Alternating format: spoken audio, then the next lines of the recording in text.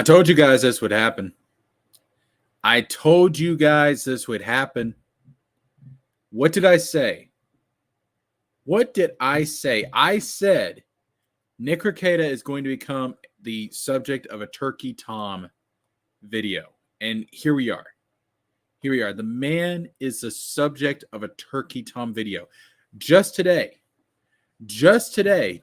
how many hours has it been? It's been 4 hours. 4 hours since the release of this video. And here it is. Nick Rekieta is part of a Turkey Tom video. Oh, Eric July. Eric July, trust me. Your time is coming. Your time is coming, my dude. Your time is coming. You will be the subject of a Turkey Tom video eventually. Yes. Thank you, Summer Swan. Yes. I said it. I'm telling you, like, this shit does not happen in a vacuum. When you do stupid shit on the internet that causes your life to collapse and it's your own damn fault, you can guarantee Turkey Tom is going to make a turkey sandwich out of you. It's going to happen. And here we are. Now, to be fair,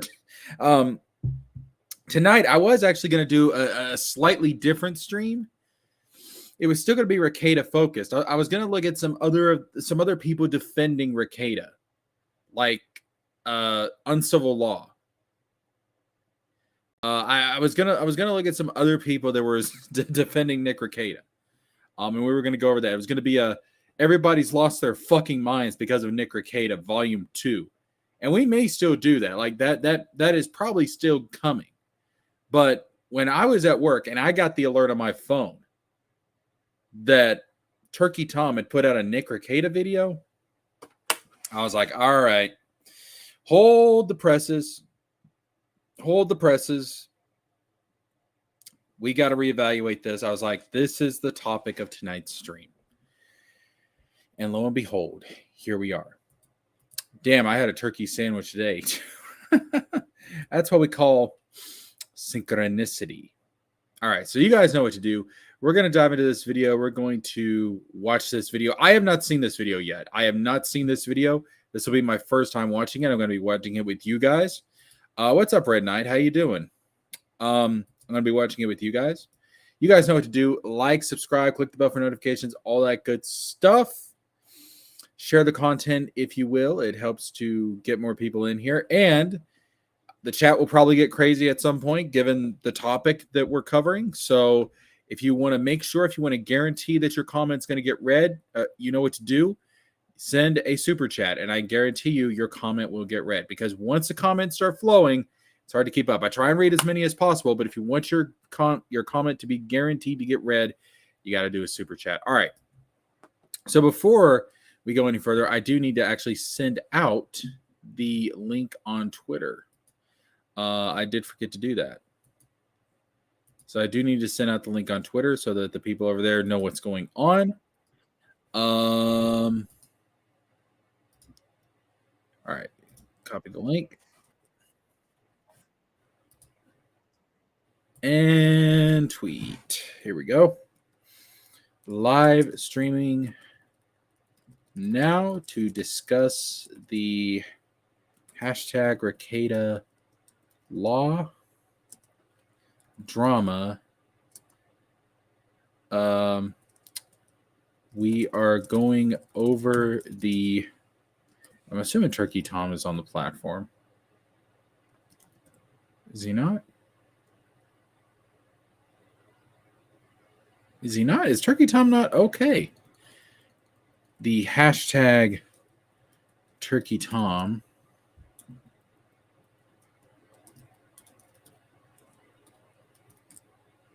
Oh, is Turkey Tom really not on Twitter? That's wild. Okay. Or maybe he's going by a different name. Maybe he's going by a different name. Whatever. The hashtag Turkey Tom video. And we got a link. And we got a post. All right. It is now on Twitter. So there we go. It's now on Twitter. All right. So, like I said, you guys know what to do. Like, subscribe, click the bell, share the content. You want to make sure your comment gets read. Send in a super chat. All right. So let's dive into this. We got 41 minutes, 16 seconds. Let's enjoy some turkey tonight, ladies and gentlemen. I actually had some pizza earlier, but freak it. We're going to enjoy some turkey, all right? We're going to get fat tonight. We're going to get nice and fat and enjoy some turkey. So here we go. In 3, 2, 1. I'm just a white bread. What could a man with money, a wife, and 5 kids possibly want more in life? Apparently, hard drugs. Description act of. Dude, why would you write a statement that's so hard to fucking read? And fighting with internet strangers. I don't trust any of you, and I hope all of you catch gonorrhea from that white face paint you put on. You disgust me. This is how Nick Pepperoni pizza? No, it was actually anchovies. It was anchovies. Had an anchovy pizza. Rekieta went from internet lawyer to criminal lawyer. I'm done. I'm done with life. All right, that sentence right there, I think, sums up Nick Rekieta for the last couple of years. Like, before we even dive into this, I'm gonna say this right off the bat. My theory on what has caused Nick Rekieta to start acting like this is simply thus. I think Nick Rekieta has reached the middle point of his life. And for years and years and years, he espoused these family, Christian, traditional values. But I think he reached the middle point of his life. And in his mind, he feels like he's wasted his life. He feels like, he could have had this very hedonistic, quote unquote, fun life. But at least his definition of fun. And the wife and the kids and the commitment to the church got in the way of that. And now he's regretting it. And he's angry and he's mad. And he hates what he's become. And that fucking disgusts me. That disgusts me because he had it all, man. He had the money, he had the wife, he had the kids, he had people that loved him, and he just threw it all away. And in my mind, I can't comprehend how you choose your hedonism, your drugs, your sex, your carnal desires over the good, easy life you had. The fuck is wrong with you? Do you have any idea what some people would do to have the life you did? And you threw it all away. You disgust me. So Turkey Tom is on Twitter. I gotta find him, man. I like Turkey Tom. Turkey Tom's cool. He envies Diddler Dax, Dick Masterson. Dick Masterson's take. We're going to do a separate stream where we're going to go over the people that are defending Nick Rekieta. But Dick Masterson's take is just as asinine as Ethan Van Sciver's, for sure. All right, let's continue. Long before Nick ever had aspirations to become a lawyer, he went to Southwest Minnesota State University to get a degree in literature and creative writing. It was during this period, in his early 20s, that he met Kayla, his future wife, who was attending the same university. Though they've remained remarkably private about their kids and kept pictures of them squarely out of the internet, probably wise given the state of things, we do know that Kayla became a stay-at-home mom in 2007, soon after they had their first child. The pregnancy and having to pay the bills are probably what made Nick take up work in customer service for Wells Fargo around the same time. Fortunately for him, he only had to stay there for a little over a year, as he managed to get a much more prestigious job as a brokerage representative at Thrivent Financial for Lutherans, an organization that provided services like life insurance and retirement planning, and at the time employed only Lutheran Christians, indicating that this was Nick's religion. For 3 years, Nick had a life many people would— Wait. I thought Nick was a Mormon. I could be wrong. kill to have. He was in his mid-20s, he had a wife, a kid, and presumably another kid on the way, and a good-paying job in a charitable Christian organization. But even then, he had the ambition to do more, and in early 2010, he stopped working for Thrivent, and, based solely on what's on his LinkedIn page, spent the rest of the year without a job and enrolled in a law school the year after, followed by another 4 years without formal employment. I can't say for sure how he afforded to do this. There could have been unemployment payments involved, at least early on, but it's hard to believe that they lasted for a total of half a decade in a household with 5 or 6 people. He's a trust fund baby. He has a trust fund. He's a trust fund baby. That's how he survived.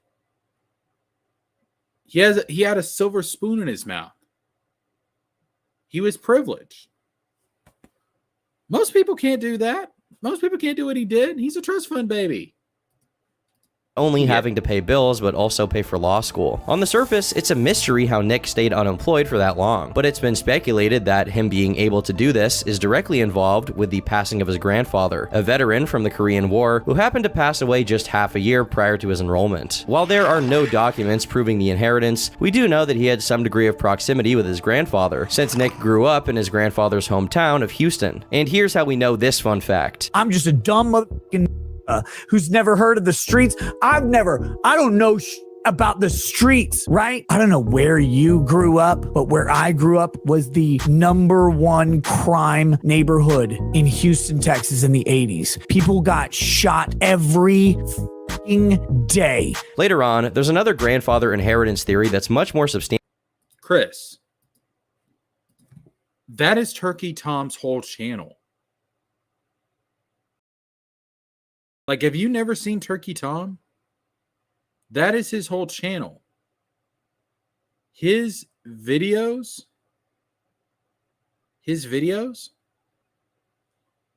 are deep dives into YouTube personalities, well, famous personalities, and like the drama and the downfall of people. That is Turkey Tom's whole channel.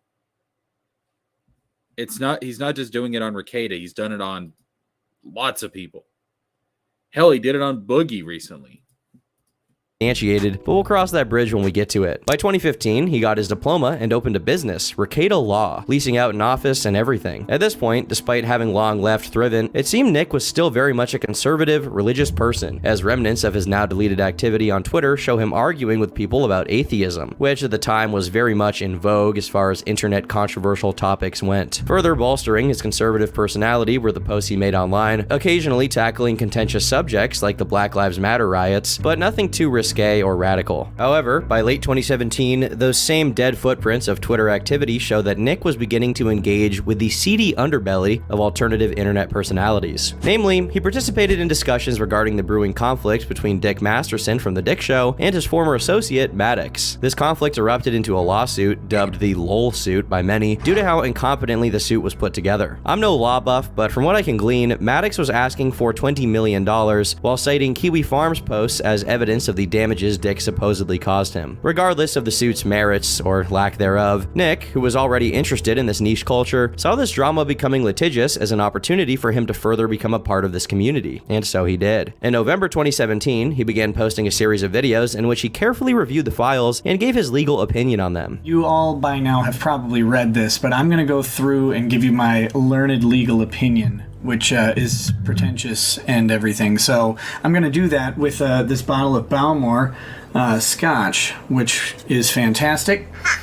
And we're going to see how this goes, so just bear with me. It's very fitting that the first video, which indirectly led to his current situation, has Nick opening a bottle of scotch in the first 30 seconds. Many more episodes of Nick's review of the LOL suit ensued, and by January 2018, he had achieved his objective of becoming recognized in this little corner of the internet, as Dick invited him to take part in one of the episodes of The Dick Show. Possibly due to the advice he had been receiving from people who were following his uploads, he began live streaming his lawsuit reviews on YouTube since they were all unedited anyway. While Nick gained reputation with Dick and his cohorts, he made himself an enemy of Maddox, who eventually went on something of a campaign to label Nick as the blackface lawyer. While I refrain from commenting on the implications this may have, Nick, along with his non-Yakubian counterpart, Drexel, directly addressed the origins of this picture. Context is Halloween. It's at my house. We have a group of very close friends, maybe five, six people. 2005. I came to visit, and everyone. Wait. Let me go. Let me see the picture again.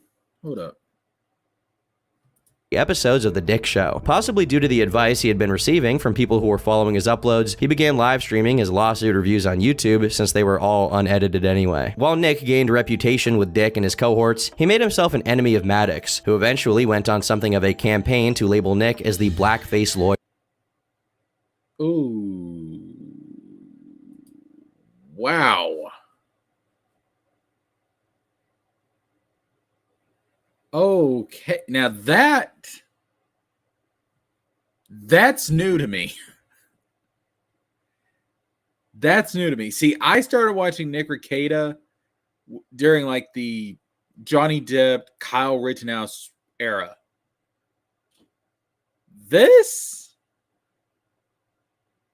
Yo, I wish Extra Hero was on right now, dog. Like, Extra Hero would be freaking the fuck out. Yo. Okay. While I refrain from commenting on the implications this may have, Nick, along with his non-Yakubian counterpart, Drexel, directly addressed the origins of this picture. Context is Halloween. It's at my house. We have a group of very close friends, maybe five, six people. 2005. I came to visit, and all of our friends get together, and then at that point, you're like, look, and then here it is, Nick in blackface, and it's hilarious because he's going as me. I had borrowed your headband. You borrowed the headband, and you're rocking the afro that was rocking at that time. Yeah. And someone actually said that's not the same guy. He's bald. In spite of whatever one's opinion may be on blackface, it's clear from the context that it wasn't done in a mean-spirited fashion, and if anything, emboldened Nick's reputation with the crowd he'd been mingling with, who saw it as proof that, despite being a lawyer, he had a sense of humor. Fortunately for him, despite his strong association with this crowd, he wasn't at all limited to making content that catered to them. As a matter of fact, he made content on pretty much any litigation-related topic he could get his hands on, and every once in a while, it drew in a new crowd of people. Part of why his streams were appealing to people, in spite of how boring the average person would find listening to someone translate legalese for hours on end, his analysis was so charming and easy for a layman to understand that people actually wanted to give him money through super chats to support his streams. The first significant bout of traction Nick was involved in was the case of sexual harassment accusations surrounding Vic Mignogna. In early 2019, Vic, a voice actor who often appeared in Wait, how did he pronounce that name? Support his streams. The first significant bout of traction Nick was involved in was the case of sexual harassment accusations surrounding Vic Mignogna. What? It's Vic Mignogna. The second G is silent. It's Vic Mignogna. Vic Mignogna. What the fuck?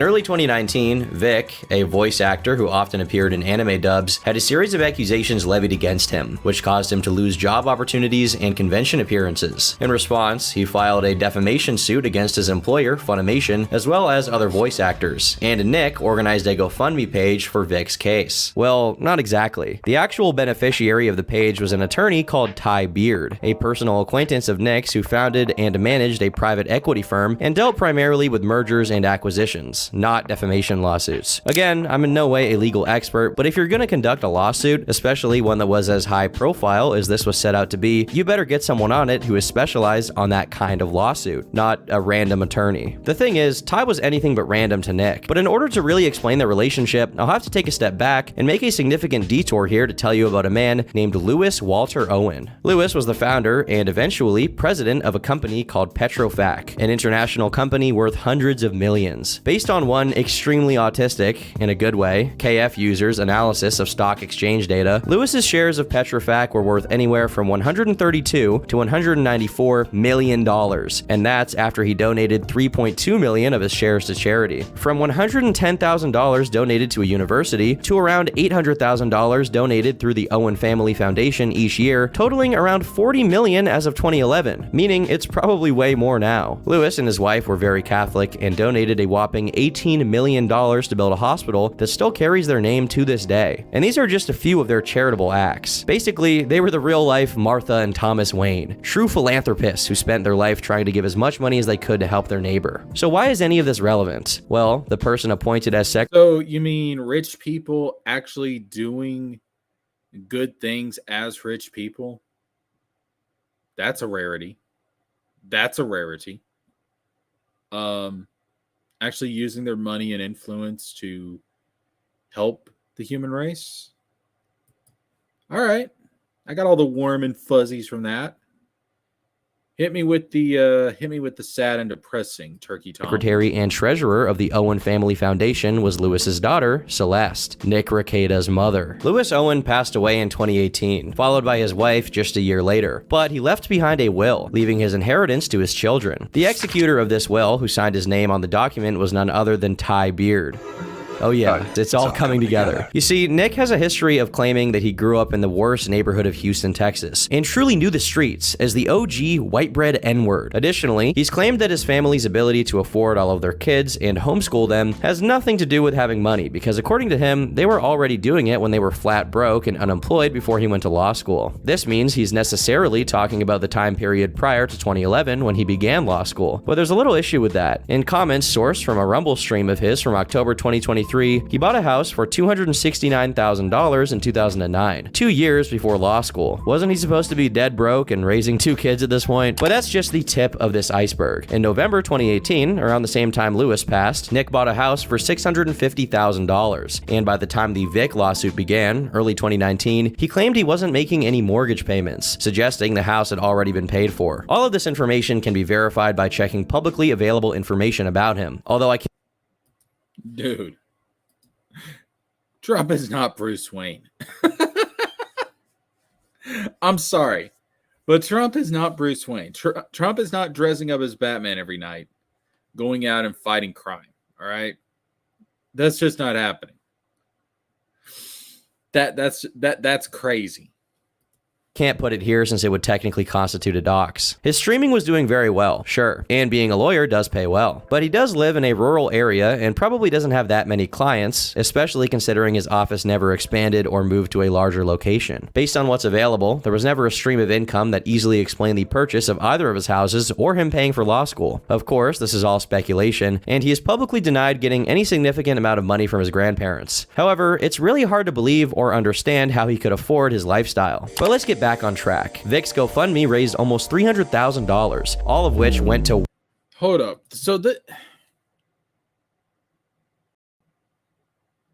So here's the thing with this. What is it about these people that are born into wealth to where they have to go out and try and say, oh, I grew up in the streets. I was in the streets. Blah, blah, blah, blah, blah. I had to struggle. Like, is it just a flex? Do they feel some sense of guilt? Some misplaced sense of guilt? Like, what is it? Like, where does this desire come from? Where does this need come from to try and flex? Your struggle, I guess? Like, does no one else find that to be creepy? It's LARPing? It's LARPing, really. I find it hard they resent being born wealthy. You know what I think it is? I think it's their attempt to try and connect with the average person, to try and connect with people outside of their social bubble, I guess you could say. And especially for somebody that's an online personality like Rekieta. You know, like, I'm going to try and relate to my viewers. It's like, dude, the viewers can sense when you're being dishonest. The viewers can sense when you're lying. Like, people can pick up on shit like that, and it's not attractive at all. Law and Crime Network just did a story on Baldo, 5.89 million subscribers. Law and Crime. Oh, that's that's one that was like covering like Johnny Depp and stuff, isn't it? Simple. In modern culture, rich and wealth are despised. Thus, in order to fit in, they pretend to be lower class. Is it though? Is it though? Because if being rich and wealthy was despised, why do so many people protect these corporations, these rich CEOs? You know, like why are they always standing up for these guys? You know, like, oh, don't tax them, don't go after them. You know, that's wrong. You know, so I don't know. But then again, America is a nation of contradictions in so many levels. Nick was specifically saying that he grew up in the hood, though. He didn't listen.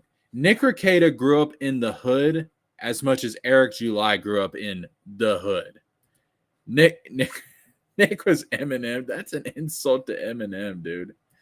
Ethan Ralph said he's blacker than Bryson. Wow. I got to check out this Ethan Ralph guy because I've only recently found out about him. What real life people could you put into one to actually make Batman?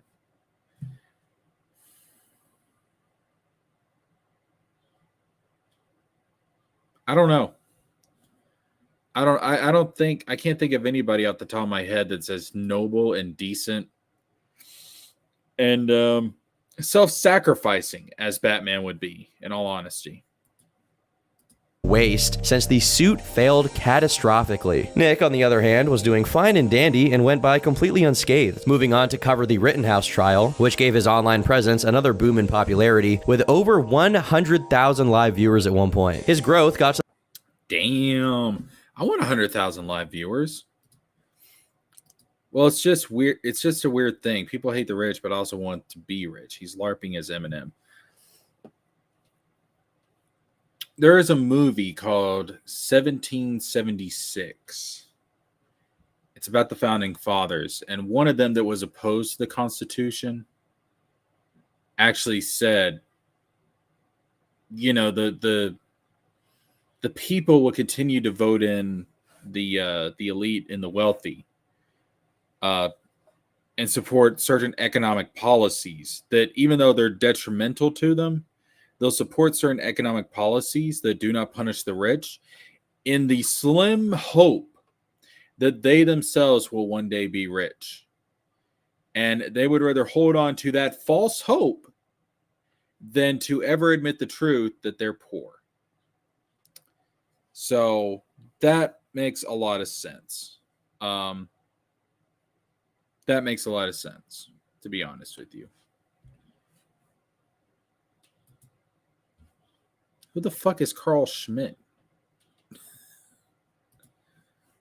All right, let's continue. To the point that the corporation responsible for streaming the trial footage he was reacting to sent him a cease and desist, essentially accusing him of copyright violation for restreaming their stuff, despite there obviously being a significant amount of commentary over it. Many things can be said about Nick Rekieta, but he was one of, if not the most successful content creator in his genre. Nick Rekieta was long established at this point, but the Rittenhouse trial really sent him up in an unforeseen way as far as his YouTube popularity. And fortunately, at this point, while his alcohol consumption was still present and often featured throughout the entire streams, the most it ever led to was Nick sounding a bit tipsy. Soon after the Rittenhouse boom came another one, the Amber Heard versus Johnny Depp trial, one of the most discussed trials in recent years and Nick's biggest claim to fame. His series covering the trial has 24. This is where I subscribe to Nick Rekieta. This is where I subscribe to Nick Rekieta. Like when it came to the Johnny Depp trial, Nick Rekieta's coverage was the coverage that I was watching. Like, I was on his channel hardcore back in the day.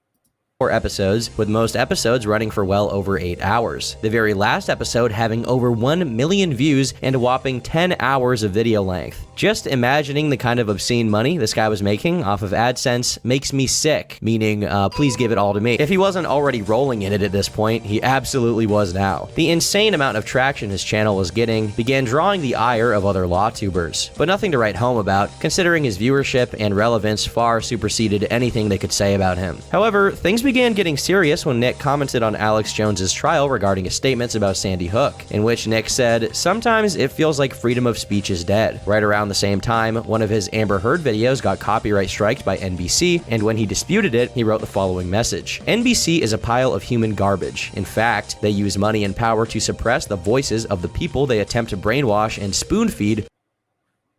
Alex Jones is such a joke. I'm just being real. Alex Jones is a joke. Like, if you believe that snake oil salesman, you're crazy. You're crazy. They regurgitated bullshit on a daily basis. I imagine NBC's lawyers are actually reading this material and debating over real legal work, just wishing they were involved like the cucks they are. No one watching my content would ever actually watch the NBC video in virgin form because NBC is a lying. The fact that Nick Rekieta would call anybody a cuck is very fucking ironic. Heap. My content adds the necessary expertise and background information for people to return an informed opinion on the matter presented rather than be spoon-fed apple juice from a bunch of communists. While the dispute did clear him of the copyright strike, he wasn't safe for long, as not long after, he received a terms of service. Yo, what's up, my man? Wait, is the audio off? Muted. We can't hear you. Wait, can you hear me? Wait, one second. Let me troubleshoot real quick. Yeah, you're still muted.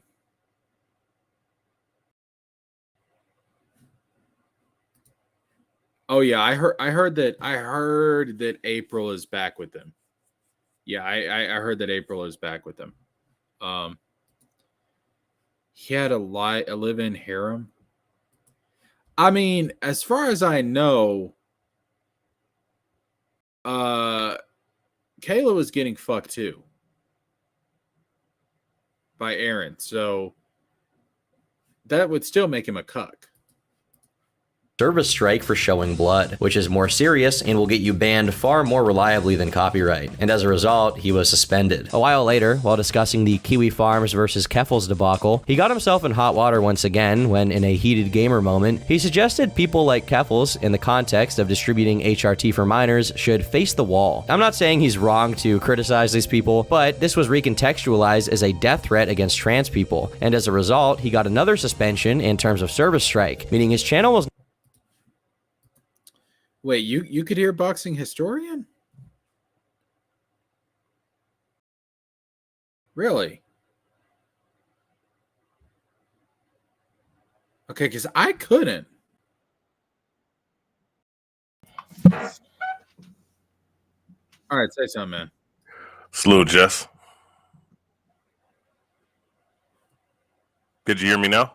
What the fuck? Okay, so the chat can hear you, but I can't hear you. What the hell is happening? Hold up. Let me mess around with something. See if I can fix this.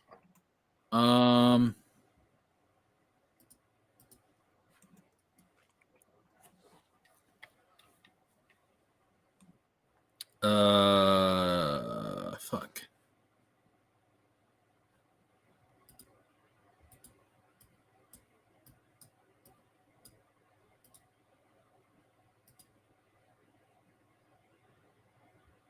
All right, say something now. Salutations. Can you hear me? What the hell? I can't hear you. But the chat can. Oh, really? What is that? Okay, I had this happen with Extra Hero. Once before.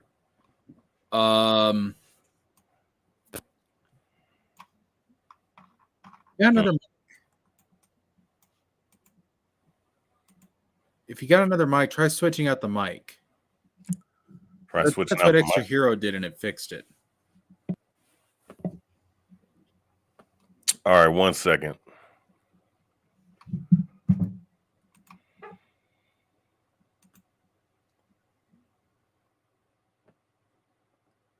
That's weird, man. It did the same thing with Extra Hero at one point. Now hanging by a thread, and his future live streaming on YouTube was increasingly unsteady. The stress he was under made his problem with alcohol even more intense than before, and now there were large portions of some of his streams in which he was audibly drunk, saying the kind of things that get you banned real fast. You want to take it from me? You better meet a f***ing...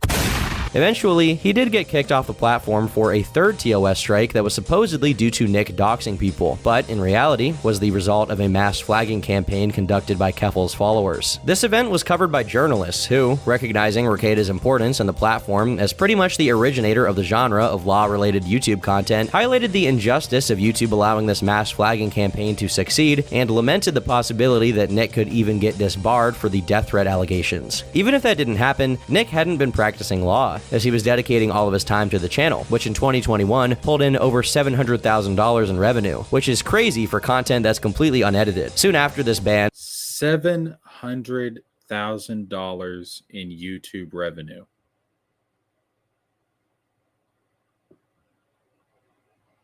This man really threw all of that away for drugs and sex. That's fucking disgusting. and he took up streaming on Rumble, where he was still pulling in live viewership at the tens of thousands. Fortunately for him, his ban from YouTube was lifted.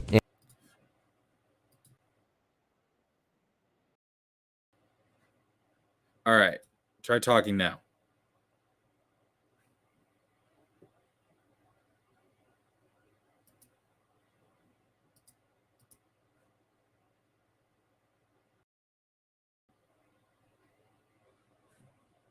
What the hell? If you're talking, man, I can't hear shit. The chat might be able to hear, but I can't hear shit.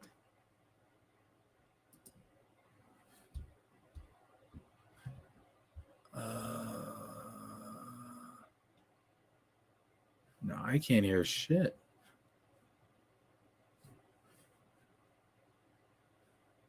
No, he's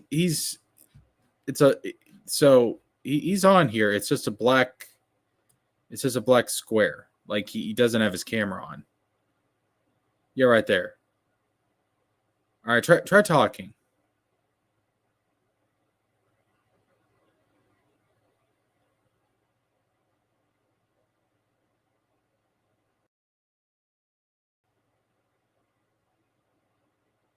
Yeah, I don't know what's going on. I've only had this happen once before, and we switched out mics for Extra Hero, and it worked. But I don't know what's happening. I'll have to mess with it later. Nick will be living the diddler lifestyle in Compton. That's where Dax lives, doing party, drugs, in Hollywood. Yeah. What else are you going to do with $700,000? Go on vacations with your kids. Hell, given what we learned, feed your kids. Feed your fucking kids. Buy them new clothes. Go to sporting events. Good God, man. Not everything in this world's about drugs and sex.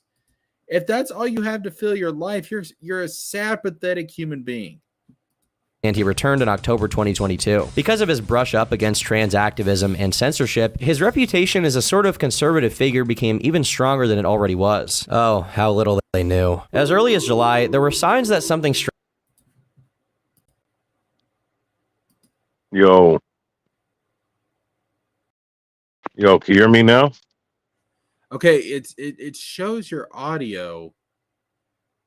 Hold on, let me. Maybe it's my headphones. Hold on. Talking now. Yeah, can you hear me?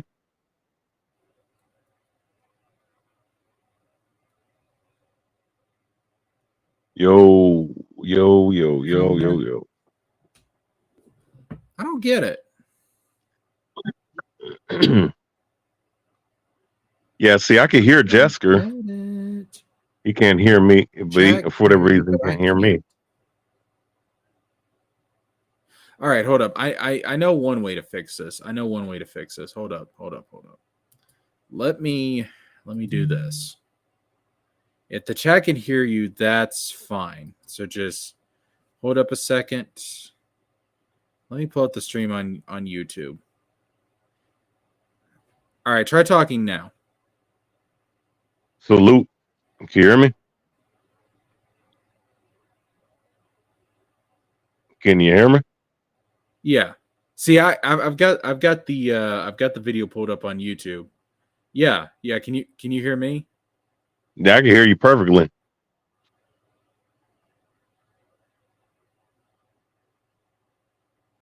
All right. So I can hear you through the YouTube video. So there might be a delay. Okay, yeah, no doubt. On my end, at least. All right. So what do you think about this whole Nick Rekieta thing? Well, I think the Nick Rekieta situation is kind of sad, man. With the kids, in particular for them, but these adults, they got to get this shit together. It's a damn shame, you know. I mean, you're studying law. Shit, you shouldn't really be on YouTube like that, honestly. Now, everybody, I mean, this is a place where you can do some things and interact with people, and that's fine. But I don't know, man.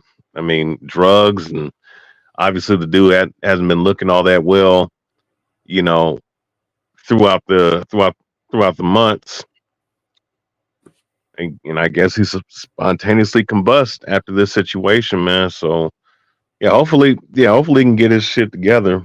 I mean, as far as I don't know every single detail, but as far as what I've seen, people talking about it, that's my assessment. So here's the thing.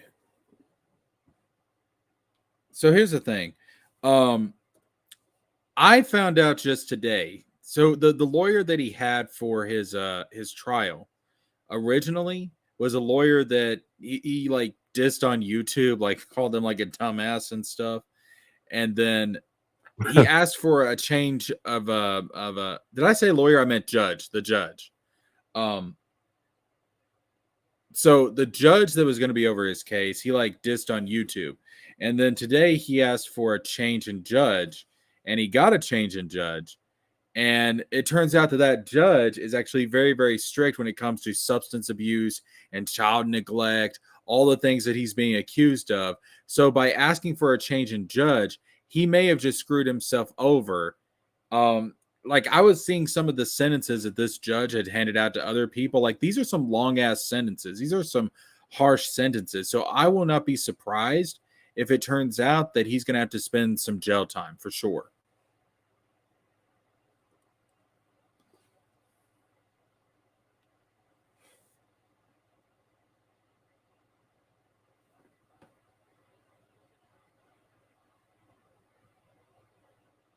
You there?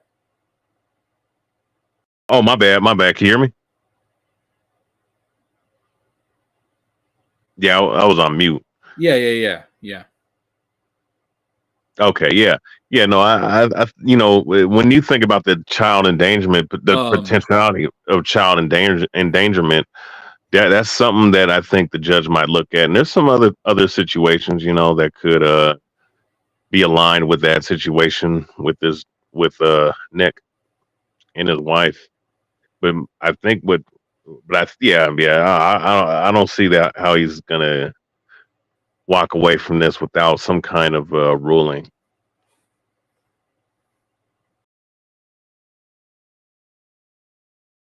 No, I don't either. I think that given everything that's going on, given everything that's happening, I And given the type of judge that this is, I mean, I could see, I was hearing earlier at least 4 years.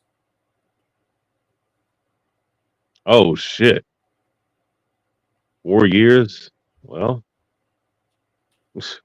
that's a harsh ruling. Hold up, wait a minute. Badger says Nick is hosting a local stream tonight.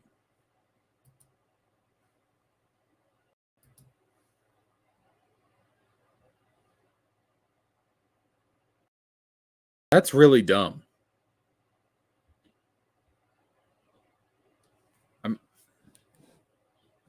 I mean, he's gonna end up, if he does that, he's going to probably say some stuff that if it gets out there, and trust me, it will get leaked. It will get leaked. If he says something really stupid, that's going to hurt him when it comes to his trial. That's going to hurt him with the criminal process. That's really dumb. That is really, really, really, really. Listen, Nick needs to take the advice that he was giving Eric July this entire time, and that is shut the fuck up, Nick. Shut the fuck up, Nick.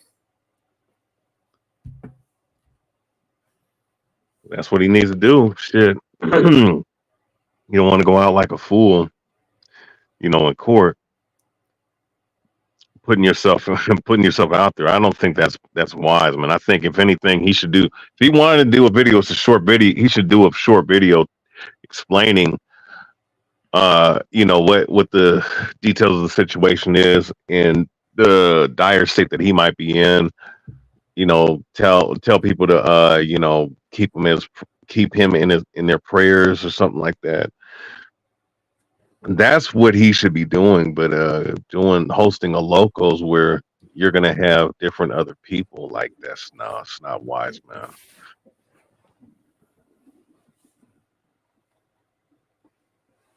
No, it's not. It's and depending on what he says, like if he's not showing any kind of remorse or sense of guilt or anything like that, it is possible that when if the judge sees that, and it's gonna get leaked. I mean, let's just be real here. It's gonna get leaked.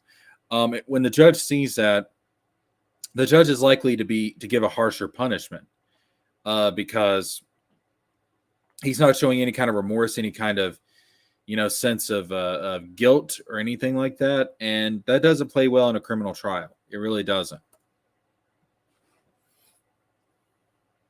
Oh, no, it does not. And that's why, because you never know. It's like this, man. Like, slip up, publicly saying certain things, man. Like, everything's public. I mean, it's going to be for the public's domain. This is a public domain. People have access to it, so it's you have to be on your P's and Q's. I don't know. I don't understand that shit, man. Like if I was in that situation, I wouldn't say shit. No,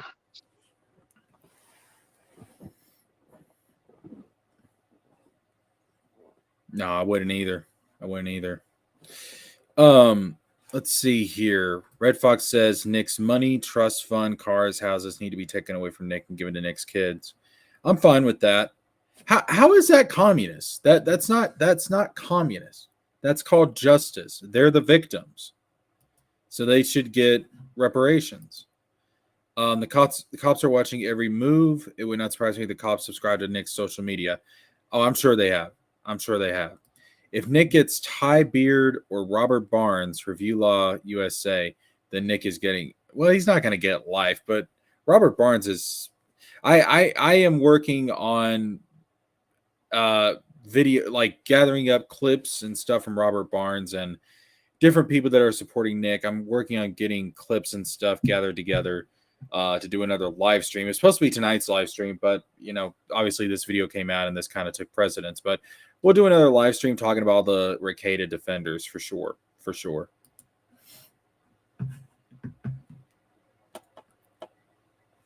Right.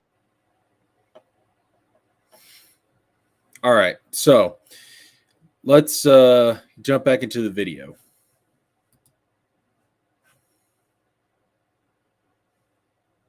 strange was afoot, beginning with Nick having pictures taken of him getting stepped on by girls in cosplay at the Anime Matsuri convention. Granted, his wife was already there, and this could easily be a simple joke, but it showed a side of Nick that people weren't familiar with. At the time, the most this could be interpreted as was that, despite being a family man, he comfortably engaged with less than PG or edgy concepts. However, with time, it was becoming clear that he was a little too comfortable. The person he had managing his Discord server, for example, regularly posted extreme hentai to his main Twitter account that would whiten the hair of even the most powerful gooner. This tipped people off that just maybe there was some activity going on in his server that wasn't so appropriate, and that suspicion was more than proven correct. Before I get into what was going on in the Discord, I have to give context by explaining what Nick and his wife were doing on the platform Locals. I can't really sugarcoat this. Pictures had surfaced of Nick Rekieta gripping a bottle with his butt cheeks. Likewise, pictures had surfaced of his wife doing that same thing.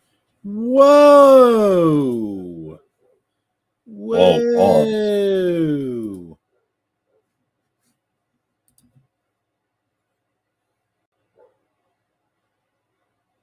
What the fuck? What the fuck?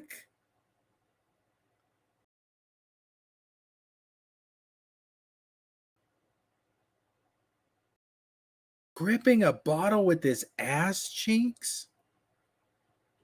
Are we serious? Is that how y'all get down in the Lutheran Church?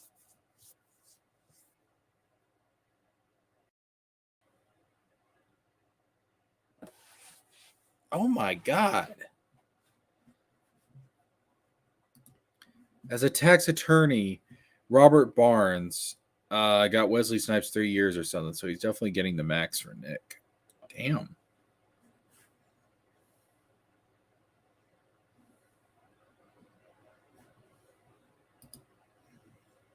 All right, let's see. Like I'm learning something new about Rekieta with like every 5 minutes of this video. So let's continue. Along with other lewd images of her. All of these made their way to Nick's Discord server, partly because they were relevant to the fact that they were pics of Nick and his wife, but also because the server had an entire chat dedicated solely to not safe for work pictures, something that flew in the face of the conservative image many people had of him. When people brought this up to Nick as if it were an issue, he flippantly dismissed them, as if this wasn't totally incongruent with the rest of his online persona. One user said, "Listen, your wife posts pics of her booty online for strangers. This is the response bound to happen, so you're either in one of these positions. One, you don't care, but you still talk cucks and make fun of men for not having loyal wives. Two, you do care, and you are a cuck who wanted her to post her act and get off on it. Or three, you were overpowered by her macho strength, and she is the alpha. It just makes you look like a hypocrite." I think Nick may be going the iDubbbz route. This was something of a game changer since all of the people in this Discord were paid subscribers of his, meaning even his close following wasn't cool with what was going on. People began questioning. Wait a minute. Hold up. Weebaboo. How do you know this?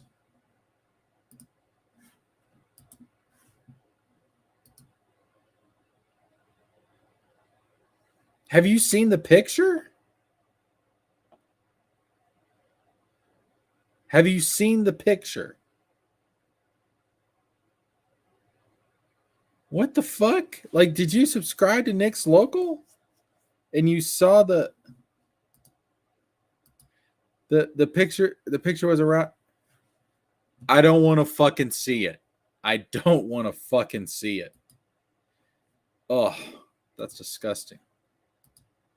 Should have never put on the Sonic True medallion.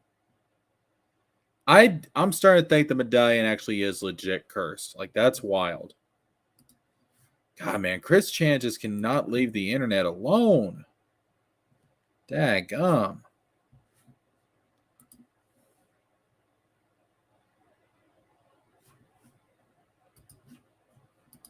Questioning his wife about this, to which she replied, "I like having fun. I think I have a beautiful body, and I love taking and sharing pictures. I wouldn't ever post actual nudes. I'm not fishing for compliments or trying to inflate my ego. Guys are proud of their cars and guns. I'm proud of the body I take care of. I'm having a good time, laughing with friends, and enjoying the beauty of the human body. Nick is my only partner. We don't fuck around, we aren't swingers, but I also don't care what other people do. It's none of my business. I'll let you be the judge of what that means." As for Nick, he eventually explained the bottle pics. weeks. I have this locals live chat. Shout out to them. Pretty wild. It runs like 24 hours. Someone came up with this idea to do Wednesday, and people decided to post the bottle challenge, I guess. And I thought maybe like I should participate because like a whole bunch of my people are sitting here like posting their and so I took a joke picture of my and posted it in my locals. And now what I have learned about myself since then is not what I expected. I have learned rather than just having a skinny white boy, I am not a Christian. My wife is now and I am a cuckold watching other men have sex with her. Oh yeah, I'm a bad dad and my kids will be scarred for life. This already looked pretty weird, but well, that wasn't prophetic at all, was it?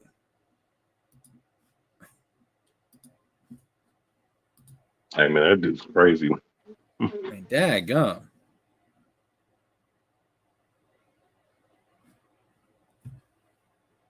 I mean, he basically just predicted exactly what was going to happen to him. I mean, everything that would follow after this, he foreshadowed it. He foreshadowed his own downfall. That's fucking crazy.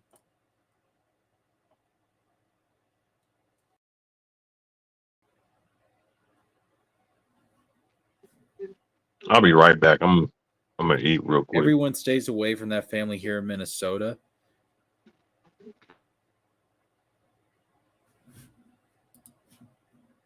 Oh no, you're good, man. You're good. So you actually live near the Rekietas? Is that what I'm understanding? God bless you. Nick is known as a womanizer degenerate. I mean, obviously, at this point, like, I don't know who can argue it. Let's continue. Believe me, it gets worse. Let me ask you a simple question here. Do you know what a baldo is? You're about to find out. From mid to late 2022, for whatever reason, Nick found himself discussing the baldo multiple times, even reviewing it at one point. It's a kind of torture device looking toy that turns your testicles into a second shaft. Based on what I can glean from these, his baldo review was originally meant exclusively for locals, but quickly made its way to the hands of clip channels and Kiwi farmers who'd already become disillusioned with Nick. The main domino piece that had to be tipped over in order for Nick's reputation with his following to be dragged through the mud came in the form of a rather innocuous video in which Nick and his wife celebrated their 18th marriage anniversary. In it, they reveal they're on vacation in the Caribbean, but don't specify where or even what country in the Caribbean. As usual, we can leave it up to KF to schizophrenically investigate the most ridiculous things and succeed in doing it. There are a few posts going over the specific strategies they employed in order to figure out where they were staying, such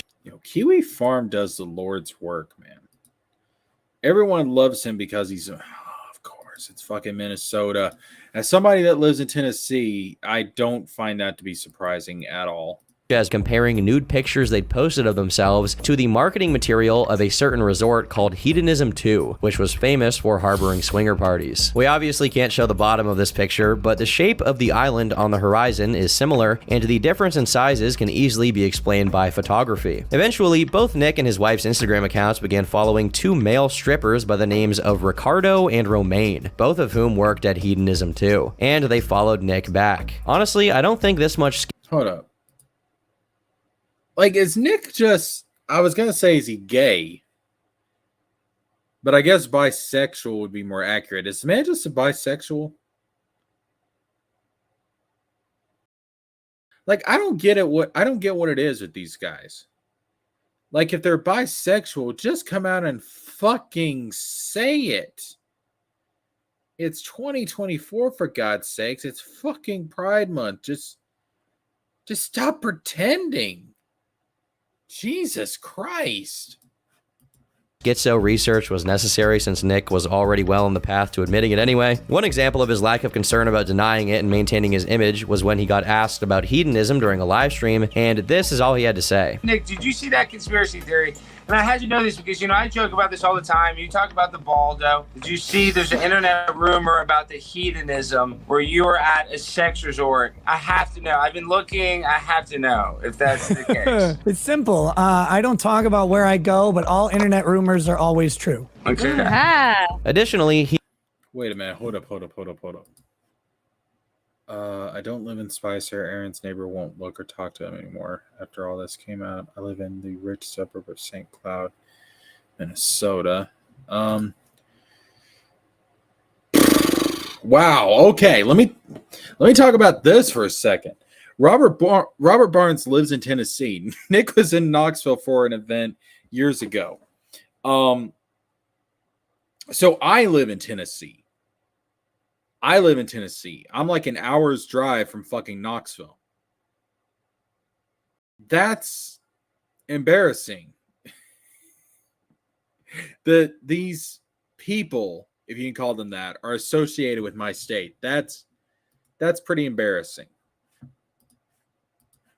He openly admitted to doing MDMA and mushrooms during this vacation, which once again informed the audience of what kind of person Nick was becoming. A little while after the Hedonism 2 event came and went, another popped up. On December 15th, 2022, Nick said he was going with his wife to an underwear bar to celebrate his birthday. You cannot get in if you're wearing clothes. You have to wear underwear. She's in underwear. I'm in underwear. We're gonna go have a fucking blast. That's Saturday. Friday is karaoke night at the same bar. We're gonna go do karaoke night. We're gonna have fun, probably, sing some shitty songs or whatever. And then I don't know what we're gonna do the rest of the time, because those are it's literally an hour out of each night that we're gonna do that. Other than that, I don't know. She's got a bunch of surprises planned for me. Again, I have no idea why he keeps being so vague about this stuff, since he's talking about embarrassing shit anyway. If you're gonna drunk blab about your private degeneracy in public, you might as well be specific, because people are gonna figure it out. Once again, KF was on the job and correlated the underwear bar statement with a few other things he'd said about his birthday plans, eventually landing on a certain establishment called Gay 90s, which was the only one holding an underwear party at exactly the same time Nick was going to attend one, in the same city Nick had claimed it was going to take place. The schizophrenia goes to another level when the same poster who collected this information managed to use Snapchat to find people who posted videos of themselves at Gay 90s during the time Nick would have been there, and they managed to find this clip with a somewhat recognizable voice talking in the background. Again, none of this is particularly damning were it not for the fact that Nick, for a very long time, made fun of... Yo, the man went to a bar called Gay 90s. Just fucking admit it, Nick. You like a little bit of the... Just admit it! Jeez. Jeez, stop. Listen, you can lie to us. You can't lie to yourself, Nick. Cucks and joked about gay people from the perspective of someone who wasn't in line with those lifestyles. Now, he was attending underwear parties in gay bars and going to swinger resorts. Though this part is a lot less relevant compared to the previous revelations, Nick also decided to gift himself a Mustang GT 500. And though I'm sure he made a lot of money off of YouTube, we have to remember that a significant part of what's allowed all of this to take place was allegedly Grandpa Owen's tugboat money, whom I can only imagine is doing cartwheels in the grave. But being the derelict alcoholic he already was at this point, it comes at...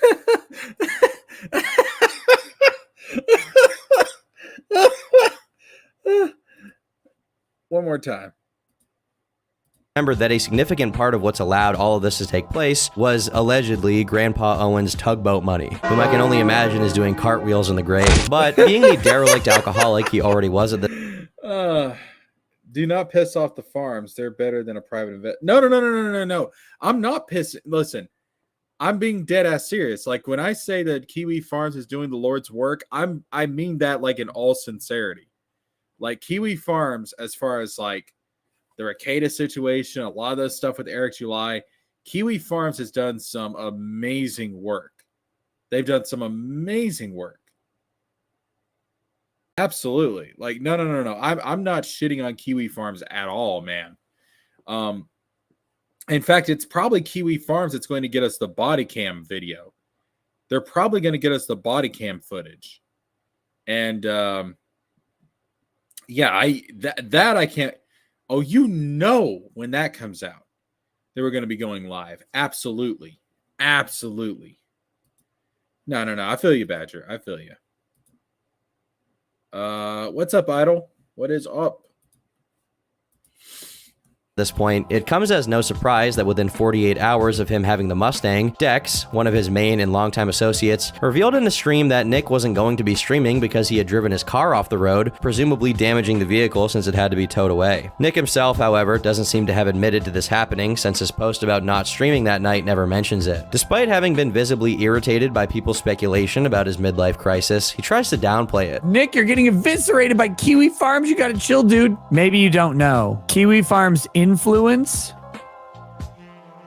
That's what it is. It's worth noting that at this point, one can frequently notice Nick is jittering during his streams. That's what happens to someone who is so frequently drunk that their body gets used to inebriation to the point that whenever they're insufficiently under the influence, their body uncontrollably shakes. Meanwhile, Nick's YouTube career trudged on without much of a hitch, as the average viewer was still turning in to see things like his interview with Kyle Rittenhouse. However, the closer following was heavily disconnecting from seeing what Nick was saying about his personal life, essentially rewriting himself as this libertine person who was never morally opposed to the things he was now partaking in. Oh no, homie, I've always been a sex pervert. It's also at this point that he slowly begins to lose weight, further worrying the people concerned for his health, especially since now he was open about doing other drugs besides alcohol. Whatever clout he retained with other content creators was soon to run out if he continued on his path of self-destruction. Right now, I'll take another brief detour to tell you about a rabbit.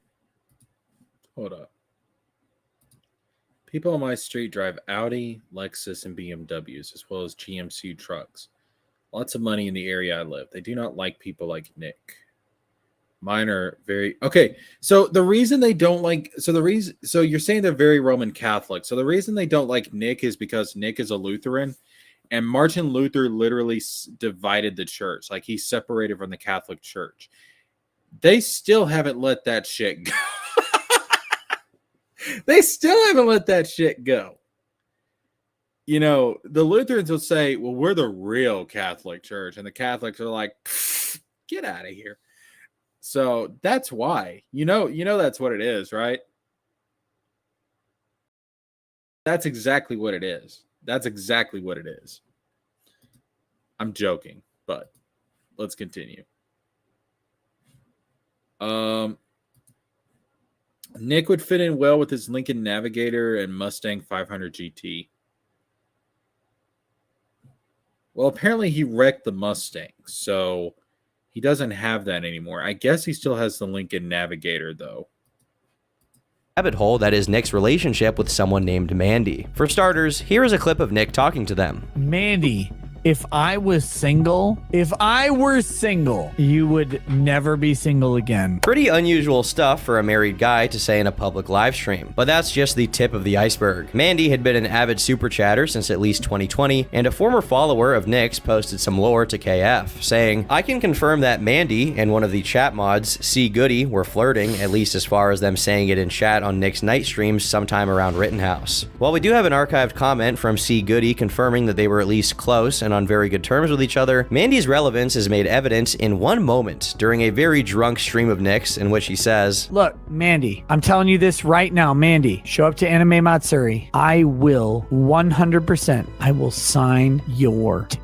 This is some true hypergamy at work here. Mandy went from flirting with one of the mods to being one, all the way to flirting with the big man himself. Apparently, there was a strong push behind the scenes for Mandy to actually go to the Anime Matsuri thing so that their IRL meetup could happen. But Mandy was the one who had shut it down hard, according to one of the people who claimed to have familiarity with the inner workings of Rekieta's community. But, much to his embarrassment and our cringe enjoyment about what I'm about to make you witness, it didn't stop at his awkward-ass flirting. It evolved all the way to him serenading Mandy during a stream. Oh, Mandy, you came and you teased with the picture.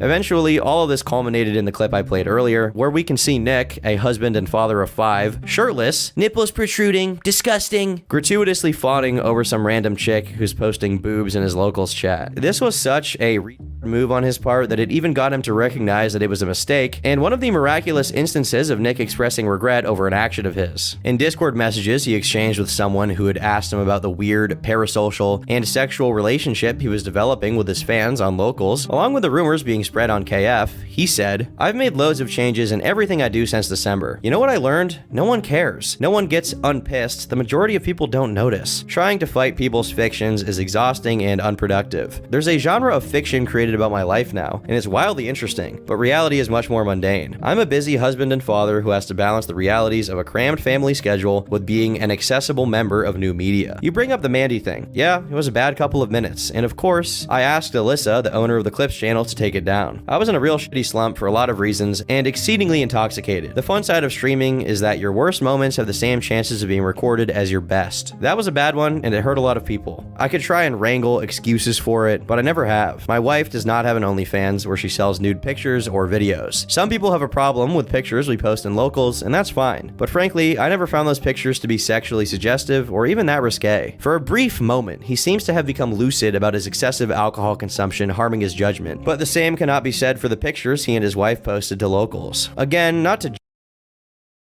All right, so Red Fox. Here's the thing. The lawyer that he's getting, because he requests for a change of lawyer, because the other lawyer he was talking about, he was talking, or the other lawyer that he had before was one that he had talked shit about. And so he requests a change of, I keep saying lawyer. Fuck me, dog. Ugh. The judge. Holy shit. The judge he was going to have was a judge that he talked shit about. So he requests for a change of judge. And now the new judge he has a history of being very strict on punishments for substance abuse and child neglect. The two things that he is accused of.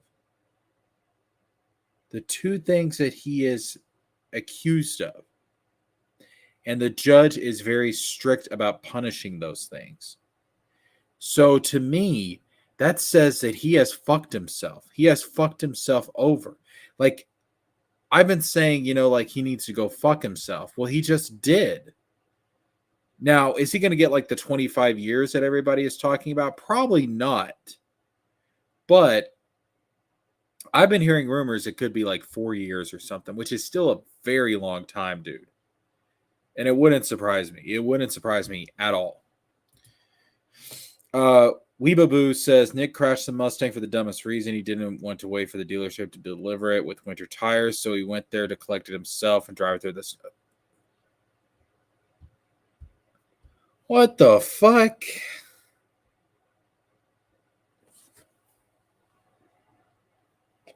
Oh my God, he has no impulse control, man. No wonder he's an addict. Also, if you're worried about driving through the winter, for the love of God, just get a Subaru, man, or a Jeep, or a Bronco, or a 4Runner, something that can go in the snow. Like, damn.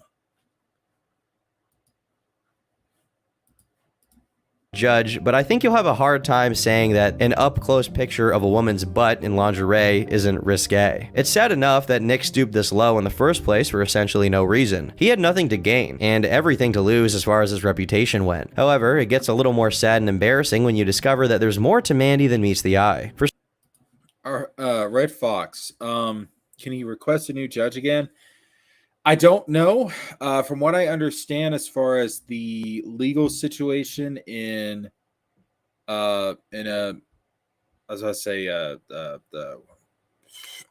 legal situation, I can't pronounce the name of the fucking county, dude.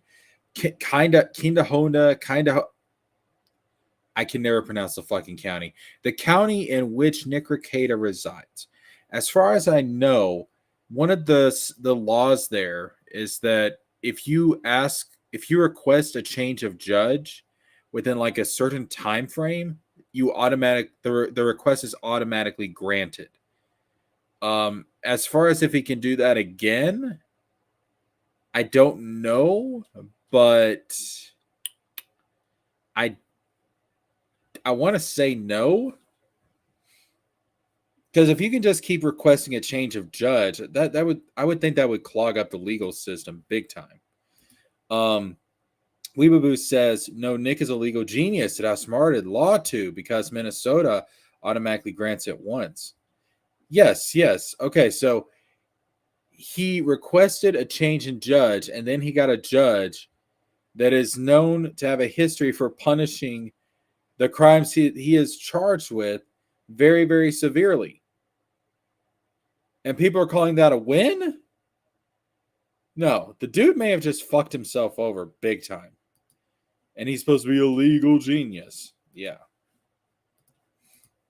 For starters, Mandy suspiciously could never make her microphone work and take part in the voice chat, and that old picture of her boobs was discovered to be taken from a monitor as opposed to simply posted directly to the chat. This prompted the schizophrenic KF Gumshoes to get on it once more, and they quickly found out that all of the pictures Mandy had ever sent were stolen from random places online, resized, and edited to make it look like it was taken from a bad Nokia phone. Eventually, it was discovered Mandy was from Israel and had played over 5,000 hours of Team Fortress 2. Upon finding this out, the immediate conclusion everyone jumped to was that Mandy was a man with a dick. A circumcised one at that, if the Israel thing is true. It's technically uncertain that Mandy is a man.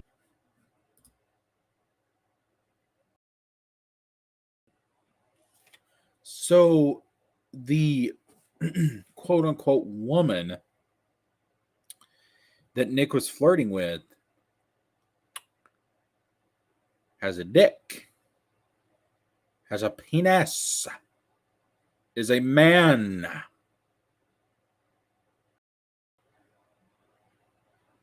When is he just gonna straight up admit, like, listen, guys, here's the truth. I'm bisexual. I go both ways.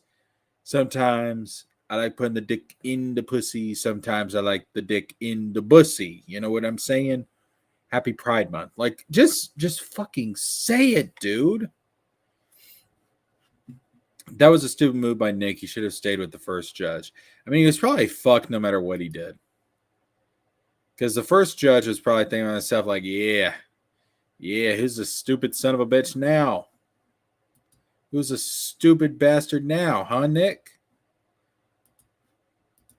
But it was proven beyond the shadow of a doubt that they were a catfish, though I'm not too sure Nick would even care if his parasocial girlfriend came with an extra Frankfurter. Fortunately for Nick, this never resulted in some kind of big Mandygate moment and just continued to be discussed in KF. However, one threat, if we can call it a threat, did rear its head during August 2023, when Nick was sued. The validity of this lawsuit, however, is highly questionable, because it was a RICO case, which, if you don't know, is the kind of lawsuit usually put together to break up organized crime activity. In reality, it seemed to be a glorified defamation and hate speech thing dressed up as a RICO for whatever reason, and because of how stupid that was, it never really got off the ground. No, for Nick to be taken down with an injustice like this would be much too poetic, too heroic an ending for his story. It would take a martyr, and that he is not. He is a lolcow, plain and simple, and a self-made one at that, with more than enough opportunities to redeem himself, or at least preserve his image by not exposing humiliating details of his private life at random to. Can we pause just for a moment? And I want to clap it up for Turkey Tom for saying what we've all been thinking, and that is that Nick is a fucking lolcow, dog. The dude's a fucking lolcow. I mean, he is the latest lolcow on the ranch, on Glenn Beck's ranch. Okay. Nick misspelled the county, so the court could have rejected the motion for a change in jail, but they accepted it. Change in judge, but they accepted it anyways because no, guys. Think about this. Think about this for a second. If all these theories, and there's some wild fucking theories, all right. If all these theories about, the church was out to get him, the county's out to get him, Joe Biden doesn't give a shit about Nick Rekieta. There's like all these crazy theories out there. Guys, if the county was really out to get him, they wouldn't have granted the request in the first place. They would not have granted the request in the first place, because the judge that he had before was a judge that he pissed off. He talked shit about the judge on stream. And the judge was aware of this. So if they wanted to fuck with him, they would have just left him with the old judge. They granted his request. So why would they do that if they were trying to fuck around with him? It makes no sense. Bill Clinton is after his ass? Like, dude. Robert, like, listen, Barnes was talking about this and was talking. Wait, was it Barnes? Or was it? I forget who it was. But anyways, one of the defenders was talking about how, like, comparing Nick to the fucking Jews during the Holocaust.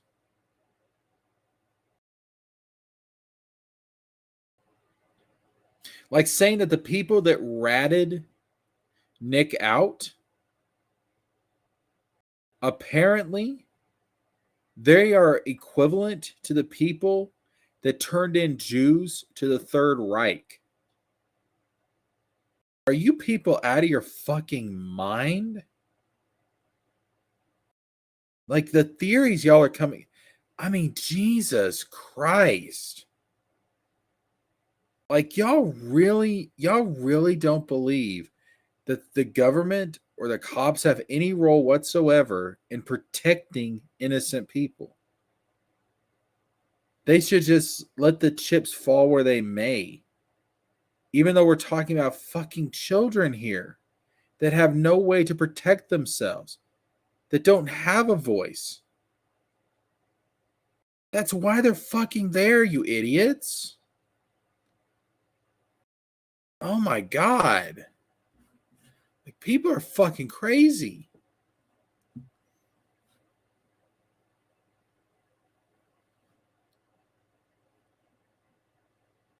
All right, let's catch up with the chat. JFK is after him too. Of course he is.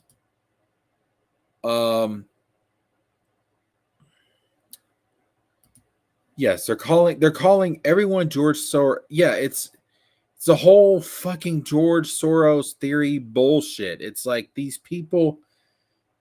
I mean, here's what it comes down to. These people don't want the government getting involved in shit because they want to live these degenerate fucking lives where they can do whatever they want. They can abuse their kids. They can just run wild like a bunch of fucking children that never grew up. They're a bunch of fucking man-childs, and they don't want the government coming in and telling them, no, you have to act like a fucking adult. No, you have to live up to a certain standard. That's their idea of freedom. It's just total chaos and anarchy. And it's fucking sick. Who cares about who gets hurt? Fuck them. That's the way these people think. Nick spearheads MAGA Democrat. Rural Minnesota is destroying Trump's biggest. What are you talking about? No, he doesn't. Nick Rekieta is not Trump's biggest asset. What the fuck? Big brain move by the court system to appoint a judge they knew he would object to. Then bring in another one that is harsher. The old switcheroo. Guys, listen. This is what you need to understand. When it comes to a conflict of interest, when it comes to like the judge or lawyers, whatever it may be, it doesn't matter. Like, okay, for example, like the first judge that Nick had, because he talked bad about that judge, that does not matter. That does not warrant a conflict of interest. Because that was something that Nick did. The judge never did anything. Now, if the judge had done something against Nick at some point, that would be a conflict of interest. The fact that Nick Rekieta is a junkie child neglector and this new judge he has is harsh against child neglectors is not a conflict of interest. Like, a conflict of interest is a very fucking specific thing. And I don't think people really, like, people think, okay, people want to say, all right, like, if I'm a fan of Tennessee football. So if I was a judge and you have an Alabama fan come into my court, oh, that's a fucking conflict of interest because Tennessee's rival's Alabama. It's like, no, dipshit. That has nothing to do with whether I can make a reasonable, fair decision. I mean, the logic is fucking exactly, Eric. People are fucking morons. People want to go out here and act like they understand the fucking law. They don't. They don't. You people are armchair lawyers. A government psyop my ass. I swear, man, these fucking right-wing, crazy-ass libertarian types are always looking for an enemy in the shadow, and it's always the fucking government. It's never the corporations. It's never... It's always the government. It's never bad people, just bad average people, regular citizens. Oh no, if we don't, the government's trying to stop a drug addict from neglecting his kids. The government's the bad guy infringing on his rights. Like what the fuck? Like, is that how these guys see Nick Rekieta? He's a civil rights hero standing up for our right to neglect our kids. Like, fuck you. Fuck you. Fuck you, man. This is a ploy by the Kennedy family. Of course it is. Of course it is. The dude's taking a page out of Rekieta's book, insulting viewers that this guy doesn't have the following to support it. Hold up. I'm not insulting my viewers. I'm insulting the people that are supporting Rekieta. No. I'm insulting people like EVS. I'm insulting people like Barnes. That's who I'm insulting. Like, the vast majority of my subscribers in my chat are intelligent fucking people. They may not always agree with me, and I may not always agree with them, but we can still have a good conversation. All right? I explain this to people all the time, and I've actually gotten new subscribers because of this reason alone. But I will give you my honest opinion, and I will always explain to you the reason for why I feel the way that I do. And you can like it or not, but I will always be honest with you guys.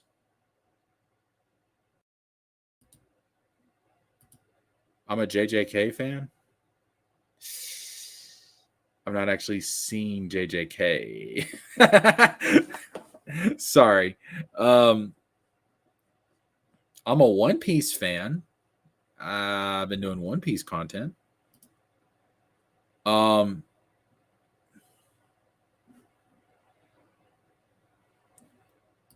not a libertarian or conservative. It's social Darwinism all the way. Yeah, Nick focused on an audience who would... Yeah, Nick's audience was pretty dumb.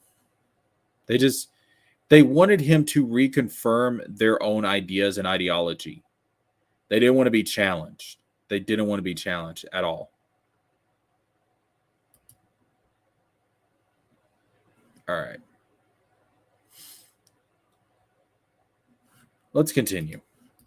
The strangers watching his streams. When he was given the opportunity to put his foot in his mouth and say something dumb that would make him look like a goofball, he embraced it wholeheartedly. For example, in September 2023, someone in his chat brought up the topic of how moms having OnlyFans can negatively affect their kids, as the children would be embarrassed that their parent had that as a job. Nick disagreed. I think a lot of them just say, yeah, this is what mommy started doing, and it's why we go to Disney every year. I think that's what they do. I think they just tell them because they're gonna fucking find out. And I would assume that their logic would be, you know what? This is a very safe way for mommy to do this. It's how mommy puts food on the table. And so I can do this and work from home and be with you and hang out all day and we can do fun trips, or I can go be a secretary and have people stare at my chest without paying me. With this cope, the thread of prophecy was severed, and Nick chose to persist in the doomed world he'd created for himself. Reality itself decided that enough was enough, and it was time for him to meet the consequences consequences of his actions and lifestyle, and it did so by invoking the cursed talisman of the Ancient One. It says, the stars are aligned, a new host is chosen. Hail unto thee, Nick Chan Rekieta. And then with that came this, and this was so weird because this came before the mention of Sonic in the trademark dispute that we were talking about last night. A Sonichu medallion has been passed to me. I don't know where this came from. It was at this moment that his downfall became inevitable. In January 2024, Nick took part in a debate with Destiny, and though many people considered him to have won the debate due to his better understanding of the law, Nick was visibly worn down. His clothes looked too large on him due to weight loss, and his face was more sunken than usual. While he was remarkably sober during his interaction with Destiny, probably because he knew what he was getting into and didn't want to make himself look like a total idiot, none of this composure was found on his streams, which hit a new low. Message you have for your haters. Thank you for showing up. Try being less poor. Have you ever considered the fact anybody who's willing to sit for hours and hours at a time from camera just so that maybe 5 people, but hopefully way more, maybe 500, maybe 5,000, but maybe 5 people sit and look at them and go, God damn, I want to shove my fist in their vagina. He'd never been this drunk out of his mind before. Additionally, oh yeah, all the people defending Nick, oh yeah, he's fine. There's nothing wrong with Nick. Look at him, he's fine. Yeah, you know what? He's able. Look at this guy, man. Does he not just look like the paragon of good parenting? I mean, he could be a good father in this mindset. Get the fuck out of here, man. You cannot be a drug addict and be a good parent because all you care about as a drug addict is your next fix. That's it. That's all you care about is your next fix. You will put your kids' well-being in danger just because of your next fix. Just a regular family man right there. Yep. That's what they would like us to believe.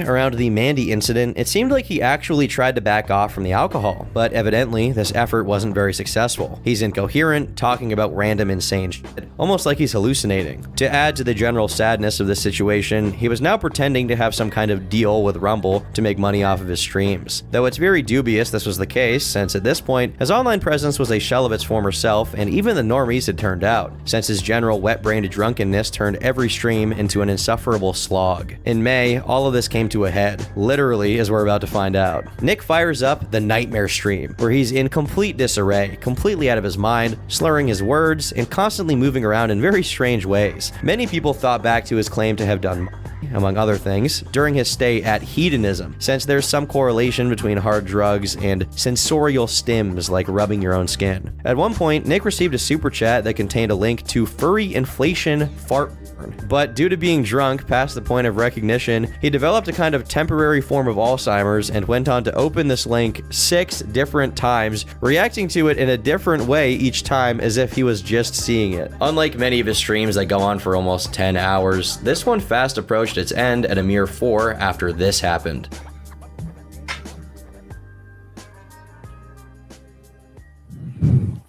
Oh no.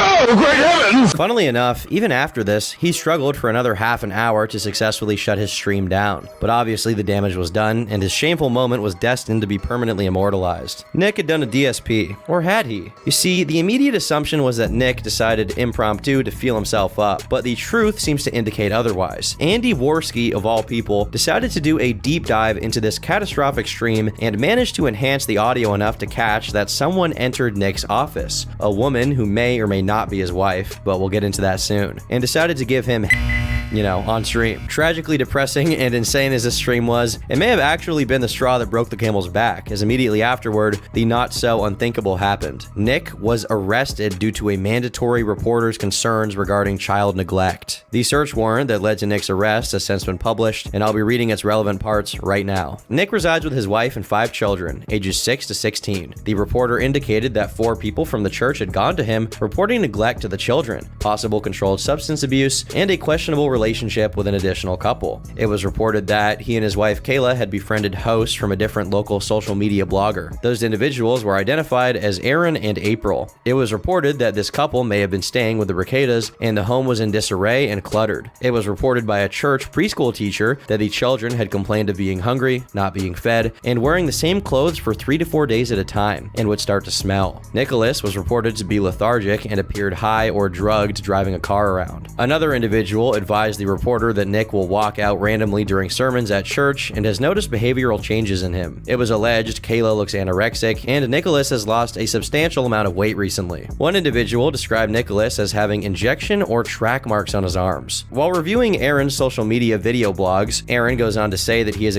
Hold up. So the fact that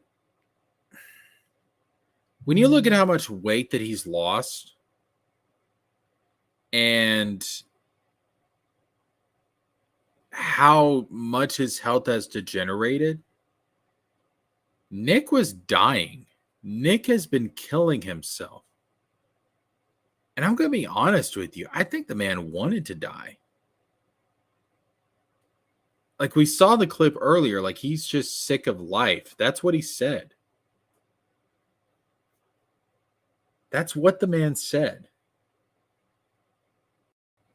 And someone with that mentality, that nihilistic, death-seeking mentality, you expect them to be a good parent? To be a good father?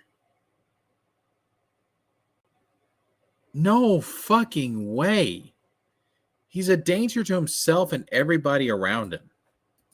Experimented with cocaine 3 times and Molly 6 or 7 times in the past. Aaron did a video blog where he said Nicholas needs help and needs to get help for his kids because of his substance abuse. Aaron points out a time in the video where Nicholas has a white powdery substance on his nose. On the next page, the officer also remarks that during the same nightmare stream, Nick takes an hour-long bathroom break at one point and comes back with what looks to be white dust on his nose. These bathroom breaks aren't news to the people following Rekieta's downfall, and as a matter of fact, they've been exhaustively documented, as they've been getting progressively longer since December 2023, going from 3 to 4 minutes to 6 to 8 minutes to frequent breaks over 10 minutes, indicating that this was Nick doing drugs. The search warrant was approved and carried out, and we also have documents on how that went. The cops went to the Rekieta residence in the morning and happened to catch Nick driving as they approached. They stopped Nick and tried to enter the house with him, but he wouldn't provide them with a code to open the door. They proceeded to ram the door open, only to find the house in complete disarray, with clothes everywhere, dirty dishes, and dust. Keep in mind, 4 of the kids were in the house as this happened. All in all, they found 8 tablets of ketamine, over 25 grams of distributed in multiple different baggies, 2 .22 casings, a Sig Sauer AR, a bunch of paraphernalia, most of which tested positive, and more unspecified firearms in the garage. Nick refused to speak about the drugs, but Kayla, presumably in an act of pure drug stupidity, asked the officers for her medication, and once they brought the prescription bottle she was asking for, they looked inside and found 2 unknown pills and gummies, neither of which matched the label on the bottle. Soon after the arrest, the mugshots were released, showing Nick with a black eye, Kayla looking completely strung out, and April, who was brought in with them. April, and by extension the Imholt couple, are a can of worms in their own right, but as was noted in the search warrant, at first, they were just visiting each other, and something happened to prompt April and Aaron to separate, with April beginning to stay at the Rekietas permanently, supposedly as a live-in girlfriend. The people following Nick closely noticed that something was different, as they often heard noises that weren't coming from him, and saw a person in the corner of his office who didn't look to be his wife. One KF user even speculated that it was April. When the arrest happened, April's husband, Aaron, happened to be streaming and reacted to it in real time as he found out. This is big for the show. April has been arrested today with the Ricardas. Do you know anything? I don't believe that. Is that her? I don't think so. No, that's not. No, that's for sure been edited. In another moment, Aaron went on to retell his experience with Nick. I remember Nick ripping 2 massive rails right in front of me, and I literally put my hand on his shoulder, and I said, dude, you need to chill. I'm worried that you're gonna die. No, don't worry. It's okay. I read up about this a lot. I can show you all the literature and everything else. It's okay because it doesn't all hit you right at once. And I'm just like, what the? Another time I told him, I go, this guy, like, I'm worried about this. I remember telling him one time, I go, my wife is doing a lot, dude. Many people reacted to Aaron's comments on the situation negatively, suspecting that he was a lot more involved with incentivizing these behaviors than he claimed to be. In the wake of the arrest, people decided to estimate what kind of sentences Nick could be handed based on the laws in the state of Minnesota, ranging anywhere from 7 to 15 years. However, when Nick had his hearing, which was accessible online, meaning people were watching it, it was discovered that he could be facing over 26 years in prison. Other online personalities reacted to it too. For example, Dick Masterson, one of Nick's most steadfast allies throughout his entire career, admitted that it was indefensible, though people didn't take this seriously as many saw Dick as an enabler of Nick's, incentivizing him to go on doing drugs. Another person who entered the peanut gallery was Ethan Ralph, who first virtue signaled about having tried to get Nick sober in private, talk about the blind leading the blind, and then proceeded to sell cheap, shitty merchandise related to Nick's arrest. On the 24th of May, April had an early release, which many speculate is due to her cooperating with the government against Nick. This would be peak poetic justice. Not only did the drugs get him arrested, but his side piece snitched on him, as if his entire lifestyle acted in unison to betray him. Just a few hours after April's release, Nick was also released on bail. As soon as he was out, he made a post to his locals saying, "Obviously, a lot has happened. I'm sorry. For legal purposes, it must be reiterated that the sorry is for the disruption and is in no way related to any pending legal matters. That said, please realize that no one has the full story or picture of anything. It's possible no one ever will. Nothing reported is accurate, and that's not their fault." But this was far from the only time he spoke out after his release. Soon after, DMs he'd sent to a group chat he was in leaked, claiming the neglect report was BS from someone who was out to get him. Funnily enough, when one of the people in the chat accuses him of doing at 8 a.m. while his kids are watching cartoons, the only thing Nick can be seen objecting to is the 8 a.m. part. The highlight of this set of DMs is when Nick says, and I'll obviously paraphrase to avoid getting demonetized, "If you think my kids ever went hungry or were neglected, please phantom tax yourself." What the Sigma? He keeps suggesting that this was some random person who decided on a whim to try and ruin his life, when the list of people who attested to some degree of neglect just keeps growing. His congregation members, the mandatory reporter, the cops who conducted the arrest and actually saw both his kids in his house in complete disarray, and even Kayla's sister apparently. However, if Nick is so confident in his stance here as he's portraying himself to be, why is it that he chose to pay the bail, which was set at $50,000 by the way, just so that he wouldn't have to do a drug test? Of course, it's his right to not get drug tested and all. He was on drugs, especially given the things found in his house. Another sign of Nick having some undisclosed hang up with transparency regarding his situation is the fact that he could, at any moment, consent to the release of the arrest footage from the officer's body cam, but he didn't do that. Regardless, it's likely that after the release of this video, the footage will be made public, as Kiwi Farms' Null has already successfully raised the $6,000 necessary to pay for its release. Oh, shit. Oh, shit. They got the money. Told you, man. Kiwi Farms doing the Lord's work out here. Body cam footage incoming, ladies and gentlemen. Additionally, people were asking for Nick's court hearings to be live streamed, a position he himself had already advocated for, saying all hearings should always be live streamed for the security of everyone involved. One of the reasons that video is critical and should be in every single courtroom in every single case. Video and transparency of the courts is something I'm pretty passionate about. One, because I'm self-interested in making money off of them. Two, because it protects the people from judicial abuse or abuse by the state. And three, because it protects the citizenry from lies by people about the abuse of the state. I'm honestly not sure if he still believes in this though. A while after his yeah, he might be walking that back today. I'm just saying. Locals post, he took to Twitter to address a few things, saying, "I'm doing fine, given the circumstances. Getting things organized, reorganizing my studio, since I'm removing alcohol as a theme officially, and trying to reset my sleep schedule to be more daytime friendly." While this is a great sign he's recognized something was wrong with his lifestyle, he still adamantly denies any neglect ever went on, and I just hope that isn't a sign he's taking sobriety less seriously than he should be. While his decisions have been reprehensible to say the least, to some extent I feel bad for Nick. He fell for the lie that you can do these sorts of things without suffering the consequences eventually, and at least appears to be under the delusion that what happened to him was due to some vindictive person trying to get at him, not his own fault for letting it get that bad in the first place. Of course, I feel much worse for his kids who are being put through all of this. Some of them not even understanding what happened since, as the warrant stated, the youngest is just 6 years old. He had everything a man could ever dream of, and still, it wasn't good enough for him. And in his just 6 years old. But no, EVS, Dick Masterson. No. Just 6 years old. It's a kid's fault, man. They need to take care of themselves. A 6-year-old can't take care of themselves? Are you fucking nuts?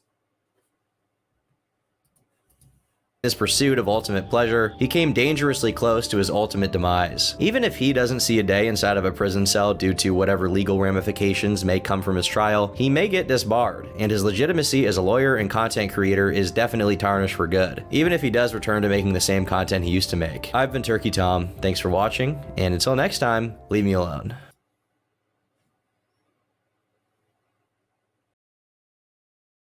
Watching. All right.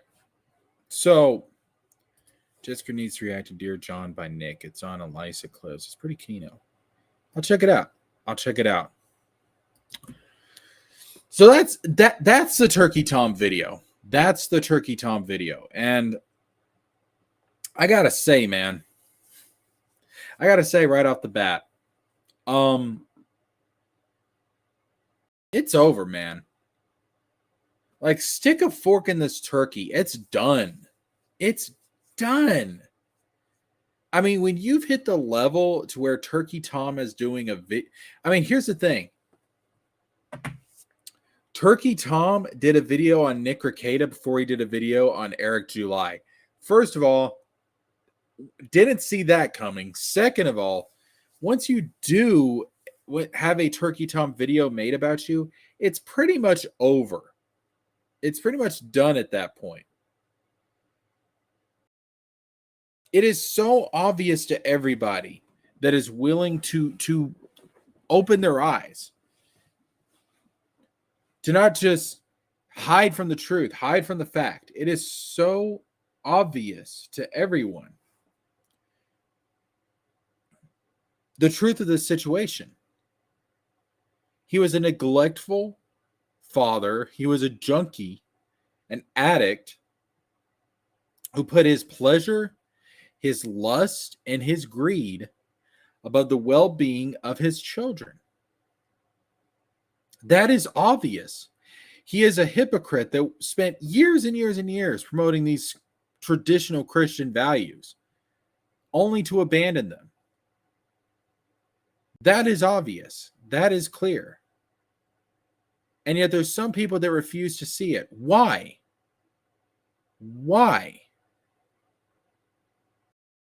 Because he's my friend. Or he's one of us. He's standing up to the evil, liberal establishment. Or, quite simply, I have a financial interest invested in Nick. It's like, so you're either doing this because of misguided loyalty, politics, or money.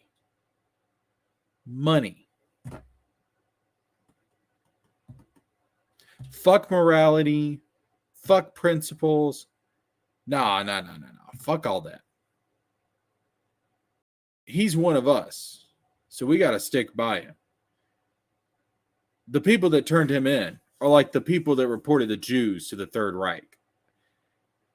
This is all a plot by Joe Biden. It's like, you people are out of your fucking minds. All of you defending Nick Rekieta, you're out of your fucking minds. You live in an alternate reality. Get help. Stop it.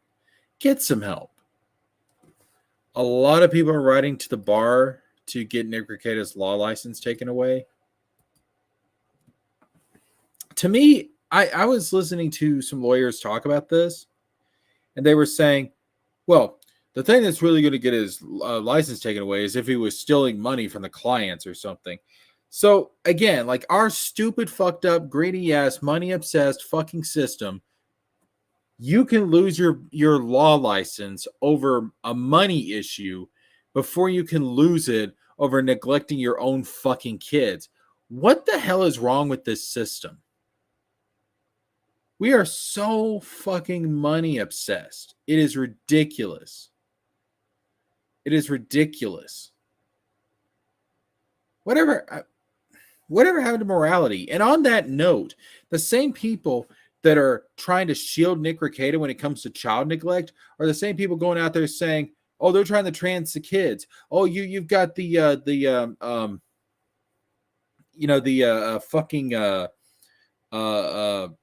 cross-dressing, story time, whatever the fuck it is. They're trying to gayify the kids or whatever. Like, y'all will stand up for the kids in that situation. But when Nick Rekieta is neglecting his own kids, all of a sudden, man, fuck the kids. You hypocrites. You filthy fucking hypocrites. It's either stick to your principles all the time, every time, or shut the fuck up.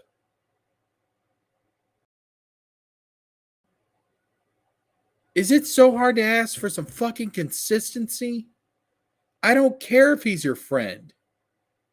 I don't care if he was one of the loudest voices in MAGA. The dude is a child neglecting junkie piece of shit. It doesn't matter. Jesus Christ, you people are the biggest fucking hypocrites. Also, there's some Ethan Ralph lore related to Tennessee. Ethan Ralph claims to be from Memphis, Tennessee, on actuality being from Memphis, West Virginia. What? That exists? There's a Memphis, West Virginia? Man, fuck Memphis, West Virginia. All right, as far as I'm concerned, there's only two Memphises. The one that was in ancient Egypt and the one in Tennessee.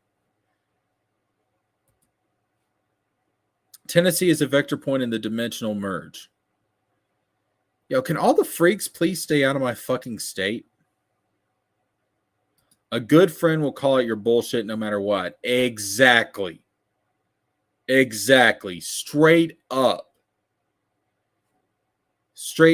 Listen, a good friend is not there to tickle your balls, okay? A good friend, when you are acting stupid, will call you out on it and try and help you to change. My beliefs don't change when it comes to the trans kids too. See, that's the thing. Like they'll stand up for the kids when it comes to that whole situation. But then when it comes to Nick Rekieta neglecting his kids, all of a sudden the kids are at fault. All of a sudden we throw the kids under the bus. Am I going fucking crazy? The fact that it looks like April is still staying over there says a lot. He hasn't changed. He hasn't fucking changed. He doesn't. Listen, guys, I have a drug addict sister. I have a drug addict mother. They do not change unless they want to change. And he does not want to change. Which means no one is going to make him change. I know how addicts think. I grew up with fucking addicts. They don't give a shit. They just don't give a shit, man. Aaron and April should also be charged as they did nothing to help the children, and they brought Aaron's kids to Nick's house. Okay, yes. See, a lot of people are saying like, oh, Aaron is really doing the Lord's work here. You know what? God bless Saint Aaron. I give no sympathy to fucking Aaron. No sympathy. I will give him a little bit of... I will give him a tiny bit of leeway in this one regards, and this one regard only. And from all the streams that I've seen, it does seem like now he does legitimately feel guilty over what happened. But at the same time, dude, it's too little too late. That's more than I can say for Nick Rekieta and April and Kayla. Is that at least the guy seems capable of feeling regret and guilt, unlike those three. But at the same time, Aaron, it's too little too late. It's too little too late. Aaron is self-snitching, which is a bonus. Which again does suggest, I mean, if you're willing to tell on yourself, it does suggest there's some level of guilt and understanding there. But at the same time, again, too little, too late. Like the damage is already done. Those kids are screwed up. Those kids are fucked up. Trust me, I know. As someone that grew up with that type of shit, I know what it can do to a person. It's simple tribalism, old as all the Bibles. No, you're right. You're right. He's on my side. He's part of my tribe. He's part of my group. Therefore, I'll defend him no matter what. No matter how bad he is, no matter what he does, I'll defend him. It's fucking disgusting, man. Like, it's 2024. When the fuck are we going to evolve past this tribalistic bullshit?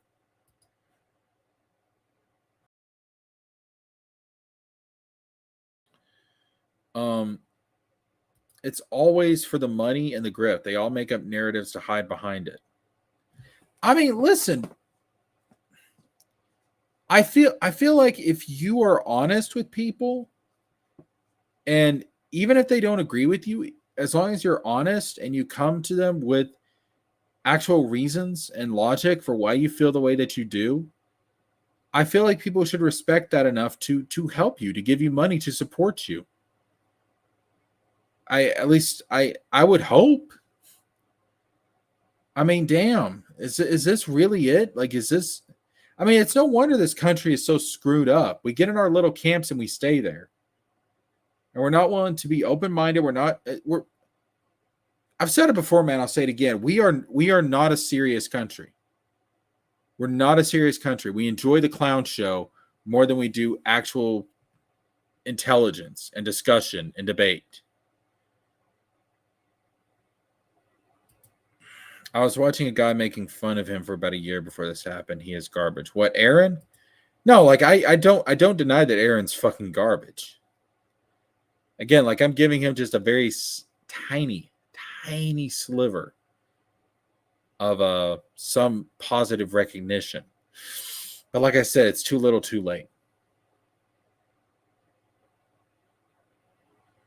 Wait, what? A bunch of tattletale Karens because they are affected by Nick's act. It's about the kids, dumbass. Like, I like this drives me fucking insane. Well, why should I care if it doesn't affect me? So you don't care about your neighbor.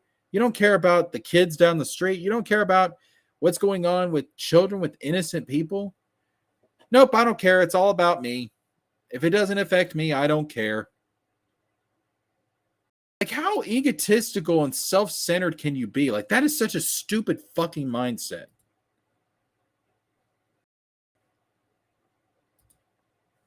He's pissed that April chose Nick over him and he got kicked. Cuck Aaron loved being alive. Yeah, oh, I mean, guys, listen. I'm not defending Aaron. I'm just saying he's slightly above the other three. Slightly.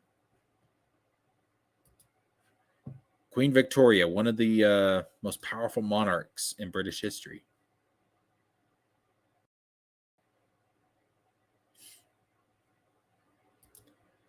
Anyone going to stream snipe? I'm not paying the money to watch that shit. It's going to get leaked anyways. When the clips come out, when it gets leaked, yeah, I'll cover it. I ain't giving money to fucking Nick Rekieta. April be that damn ultimate e-girl. Them stream numbers will get them panties wet, yo. Oh, God. I mean, you're right, but man, that's fucking disgusting.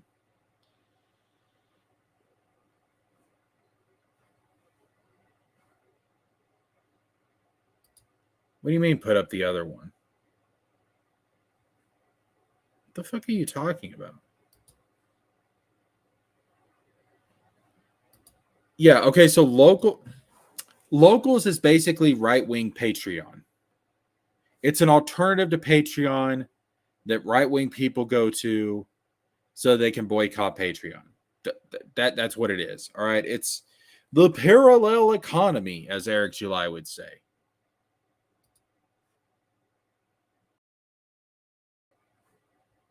No, I do think that he does, and I don't know to what extent that he feels this, but I do think there is something in him that does feel guilty about all this.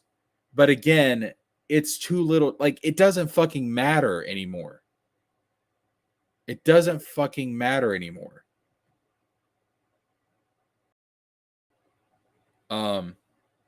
It doesn't fucking matter anymore.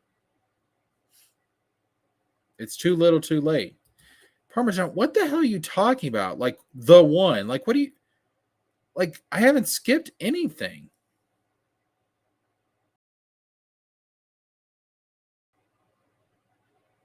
What are you talking about?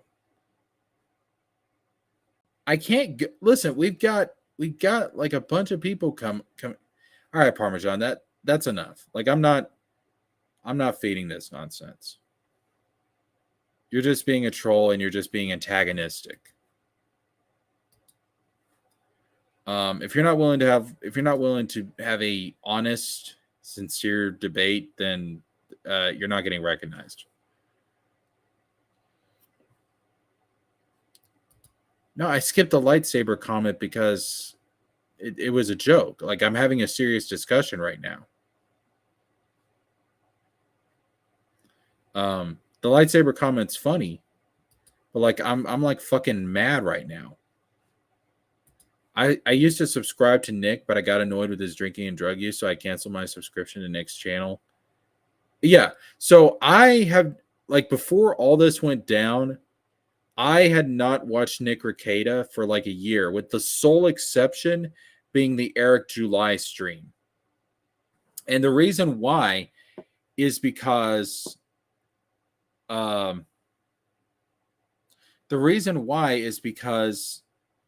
I saw where this was going, and I just couldn't.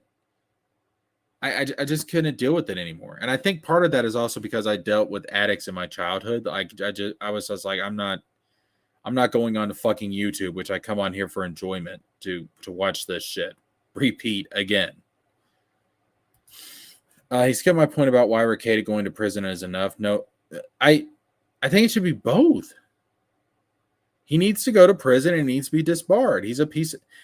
Guys, think about what Nick Rekieta has done. He's a child neglecting drug junkie.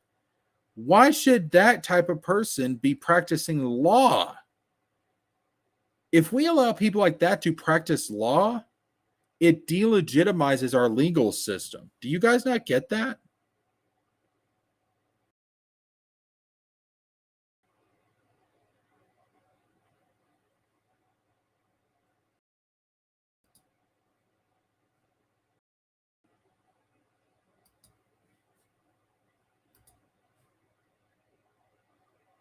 All right. So we're at 2 hours. I think we're going to call it a night. This has been the Turkey Tom video. I knew this shit was coming. I said this shit was coming. Told you guys he was going to become the subject of a Turkey Tom video. Well,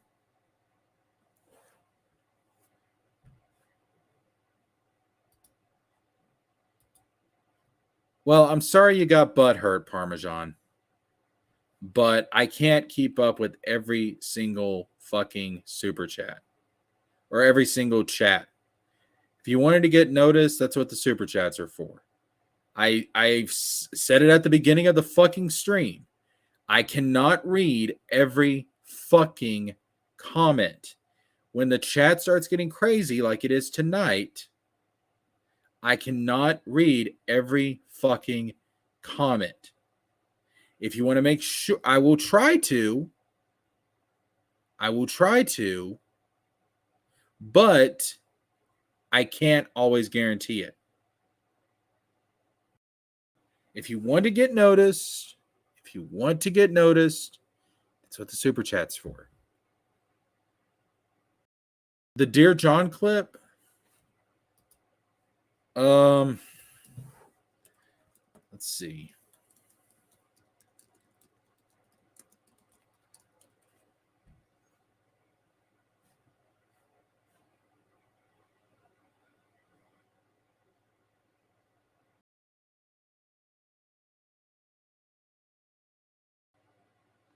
Which one is it?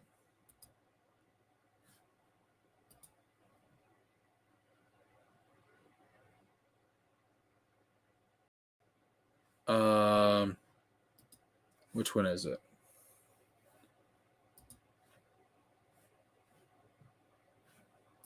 Yo, Parmesan, listen. I'm going to tell you right now, Nick Rekieta is never going to fuck you. Nick Rekieta is never going to love you like you love him, all right? I'm sorry that I've hurt your internet daddy. All right. That's 30 fucking minutes, though. Do I really...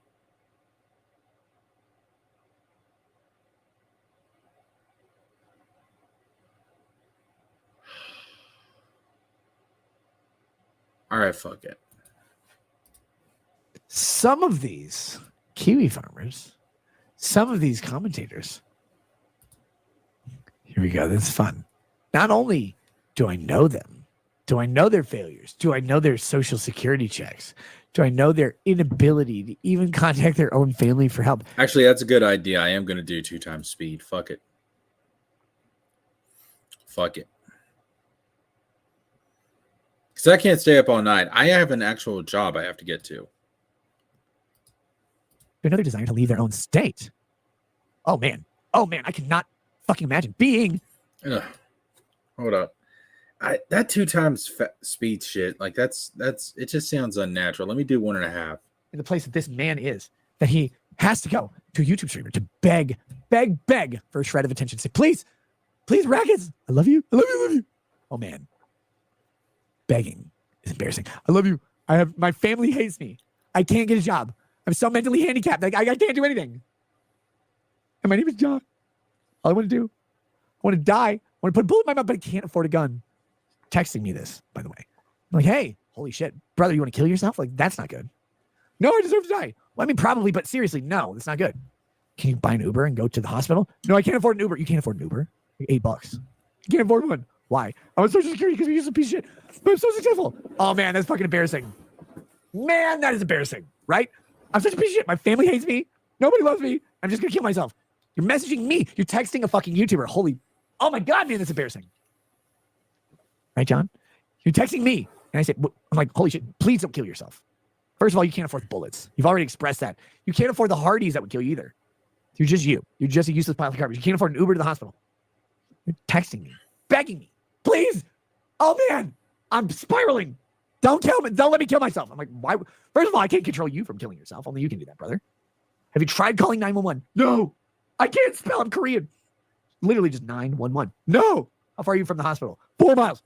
Why don't you walk towards the hospital and then call 911? Tell them where you're walking. Because you cannot do it. Oh, my God, man. This is embarrassing.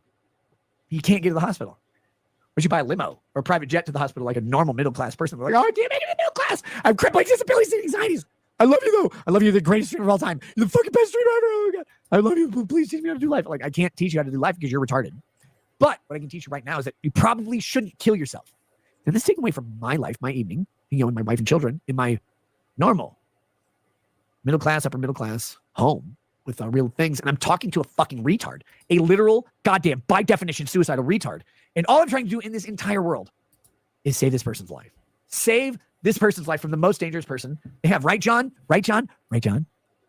Were you walking into that hospital? No, you weren't. Were you, John?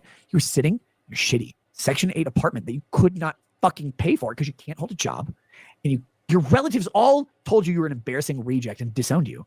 And the only option, your emergency contact at the fucking hospital, John, right, John, was a YouTube streamer.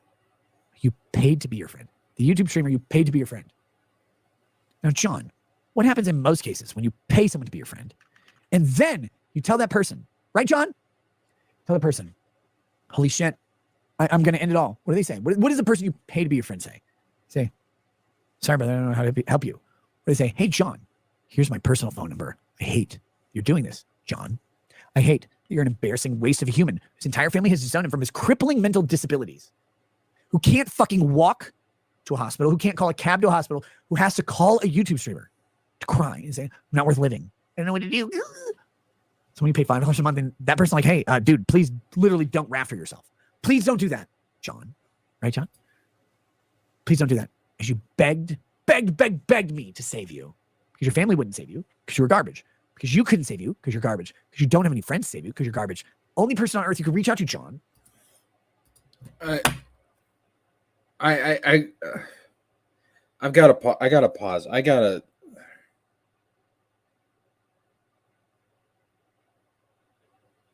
want to go through what he just said.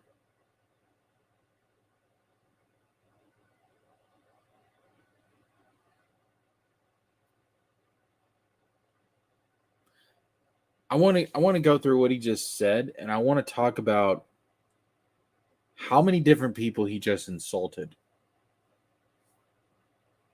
He just shat on poor people, people with mental illnesses,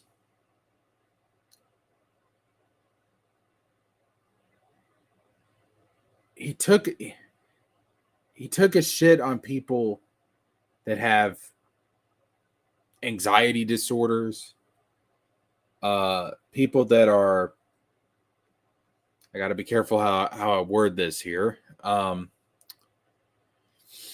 are self-delete prone. Let's put it this way.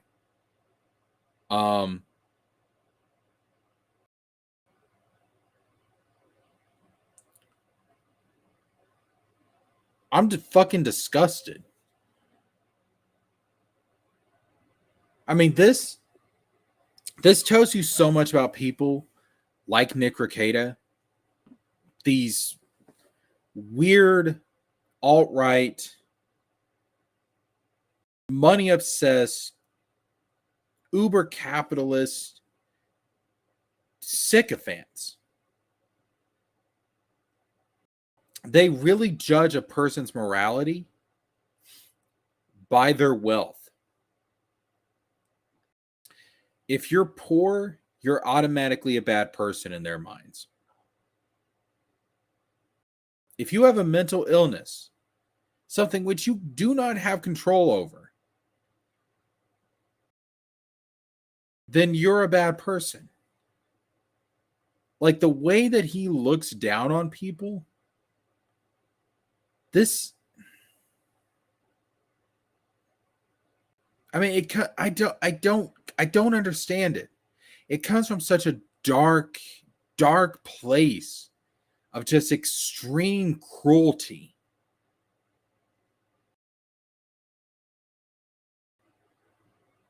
And yet I'm supposed to feel sorry for this guy, according to some people. No. As far as I'm concerned, he's getting exactly what he fucking deserves. And he probably deserves worse. I cannot people like him that act and think like him, they're one of the biggest fucking problems with society.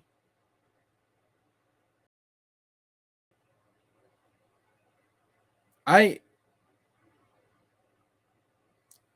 can't say what, like, if Nick Rekieta was, like, if I was there in that room and Nick Rekieta was saying this shit, I cannot actually repeat on YouTube what I would want to do to this guy because I would get kicked off the platform. So let's just continue. So one YouTube streamer that you pay $5 a month to. You know what he said? Dude, please, for the love of Christ, just don't kill yourself. I know things are hard. How can I help you? Can I buy you a literal bus ticket to another state? Can I help you get back to your family? Would your family support you? You know what he said, John? They won't. They won't support me because I'm useless, because I'm horrible, because I'm a piece of shit. Why would my family support me? Oh my God, I can't even change my own diapers or whatever you are, John, right, John? Right, John? You remember this conversation? We literally said, John, if you do not start walking to that hospital. Listen to the tone of voice. Look at the facial expressions as he's talking. He is talking down to this guy. He really does think he's better because he has more money. I'm richer. That makes me superior to you. God, I hate this fucking Puritan standard that these people have, because that's where it comes from. It's the fucking Puritans, because the Puritans believed, oh, if you're successful, if you have lots of money, that means that you're a moral person favored by God. And that type of mentality has never left the United States. And that's where this comes from. That's why people like him, when they see somebody rich, they think that they're a good person. When they see somebody poor, they must automatically be a bad person. Nick is going live tonight on his local channels. I know. I'm not going to give money to that, though. But when it's leaked, and it will be leaked, then I'm going to stream about it. Also, John is real. He's Captain Manning on KF? What the fuck? And he confirmed the story, of course, with the Cubs, that he's not on Section 8.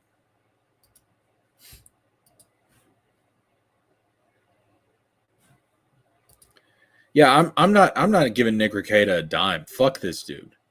But it will get leaked. Oh, trust me, it will get leaked. I can guarantee you there are people that are signing up to his locals just to get a hold of this shit, to record it and leak it. It will get leaked. I can guarantee you that's going to happen. Hospital.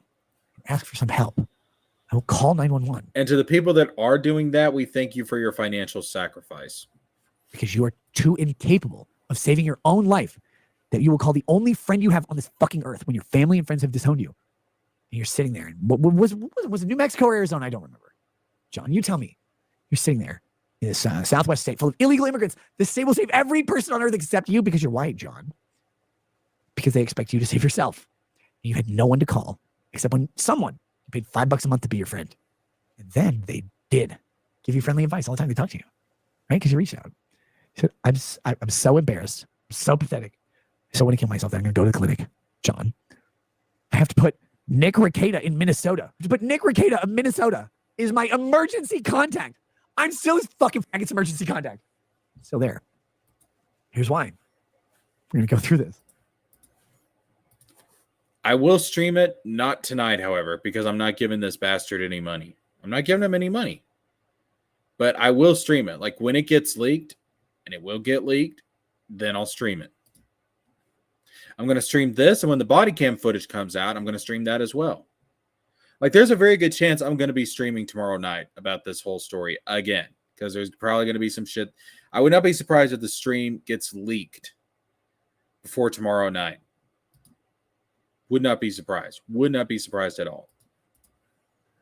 I talked this man off the ledge. Hours of time. Hours of time. Hey, man, please, just don't kill yourself. Life is worth this. Life is worth this. People like you. Little did I know that John, oh my God, would go so far down the road that his life was so worthless that no one on earth wanted him to not die, other than a YouTuber who paid $5 a month, who literally said, I'll give you your membership for free. I don't need you to give me $5 a month. Dude, take that $5 and buy a goddamn cab and go to Maryland or whatever. Go away. Like, go find anyone to care about you other than me, because I'm a million miles away and I have thousands of social media messages. Yeah, here I am. Please don't kill yourself. Just walk down that road. Just call an ambulance. Just do this one thing. To not fucking noose yourself like Emmett Till if he was self-hating and white. And yet, I walk this man, hold his dick through the night. Please don't die. Please just recognize that there's life ahead of you. Yeah, Jade, I think it's because he's an angry drunk. So there's like different kinds of drunks. The worst one is the angry drunk, and I think that's what Nick Rekieta is. I've never actually been straight up drunk. The closest I came is when I was tipsy off of the medicine they give you for surgery, like when I had my wisdom teeth pulled.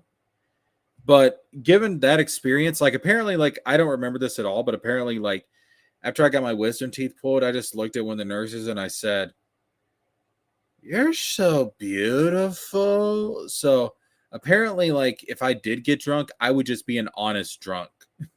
I would have no filter and just say whatever the fuck came to my mind, which might actually be interesting for streams like this, to be honest with you.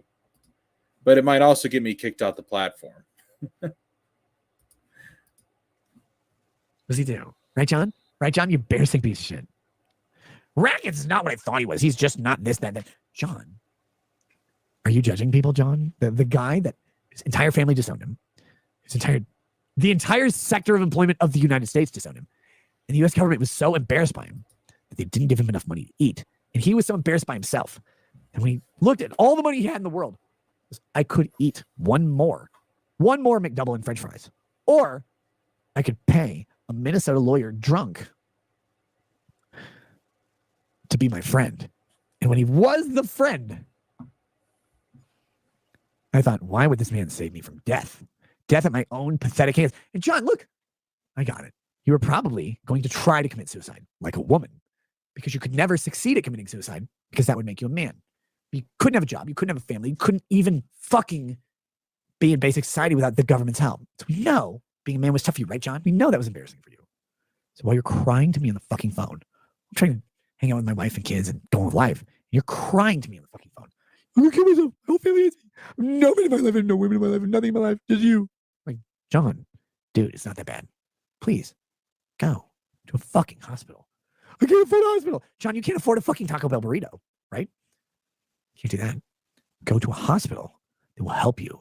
Insurance and the state assistance, whatever. I got it. They will pay for you to get this help because they want you to live. You know, like they want Somalis to live, but they literally want you to live too. You're like, oh, please. I'm like, John, if you don't start walking to that fucking hospital right now and call me, I will call a 911 wellness check on you. What the fuck? Oh, wait a minute. What the fuck? So, first of all, he says, you're going to try to delete yourself like a woman because you can't delete yourself like a man. What the fuck did that even mean? What does that even mean? Second of all, he talked about how the hospital wants him to stay alive. They also want Somalis to stay. What the fuck is he talking about? And I'll get an ambulance to you to bring you there. Don't want you to kill. John, I don't care about the $5. I care about, please don't kill yourself. At least be killed by a black. Just walk to the hospital, you useless piece of shit. All you have to do on earth is get up.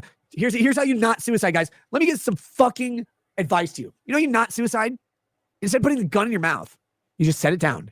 You stand your fat ass up and you start walking towards the clinic. That's it. That's literally the only thing you need to do. Like, John, he's like, I'm gonna kill myself. I'm like, John, you can't afford a gun. You can't kill yourself. What you can do, buy a Caesar salad from McDonald's and die that way. He's like, I don't even like Caesar. I'm like, unless he's in your ass. I got it. John, he couldn't buy a gun. When he killed himself, he could buy medications to kill himself. What's he gonna do? Steal a bottle of Tylenol from a Somali? No, he's not. He's a bitch. He can't do any of this stuff. Doesn't have the resources to kill himself. I'm like, John, you don't have to do that. You just get up and walk to the hospital. You call the hospital and say, hey, here's where I am. Here's what I see. Can you come pick me up? I'm going to kill myself if I don't get some help. The idea is they go and talk to some counselor, some therapist, or whatever. They identify their problems. They're like, hi, John. Why can you not in any way sustain any employment? Like, well, because I can't stop masturbating at the thought of children. Holy shit. I can't stop masturbating in public. Look, John, that's fucking gross. Like, why can you not do that? He's like, because I'm disabled. You're not disabled. That's not disabled, John. Disabled is you can't walk. Fucked up is you can't stop doing what you do. Way different. So it's sitting there like, we want to employ this guy. He's got a good recommendation. He's got all this stuff. We just can't because you can be mentally disabled, Nick. Like, that's an actual thing, dude. It's not just physical disabilities. Even when he applies for a garbage man, all we can think of is, will he fuck the garbage? Will we feel bad about it? The answer to both those questions is obviously yes. This guy is begging me to save his life. Me, because you know why?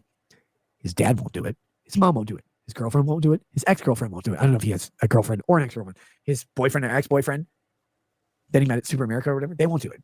Siblings won't do it. The state won't do it. Teachers won't do it. Priests won't do it. Nobody on earth would save this guy's life, including himself, because YouTuber. The YouTuber spends a bunch of time saying, hey, man, it's not that bad. It's not that bad. I know life sucks right now. I know it's hard to connect with your family. I know you're fucking disconnected. I know it's an insurmountable amount of money for you.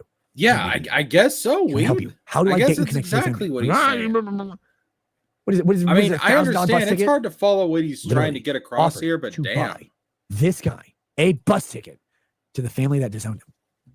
No, dude, it's insurmountable for you, but right now, not for me. How can I help you? What can I do? Can you do anything? Everybody hates me. Like, I get it. Okay, cool. Yeah, the bingo guy hates you too because you can't count. Everybody hates me. Okay. How do I help you? Just help me live through the night. All right, here's a simple answer. You don't have any friends, which means you also don't have any enemies. No one's coming to kill you. The only person who can kill you is you. How about you just not kill yourself and instead go to a hospital? So again, motherfucker walks to a hospital. On my recommendation, I'm like demanding, send me pictures of what you see. So I know when you see the hospital, I want you to see the sign. I want you to do all these things. I want to make sure you live through the night. Because literally, if you were a cat woman with 50 cats, and you laid down in your state, they would fucking shit in your mouth till you had toxoplasmosis. And then we'd eat your skin. It's an embarrassing word, gentlemen. Text me. Show me that you're getting there. Call a fucking Ambulance. Finally gets to the hospital. He doesn't die. Doesn't kill himself. You know what he does instead? Goes on to Kiwi Farms. Tells him what a piece of shit I am. Holy shit, I have faith in this guy. I trusted this guy. I have faith in this guy. He's such a garbage person. The things he believes aren't true at all. And yet, he asked me to save his life. You know what he never asked me? Hey man, are these things true? No. No. You save a person's life. This is quintessentially Kiwi Farms, wrapped up for all of you. Is a person whose family has disowned them, who will never have a significant other, whose government has disowned them, whose employers have disowned them. They sit on some internet all day, watching some person begging them to save their life. And when they do, they're appreciative for a moment until that person stops paying attention to them. And suddenly, well, they're eating 22 LRs all day. And you go, I tried to save you by just, John, making you into a person who can interact with a fucking cashier at Walmart. Instead, you can't interact with a cashier at Walmart, not because they speak fucking Hamoob and have lived in a Kenyan refugee camp for 3 years, but rather because you haven't lived anywhere for 3 years because you can't afford it. You're not mentally sound, you're not mentally stable, and every day that you're alone, you try to shove a dick so far in your mouth that you choke to death on it. And then you blame me for whatever your perception is. Go get him, John. I'm sure your story is compelling. Have fun with that.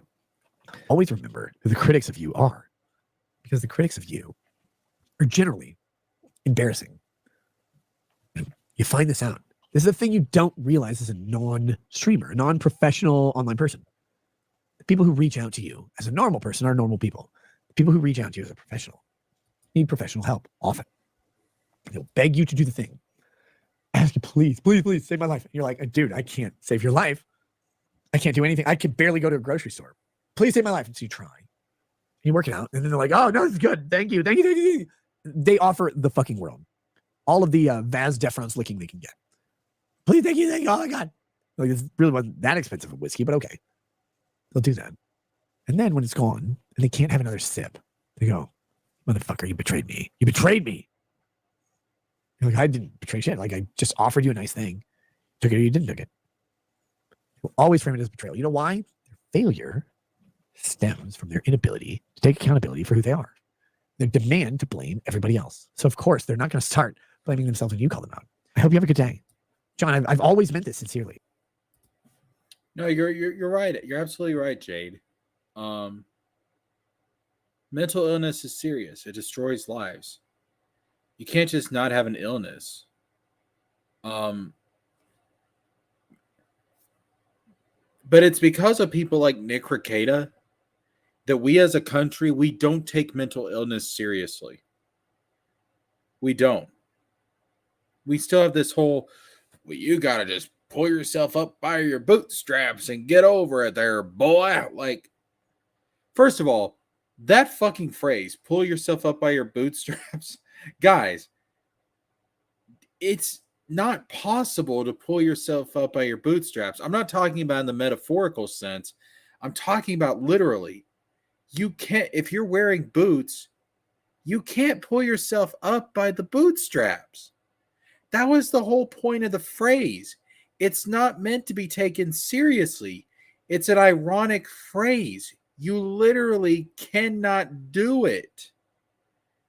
But people actually take that phrase and thinks that they don't think it's ironic. They actually take it seriously. Everybody needs help. Everybody needs help. No one's a one-man army. Jesus Christ. This shit's fucking obvious. I hope you find peace, you have solace, you find support, you find a community that will build you up. If it's my community, great. If it's any other community, great. So, John, why don't we come clean to the Kiwi farmers about how pathetic your life is? We judge everybody else's. So pathetic, John. You had to pay $5 a month. I don't know how many blowjobs you gave or mashed potato cups you exchanged to get $5. You had to pay $5 a month to get the ability to message me. Instead of just saying, thank you for paying $5 a month. This is Rekieta Law. Engage in your interaction or whatever. I just said, hey, I heard about what you're going through. Like, if you need help, let me know because I don't want you to die. Right, John? Never wanted you to die. The one person. I'm sorry about that, Jade. Yeah, I'm really. I mean, I've talked about I've talked about this on stream before, but yeah, like my childhood is not the best either, and I know that it's had some kind of effect on me, which I'm still working through, to be honest. Computer does it every time you boot up. That's why it's called booting from boot. I see what you did there. I would assume that Coke is fantastic, getting rid of all emotions and making every day. Probably. Yeah, I know he's about to stream on locals, but I'm not going to give him my money. Trust me, the stream is going to get leaked. And when that happens, we're going to watch it. But I'm not giving this bastard, I'm not giving him a fucking dime. In fact, I wish the grandparents would do like a GoFundMe or something, and I would donate money to the kids. That's who I would donate money to. Fuck Nick Rekieta. Pulled himself up by his bootstraps. Listen. I did not get to where I am on my own, and I can acknowledge that. All right? I can acknowledge that. No one gets to where they are by themselves. And if you think you did, you're an egotistical maniac. No one gets to where they are by themselves. They just don't. Somebody helped you at some point along the way.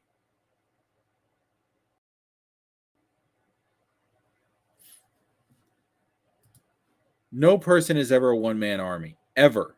And if you believe that, you're living a fucking lie.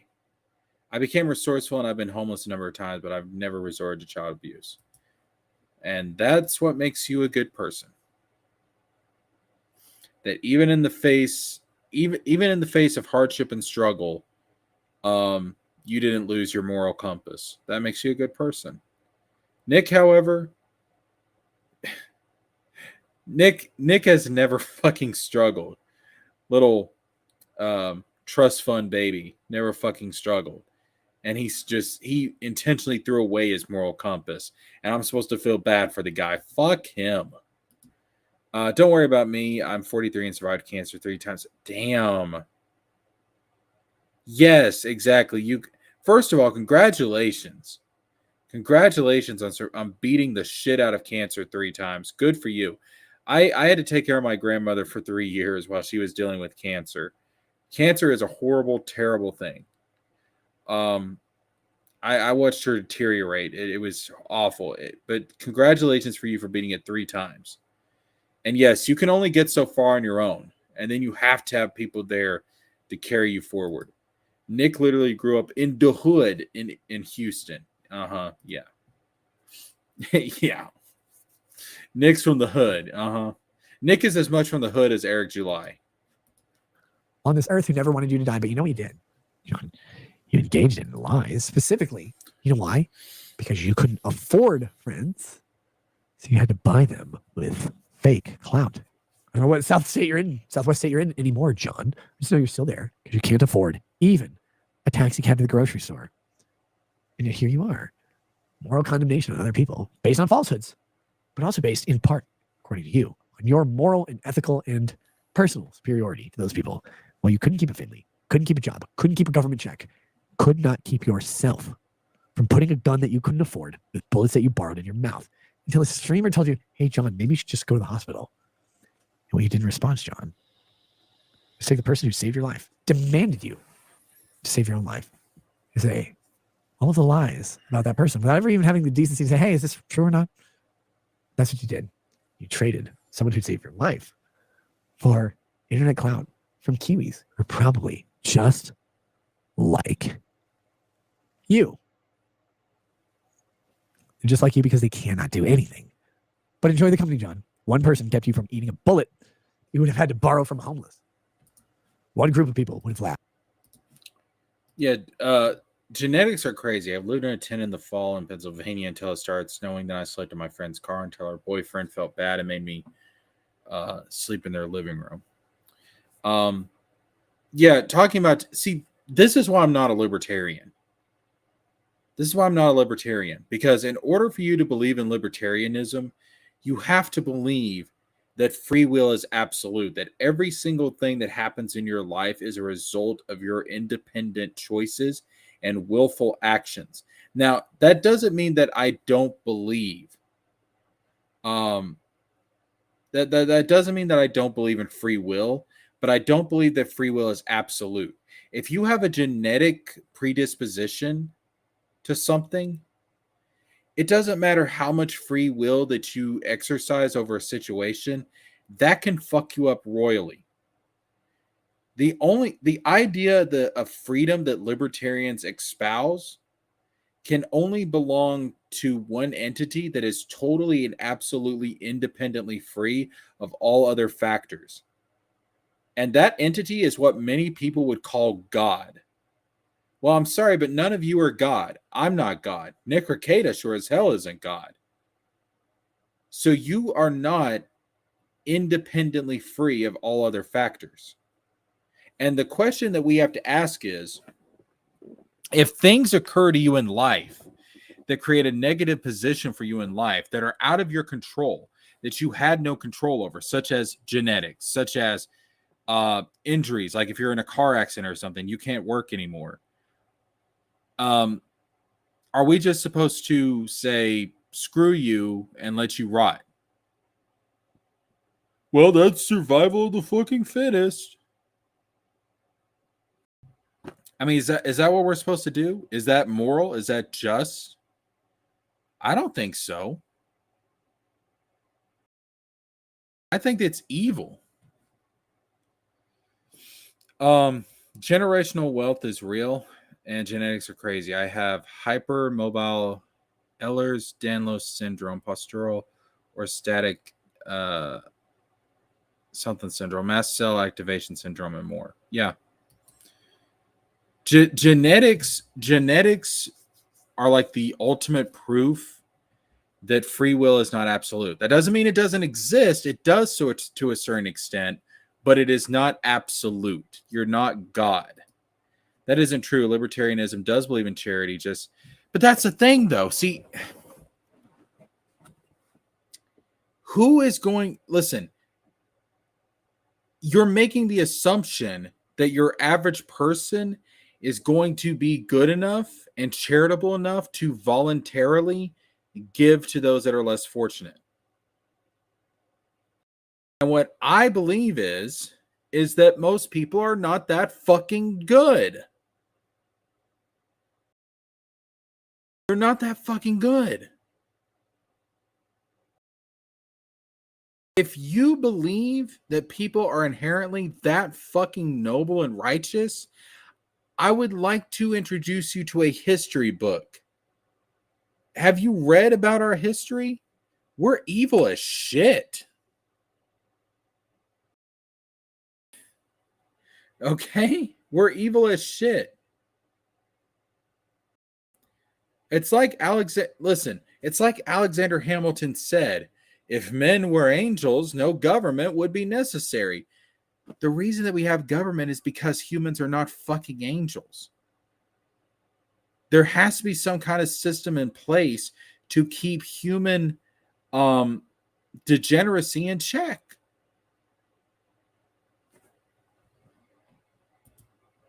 Ah, yes, the church, especially the church in America, the prosperity bullshit pastors, the Jesse Duplantises buying themselves private jets, the Kenneth Copelands buying themselves private jets instead of actually helping people.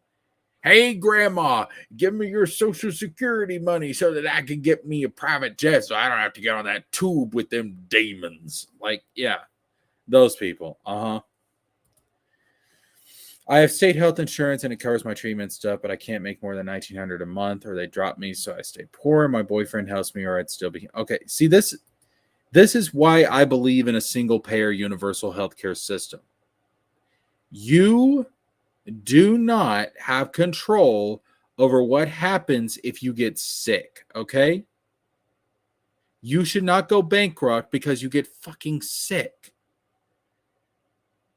There should be a universal healthcare system so that people, when they get sick, they show the card at the hospital. It says, I'm a U.S. citizen.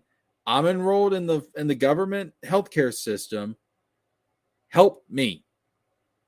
The idea of going bankrupt because of healthcare costs is ridiculous in other developed countries.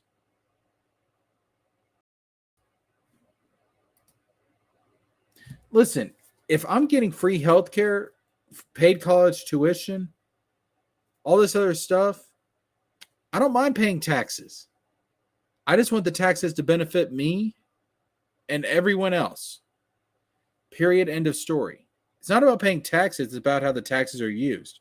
Stop giving bailouts to the fucking corporations. I live in Pennsylvania, and it's garbage to not be able to house myself otherwise. Yeah.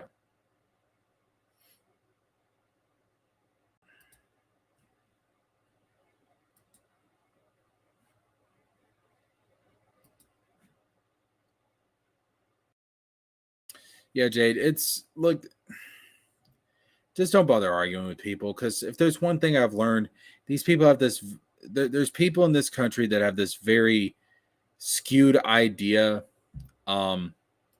just this very messed up worldview that you just don't find in other countries. Like, I don't know what the fuck is wrong with America. I really don't.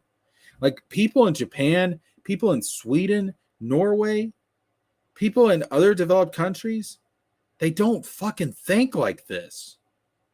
They don't fucking think like this.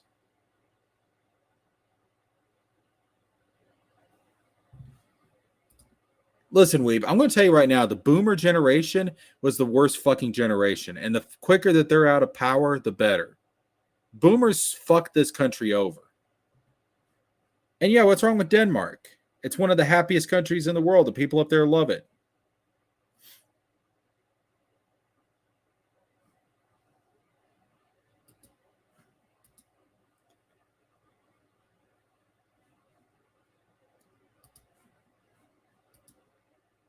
Some people have eating disorders. No, I'm being dead ass serious. Like, you can have an eating disorder to cope with trauma. But if people actually got mental health care, maybe they wouldn't have the fucking eating disorder. Did you ever consider that?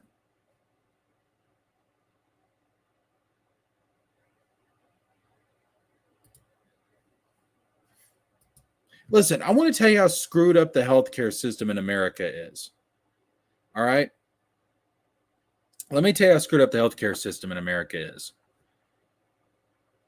There's a private health insurance company.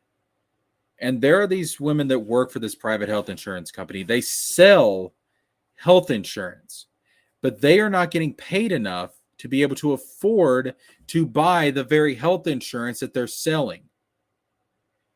Private insurance companies are fucking evil.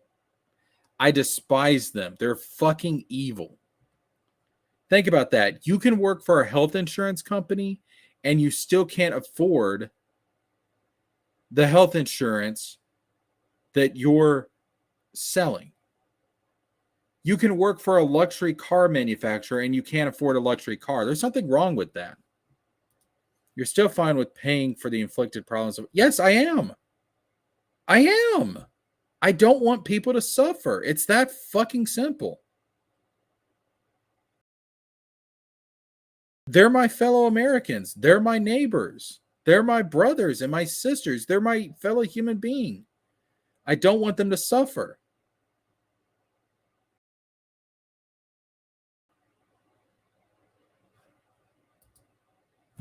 So I have to be tied down to a job to get health insurance. Wouldn't it make more sense to have a government health insurance system to where I don't have to be tied down to a company to have health insurance? So if the company is screwing me over, I can leave. You see, when you have things like a single payer health insurance system, it takes power away from the employers and gives it to the employee. Government capitalism means socialism for corporations and pure capitalism for the masses. We have socialism in America for companies and cruel capitalism for everybody else. That's why we need to separate. You know, we talk about there being a separation between church and state. There needs to be a separation between corporation and state. Yeah. You can't help what you're born with. You can't help what you're genetically predisposed to. You just can't.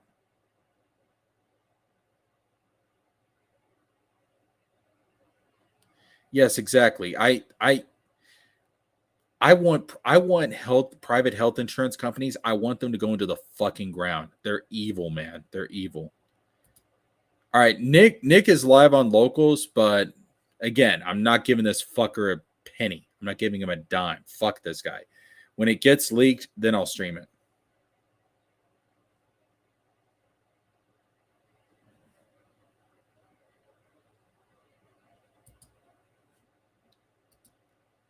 That's why you take it from the people that can afford it, aka the fucking rich.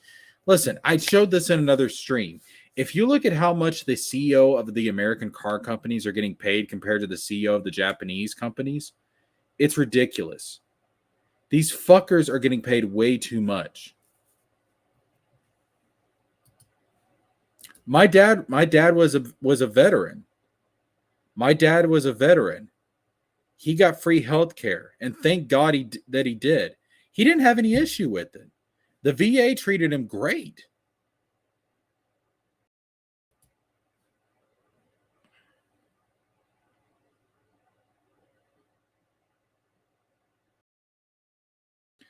I think you need to regulate the free market, though.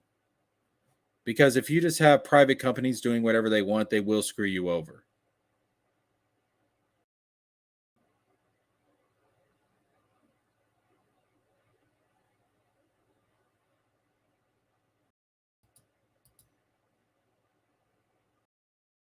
I'm not giving Nick money, guys. That's fucking crazy.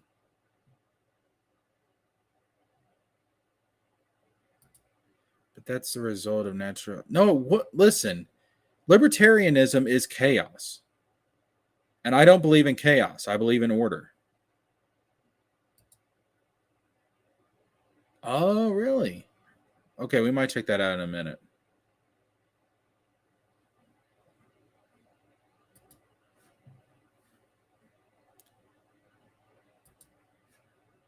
Failure. Where the fuck are they going to go?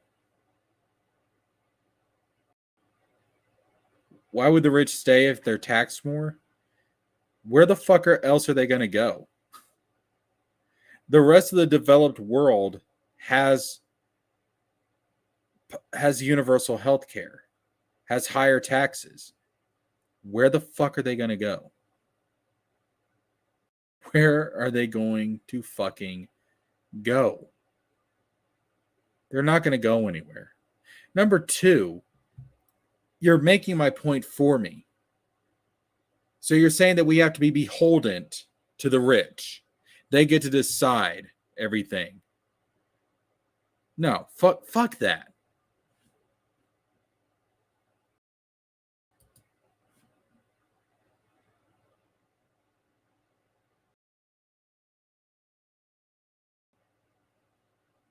Listen, I've been through tough shit in my life.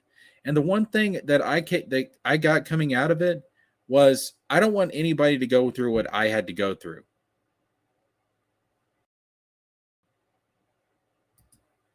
Oh Lord, Ethan Ralph is okay. Wow. We obviously never have a libertarian government. Of course not, because it would be too chaotic. It's not stable.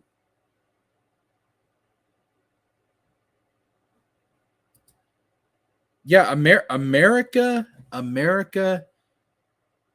is, if we just get our shit together, we could have a fucking golden age. But failure, what you're not understanding is that the same system that you're fighting against, guess what? If we have a universal healthcare system, you get free healthcare too. You get to take part in the system. You get the benefits too. That's why it's called universal healthcare. You get to enjoy it too. All right, let's get back to this video. Let's get back to the video. When you died, if they found out.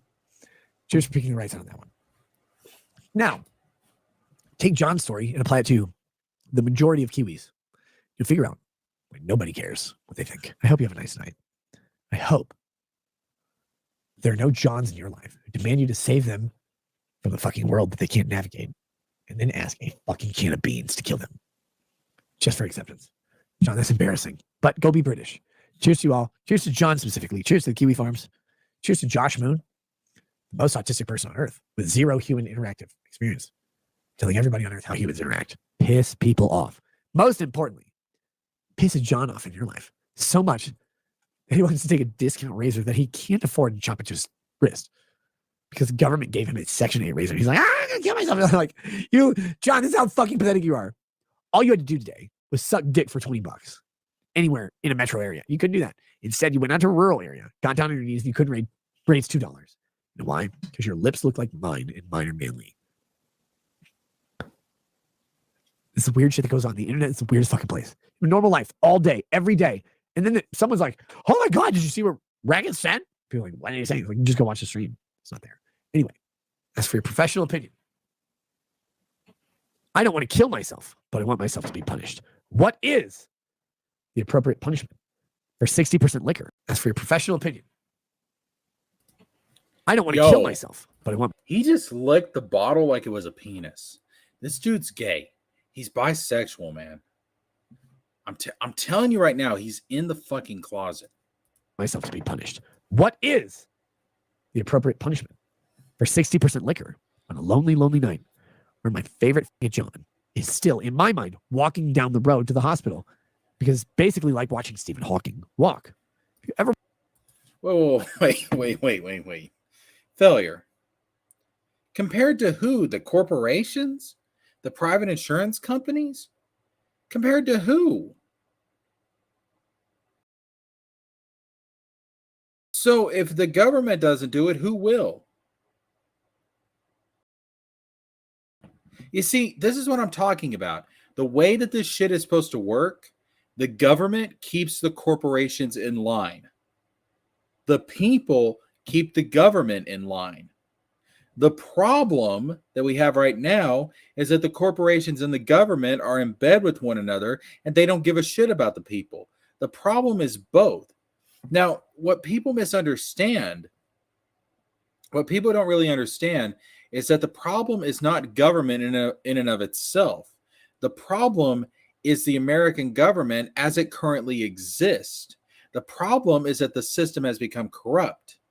It's not government itself. Even Jesus Christ said this. Jesus Christ was not an anarchist. Jesus Christ believed in government, but good government. And that's the Son of God saying that. So, I mean, remember he said, give unto God what is God. Give unto Caesar what is Caesar's. The problem is that the government and the corporations are in bed and they are not beholden to the people. Debt doesn't really matter. Japan's government sells and buys debt. Exactly. The whole debt thing is just really overblown.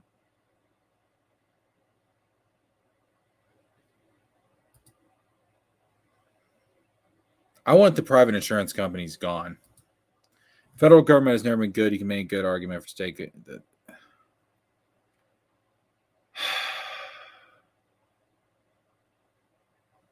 Guys, come on. The biggest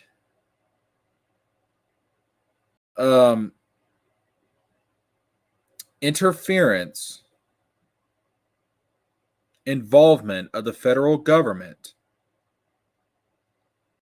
was when the federal government freed the slaves.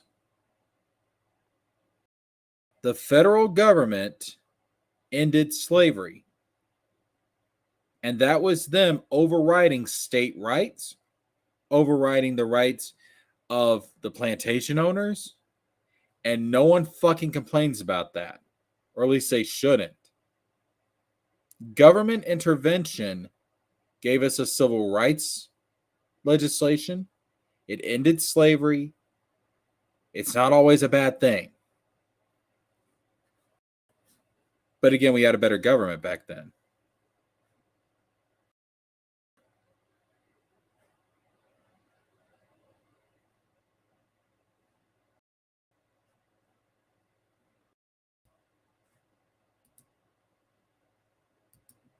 Yeah. Well, not hundreds of years, because the federal government didn't exist for hundreds of years. The federal government didn't start existing until America became a nation back in 1776. Now, what you have to understand is that the situation was a lot more complicated than we give it credit for. There was a number of the founding fathers, including Jefferson, Adams, Franklin, Washington, who all wanted to end slavery. And again, some of these people were hypocritical, especially Jefferson and Washington, because they themselves owned slaves. But there was a number of founding fathers that were wanting to end slavery right at the beginning of the nation. However, they couldn't because they wouldn't be able to get the southern colonies to go along with the revolution. So they had to make a compromise, and they realized that if they didn't compromise on it, then the idea of America would never exist to begin with. All 13 colonies had to sign that Declaration of Independence and declare rebellion at the same time for it to succeed. They made a deal with the devil, and there was even some of the founding fathers, particularly John Adams, said that posterity would never forgive them. He said that this would come back to bite us in the butt. And guess what? A few decades later, we get the Civil War, and it did. So it was very complicated. They were trying to end slavery, and eventually slavery was ended. People think that, like, oh, well, the government didn't do this, and then they did it later. Like the government's some kind of magical entity. It's fucking crazy, man.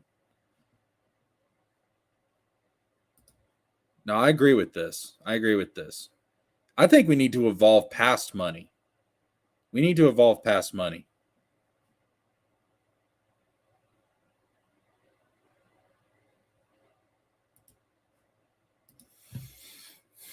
It depends on who the bureaucratic power is wielded against. Like, I don't give a shit about corporations. Fuck corporations. The government go after them all day long. If the government is going to take power away from the corporations and give that power over to the people, I'm fine with that. I'm good with that. And let us not forget, it was Thomas Paine in his book, Common Sense, who brought up the idea of things like a universal basic income, for God's sakes. And how are we going to pay for it? By taxing the rich. What did George Washington say? The revolution would never have happened without Thomas Paine. I mean, these ideas have been, you could say that these ideas have been intended for America for a long time, but we never lived up to them.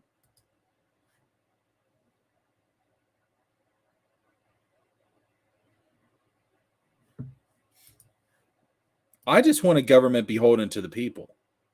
We can have a big government. I'm fine with the big government, but I want it beholden to the people and not to these corporations. When the Supreme Court said that corporations count as people, count as persons, I was like, holy shit. Oh yeah, it can be if you take it from the right people. I'm sorry, but some of these CEOs, they don't deserve all that money. They got that money by doing some of the grimiest, evil, most exploitative shit. It's disgusting. And I know the argument's going to be like, well, how can you make a moral judgment like that? We all make moral judgments, all right? We all do. It was a moral judgment that ended slavery. I'm sure there was a lot of people that weren't happy about that, but guess what? We said, fuck them. Yeah, I agree.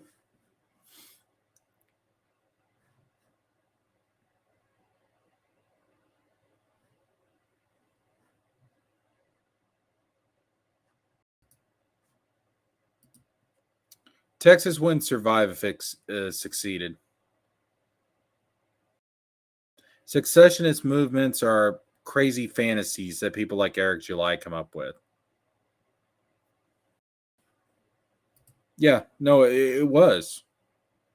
It absolutely was. People act like people treat the Constitution like it's the Holy Bible, inspired by the Holy Spirit. It's not. It's not. It's a document that's 200 something years old. It wasn't designed for a modern society. It just wasn't. The founding fathers could have never predicted the type of changes that we would go through. They could have never predicted that.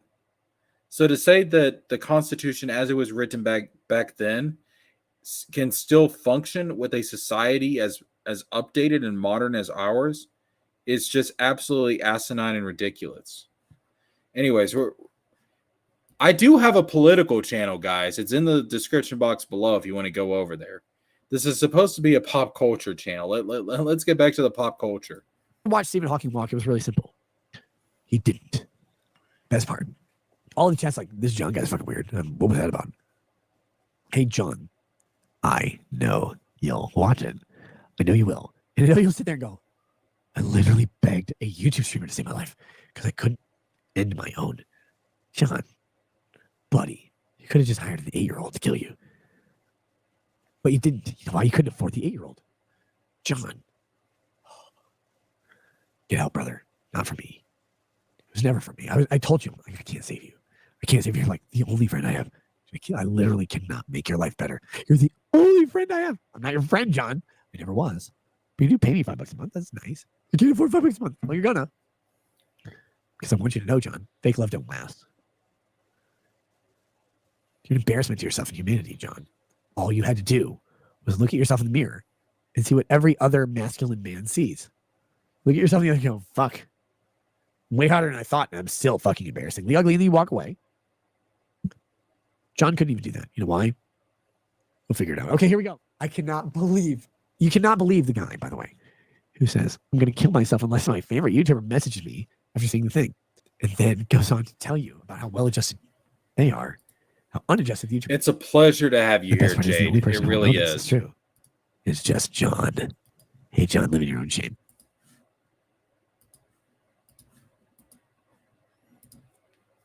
Yeah, Nick Rekieta is a disgusting fucking human being. Yeah, he's a disgusting fucking human being. So I do.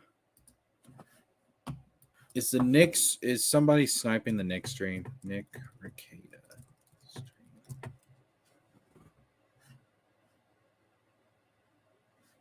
Hold up. Live.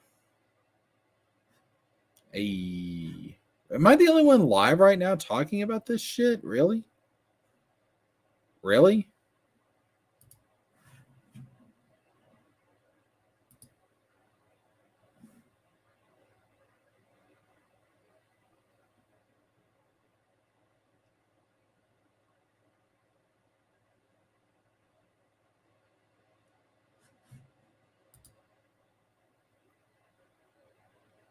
Nick's stream is on locals, but it's free.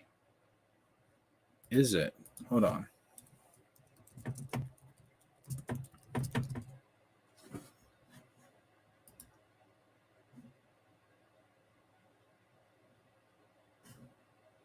I don't have a locals account.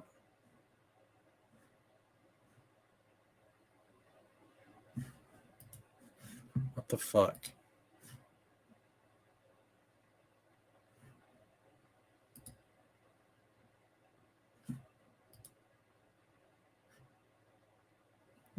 Jesus Christ.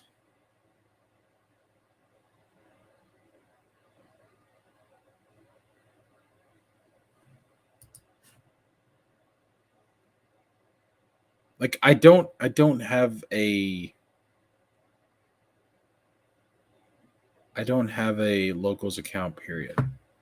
Why would the fuck would I go to locals? I have a fucking Patreon, for God's sakes. I don't need to go to locals because I'm not a fucking crazy person.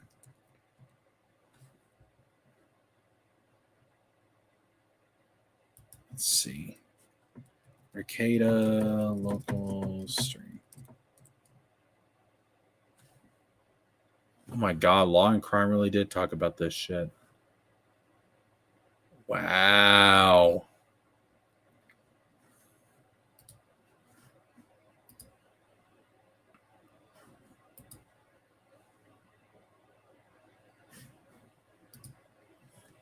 You know, locals is where you go if you're fucking crazy. Ethan Ralph? Oh, God. I have a Rumbles account, but I don't hardly ever use it. Ever.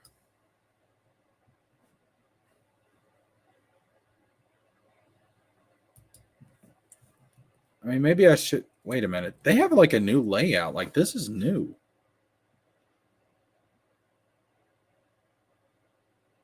I don't know.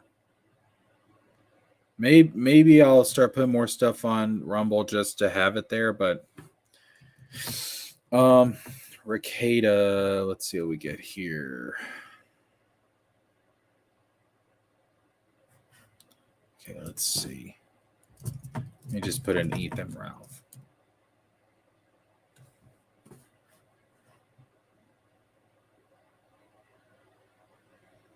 Where the fuck is his channel?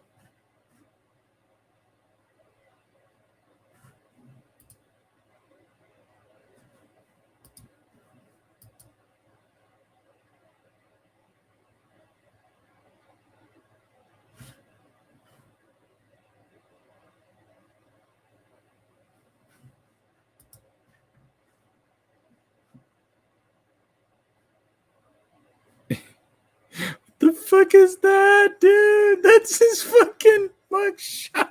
Ethan Ralph. So somebody made a whole channel just for that. Okay, shit.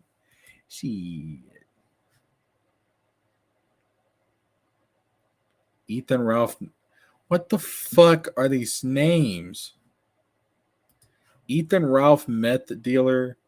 Ethan Ralph's dead mom. Ethan Ralph is a huge pussy. Ethan Ralph is my king.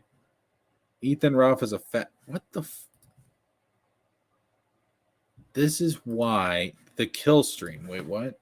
The kill stream...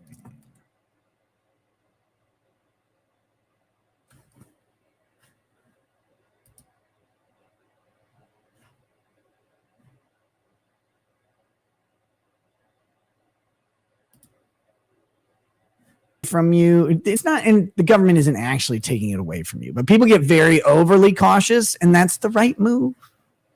Don't get me wrong. You get very overly cautious about stuff, and they take away like levity. So like there are a bunch of just banger memes. There are a bunch of just fucking banger memes out there. And I want to like share them and laugh at them because they're funny. Like funny things are still funny. But when this stuff happens to people, everybody's like, no. You got to watch out. The joke police are coming. The joke police are coming. And if you tell a joke or you smile or you, if you even like, if you don't smile in public. Like if you're out in public, people will be like, this motherfucker.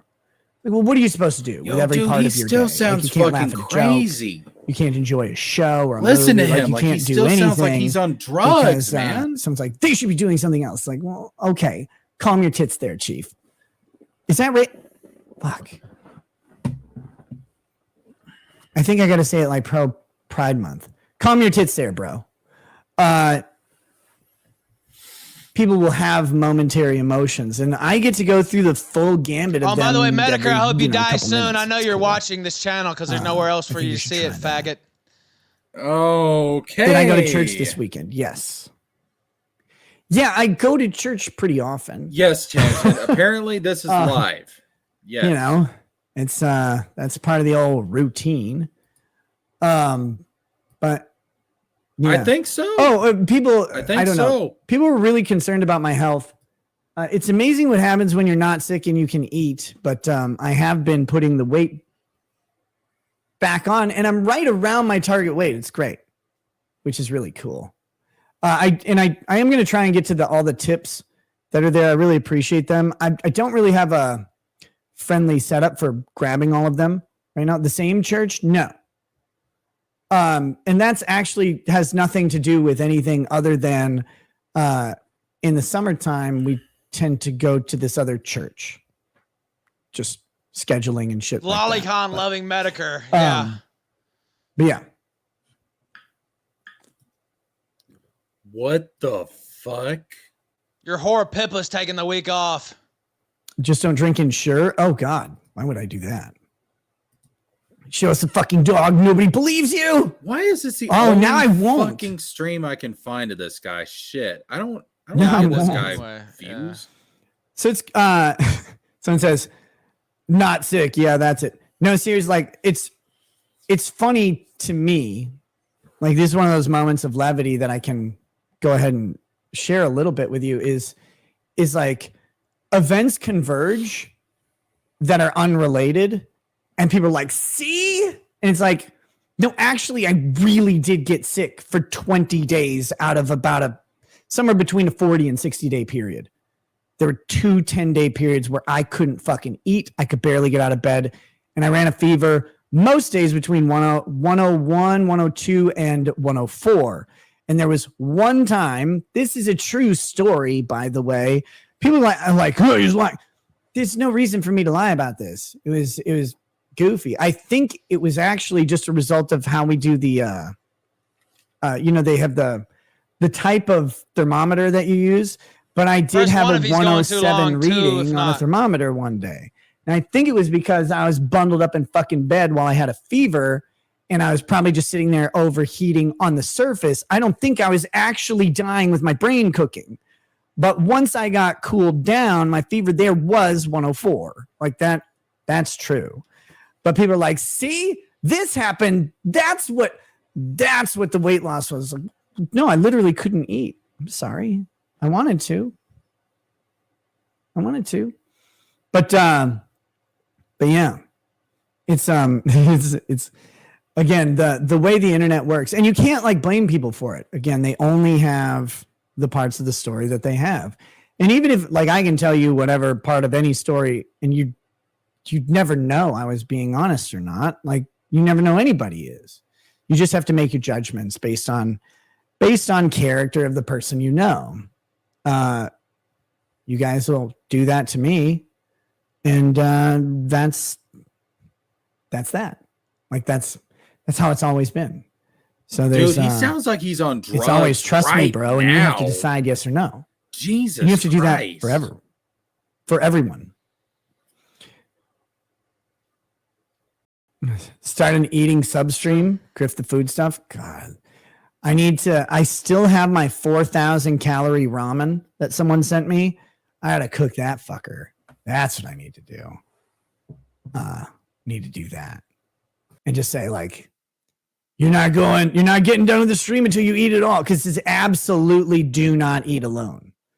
But, yeah, Gentleman Sausage says, I've seen people get false highs on a forehead thermometer after sunburn. I didn't see the rest of your comment, but yeah, I assume that my 107 was a little inflated, but the in-ear thermometer on that one was still 104. It was fucking gross. But that's that. Movie watch streams and game streams again. God, oh, fuck me. Movie night tomorrow on right the Kill before Stream, this by the shit way. happened. Jay, hit the goal for the 55th straight show in a row. I don't know if you guys remember when I was playing games on Twitch, because I did for a little while. It's and I because enjoyed he it, doesn't but then I give a shit stopped about the enjoying kids. games. He does Something not happened. give a shit about his kids. They announced Owlcat Games, This which did egotistical Pathfinder motherfucker just cares about Kingmaker. himself. They announced a game that was right up my butthole, and it was called Rogue Trader. It's a Warhammer 40K RPG in the same style that they did Pathfinder Kingmaker. I bought the super fucking collector's edition box for it. This is like 2 years ago or something. And I thought maybe I like somehow screwed it up because it never ever came out. Like I never got it. And I just got it like right before all this legal shit hit. So I have thought about firing up And I think you could have been able to play this game on Steam or like early access for everybody. Never did. Flanders I kind of lost interest in playing video games and lost time on it. But thank you. Maybe I can get back into some gaming streams at some point for that. The movie streams on Twitch don't work anymore. They're gone. Yeah. They're done. Twitch actually shut down the watch party feature. Now you can still do a watch party if you just like say, hey, I'm watching this movie. We're starting it now at this point, and then you go. But you can't stream it through a streaming service without running huge copyright risks. Robot. So, I don't know. I've got to figure that out. I don't want to promise people that we'll do watch party things. It may be very clunky. I just wish Amazon would have implemented a plan where I could pay, I don't know, $100, $200 or whatever, and do a screening of any movie in the Amazon library, whether people had Prime or not. Similar to like how a movie theater would do it. Because I think that'd be a way better feature. I think, people could come into the stream. I pay like upfront cost on licensing the movie for a one-time limited showing. And then everybody who watches my stream can watch the movie and they can choose to donate to me to like, I can recoup the cost or whatever. To me, that would be awesome. But Stacy says back to trial streams. Yes. One of the big changes I'm looking at making is tooling the show much more towards a daytime schedule. I've been talking about this for a while, and suddenly I've got an opportunity to do just that. I actually wanted to get into the Karen Reed case the kids and get into it this week. And then the state kept telling me places I needed to be and things I needed to do. All he's talking about is right revamping his show. How about revamping your fucking family, dude? Every day this week. So that hasn't happened yet, but I'm working on that. And that shit really should tame down at some point. But, when there's hoops, you jump through them. Yes. This is why I don't. You're planning on doing any Hunter Biden coverage? This is why I don't understand people like EVS. Yeah, I am. Oh, we need to keep the family together. We're going to be better together. One of the interesting things is I have a parallel. Person. He shouldn't have any fucking I have kids. a parallel. Like Glenn Gary says, go back to your roots, man. Trial streams aren't my roots.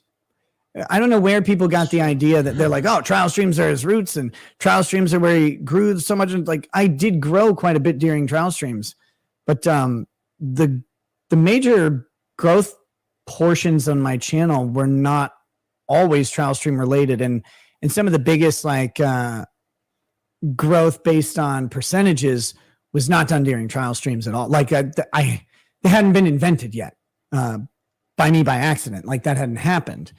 Like the Vic Mignogna case was huge in bringing people and eyes to the channel.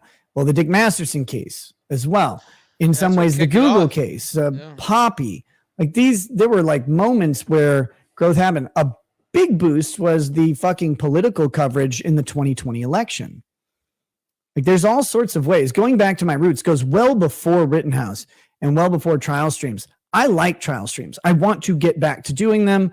What I don't want to do is start a trial stream at 8 in the morning and then at 9:45 have to go and come back at like noon and be in the middle of the fucking stream and then have to go somewhere else at 2 or whatever. Can I confirm that I am in possession of knowledge that could lead to the arrest of Hillary Clinton? No, I cannot confirm that because I'm still alive. So that's not there. But yeah, this whole like, I know people mean well with it. And I like trial streams from a content perspective. They're really easy to do. You don't need to do a shitload of research. You actually don't need to do much at all. You're going to turn on a thing and watch it. Yeah. And comment along with existing opinions and knowledge. And sure, you can start to sprinkle in knowledge about a particular fact set around the case or whatever. You can start adding things in as a content creator, I guess.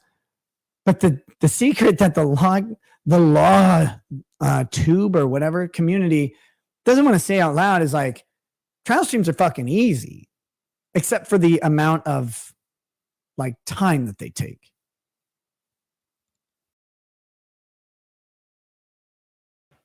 But yeah, man, you just sit there and like make fun of stuff. That's great. But they're also really good content. Don't get me wrong. And I like doing them. Been looking for an opportunity to get back to them, but for many reasons that predate my recent legal issues, it's taken a bit.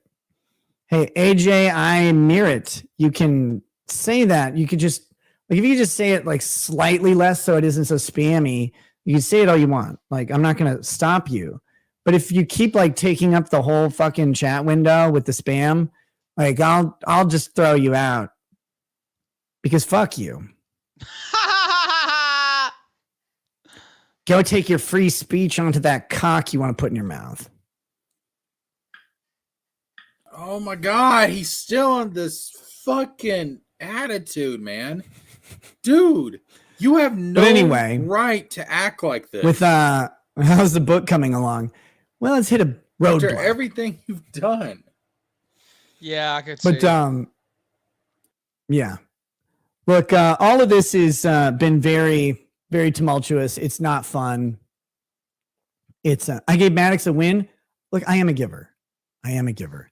It's tumultuous. It's not fun.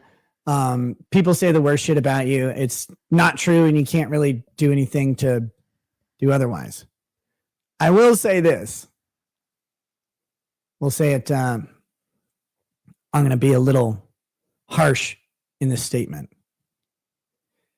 The amount of bootlicking faggots out there who are like, the government said. All right. And by the way, bootlicking faggots includes a bunch of lawyers who at every other time will tell you, oh, you can't trust the government. You can't trust the narrative. And now they're like, oh man, look what they said. Look what the government said here. And they're like, just so happy about it. Dude, we always find someone's true colors when they have the opportunity to stand by what they say. After everything you've done, you can come out and act like this. And they don't.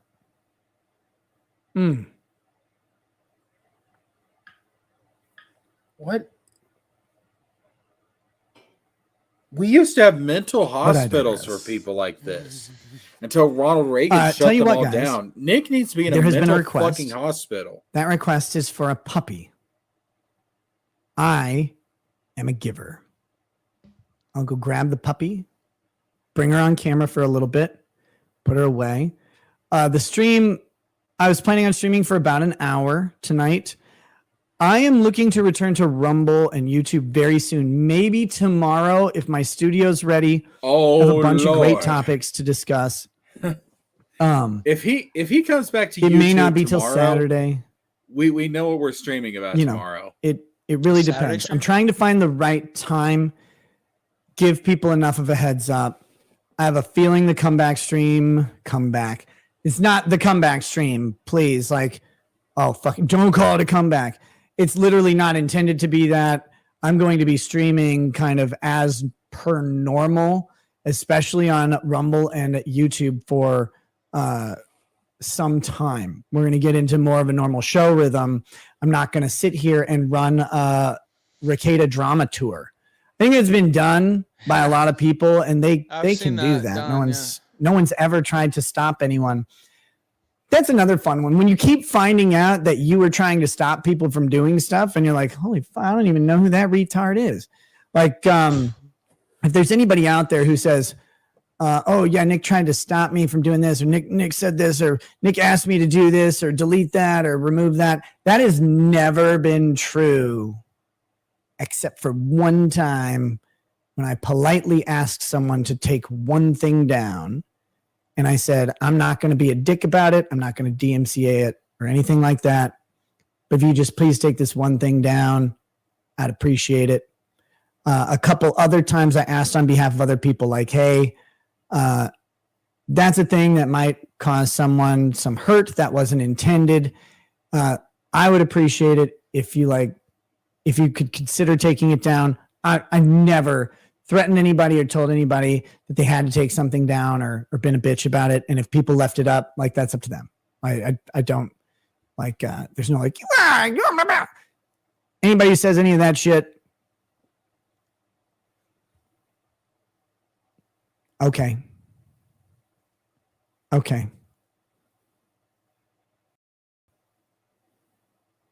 I guess. Are cats better than dogs? Yes. Yes, they are. Why did I have a black eye? I fell. I fell.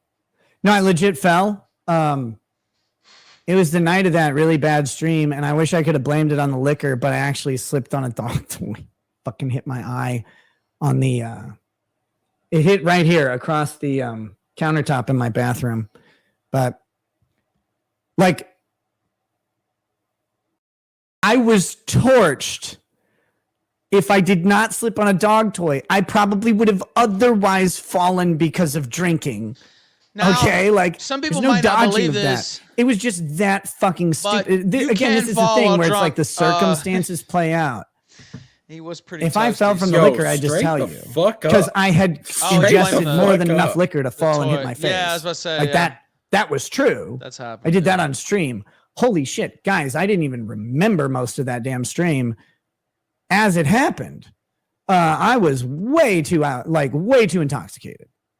So much liquor, and you can watch me just pounding it back, right? It'll like you can out, see it. it. It was so fast. Or you could see it, or whatever. No bones about that. I wish it would have been I drunkenly stumbled and hit my fucking face on this is live. the counter. This is but happening it turned out right I slipped now. on a dog toy. It's even gayer. He's doing this right now. But yeah, so that was my black eye. I looked super cool. I know a bunch of people like want funnier stories with all this stuff. And it's like, nah, not really. Like, I wish there were funnier stories. At least then it'd be funnier. But now it's pretty boring. Let me go. Wouldn't your nose hit first? It did. It just hit up here. It hit way up here on the bridge of my nose, and it hit right here. And there's actually a little spot here. I think my head must have rolled like that way as I hit. But yeah, the wound went this way, and my eye fucking went purple. It was cool. But I'll be right back with the dog. See you in just a second. Now, see, he doesn't have to show the dog. I don't know if I would do that or not. But, you know, they try to make up lies about my cat being dead like a month ago. I did post a picture of her because they just made that shit up. Like they do a lot of shit about me. And him, to be honest, too. So, but, so this is the famous Ethan really Ralph that I've heard so much about. Too, but they're just trying to troll him into showing his dog, basically. The dumb faggots at the kosher casino. But whatever. The dog's fine. Yeah, go ahead and show it. That's what I did with my cat too. It's like whatever. So I understand both ways. I understand both sides of that. It was Aaron. No, the casino was definitely talking about it last night too, because I saw. Okay. Here we go. Here's Sonny. I've never seen this you dog stupid little retard. His dog's pretty cute. There we go. So this is, pugs are what we call like God's mistake. But because look at it. What are you even sniffing? Yeah, ear juice knows what I'm talking about. Certain rotten tooth guy made up a lie about my cat. That being said, I almost didn't show it because it's like, why even acknowledge it? But also, she was fine. Yeah. So it's kind of like him with his dogs. Like, well, she's fine. Guys, just show dogs are so fucking annoying. And this one, oh God, being around it while it eats, it's like listening to Jabba the Hutt have sex with himself. So fucking. I heard about a mom that did that to her baby. And then I realized we need to bring back witch burnings. Ew, it's gross. All right. I'm going to go put this thing away. Somebody please save the fucking dog. I know. God. Look at it. It's stupid. Get the dog away from him. Gross.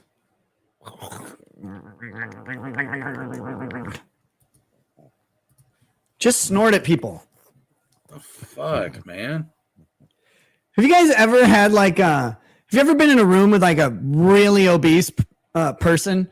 I had a writer's workshop with this big fat guy. Like, not all fat people are like this, but all of them are.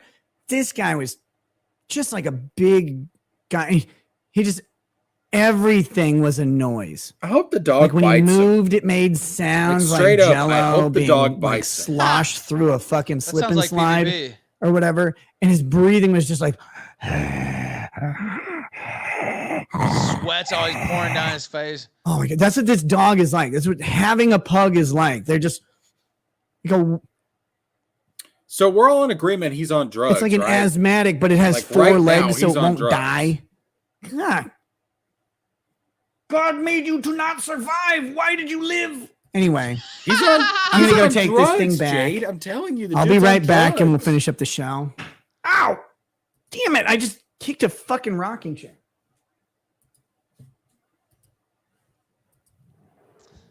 The pug appearance is pretty good though. Pugs used to look different before breeders messed them up. I didn't know that actually. I never heard that.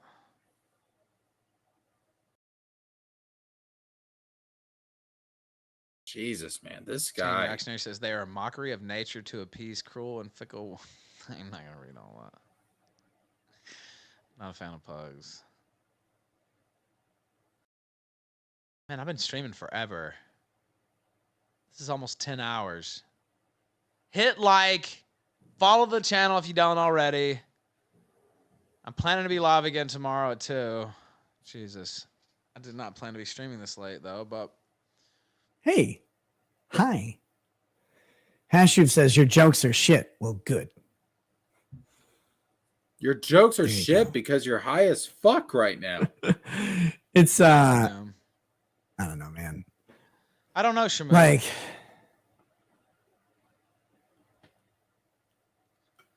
when the worst shit in the world gets said about you, you realize like how fucking already doing this this sort of gig where people are wondering what this is, by the way. It's just a monster. PowerChat.live/the sweet tea Killstream.live/tip $sign doing the social media thing, you Rumble already rants. have to get used to people saying shit about you. Yeah. When like real shit gets said about you that is really untrue and really fucking horrid, like you stop giving a shit when someone's like, your jokes are bad. It's like, okay, cool. Yeah, it gets you get a little more jaded, I guess. True. Says rehab on the can. It does. It does. Refresh, recover, rehab with Monster. Brought to you by Nick Rekieta. Oh no, no. Wasn't Ralph tweeting he was supposed to have you on a guest on everybody your in first stream Tennessee back? agrees. The only good thing to ever come out of Ralph was Memphis tweeting Elvis that, and this is Presley, true. and that's it. That I will be doing my first solo interview with Ralph on the Kill stream. That is true. He asked me to lock down a date for that. I haven't been able to yet. It's all right. I haven't been sure when I could even do this stream, much We'll less get it. any other streams. We'll get it. But I will be doing my first solo interview back will be on the Kill stream. That's not the first stream I do No. I knew that. or anything like that. But King but yeah, Rekieta. that will I just be got a happening message. at some point.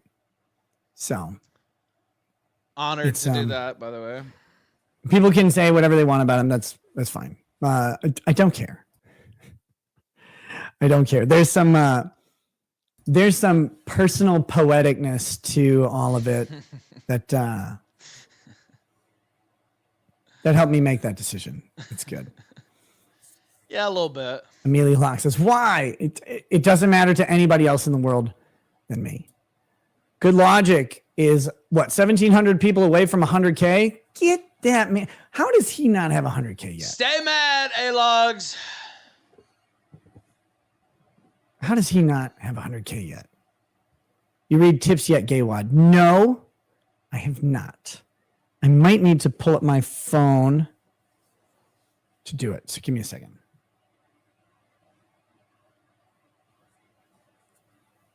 I'm not worried about that.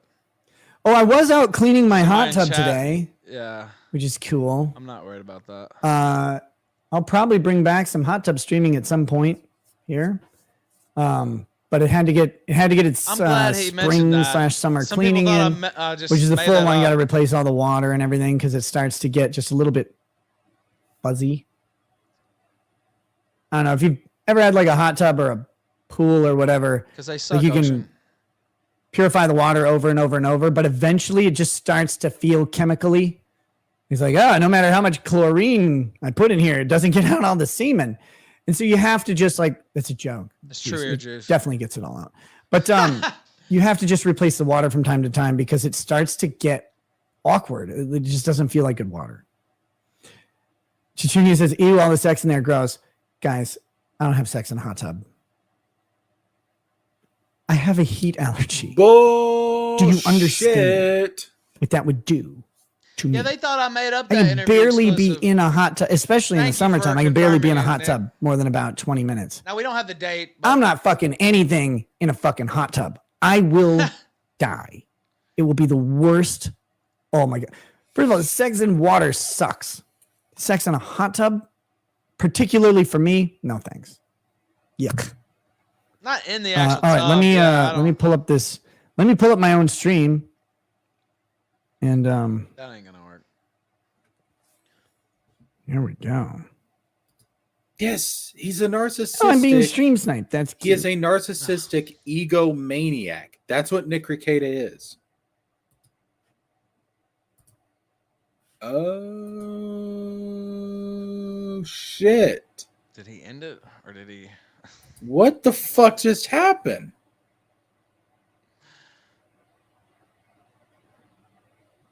I don't know. Yo, did he kill his own stream? What just happened?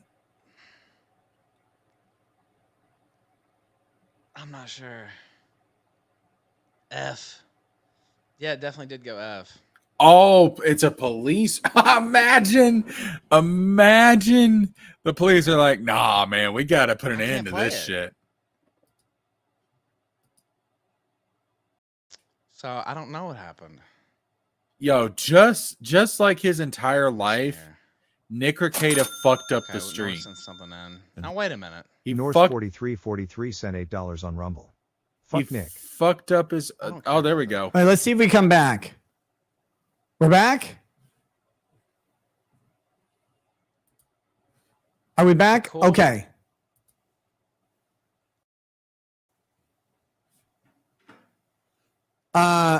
I won't be doing the tips on there. I just have to load them up on here, and I'll have to bend over a couple times. Sorry about that. I opened the stream on my phone. Words have never been said. Confused it. On my side, it looked the same. Do you have three computers? No, that's just window. It's like a gazebo window behind me. It's just reflecting my TV that I'm looking at so I can read the chat while having a camera instead of sitting in front of like a laptop. What did...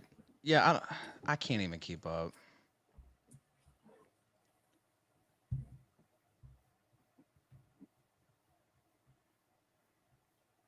Okay, what I won't be able to do for a little bit, though, guys, is see the chat. I won't see the chat at all. So I'm sure you can do whatever and say a bunch of shit. I'm gonna go back and I'm gonna try and get all of the tips in order. Hey guys, this isn't the best what are the system for it. chances that April is just off screen right now? Like she's down there off screen, and she's sucking off Rekieta right now. Like he's bending over to pet her right now. It's like, yeah, that's good, baby. Yeah, That's Ryan good, baby. PD911 says Earl Grey is Racket's only hope. Maybe. Airhead151 says, I hope you and your family are doing as good as they can. You look 100 times better than the last stream. I'm drinking about 100 shots less. Much love. Hope for the best outcome for all of you and your family. Thank you very much, Airhead. AJ Merritt says, Russell Greer is doing better in life than you are right now. Go, Russ. I'm proud of him. AJ Merritt says, Russell Greer is doing better in life than you are right now. They had to do the caps, I guess. I was going to get to it, man. Ben SC says, I love you, man. Still thinking about streaming your trial. Look, man, if I go to trial and people aren't streaming it, I'd be shocked. Tweb15 says Barnes has your back going nuclear on LawTube. I wonder if I can. I'll say this about LawTube. I've said this a bunch of times. This isn't new. Any sort of like tube community, Comicsgate went through this. Fucking IBS, Internet Blood Sports community went through this. All these communities go through this. When you just associate everybody's LawTube, like you don't get to filter out who's retarded or who sucks or who's a piece of shit. They just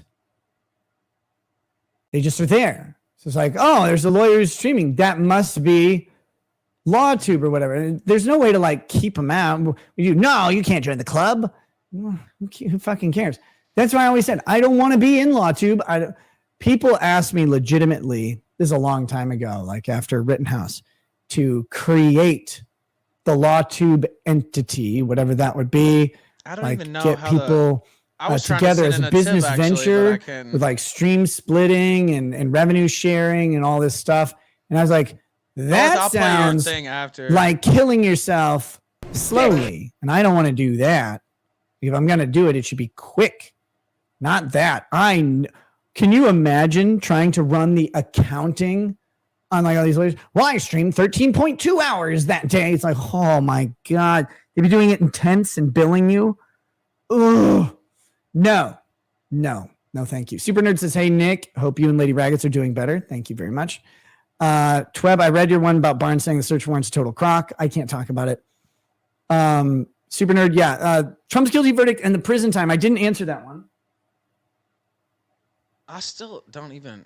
Prison time for Trump is problematic. There's a federal statute that says so long as a president or his family under the meaning of the definition in the statute, so long as he is president and receiving the protections of the Secret Service, either as current president or former president, he cannot be put into a situation, or it is unlawful for a government agent to put him into a situation that hampers or impairs Secret Service's ability to protect him. This is why impeachment is critical in another way, like because when you impeach a president, you remove that Secret Service protection, I believe. I don't believe it remains after impeachment. And so when you impeach someone, you can then prosecute them. And if they go to prison, it's not messing with their ability to be incarcerated. But right now, if you want to incarcerate President Trump, you have to do it at a facility where the Secret Service would be overseeing him. So it's much more likely to get sort of a house arrest situation or something like that. Just an observation. Because they'd have to comply with the statute. The judge orders Trump into a prison, and that interferes with the Secret Service's ability to protect him. Trump made that judge violating federal statute specifically targeting government agents, so he wouldn't have like some sort of immunity on it. It'd be a big fucking mess too. It'd go straight to the Supreme Court. Like, no, you can't put me in prison. Look, prisons are nice. Mar-a-Lago, a little bit nicer. Better taco salads, maybe. You'd have this huge fucking fight over it. It'd be way easier to just order him to house arrest like they did with, what's his face? Pablo Escobar. Felon Unsecured says, so I assume live shots are not a thing. How much for you to do a rail on camera? None of that's okay. Tweb15 says, do you have a memorial service for your front door? Did we? Oh, he is high as fuck. Man, I have so many stories. I still from that don't even day. know if the shit went through. Oh wait, I do now. I think. Crass Cat says, are you and Lady Rackets together still? I think so. I haven't checked in the past couple minutes. Yes, of course. There was a weird thing where everybody thought that I posted bond for unconditional release, but Lady Rackets didn't, or that I didn't post it for her. We posted bond the exact same time. I think now you can see the receipt, but for whatever reason, the county just didn't file it that day, and it went into the weekend. So everybody was speculating like there was some rift between us or separation. And at first I was like laughing. I'm like, that's funny. And then all of a sudden I realized, no, the county actually didn't file her unconditional release, and we had to get that taken care of because the county was incompetent in filing that. But no, we posted bond literally at the exact same time. have the 2 receipts for it.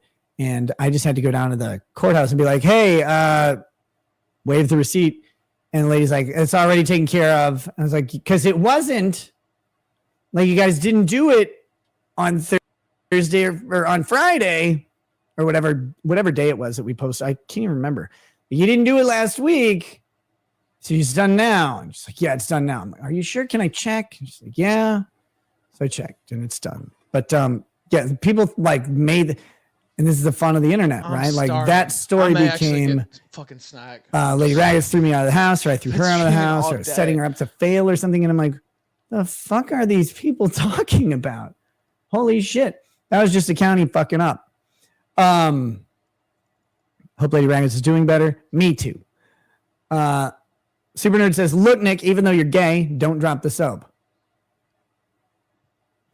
Man, it's fucking cold. What's the equivalent of I am the one who knocks for the guy, like, not dropping the soap, but the other one? I am the one who mounts.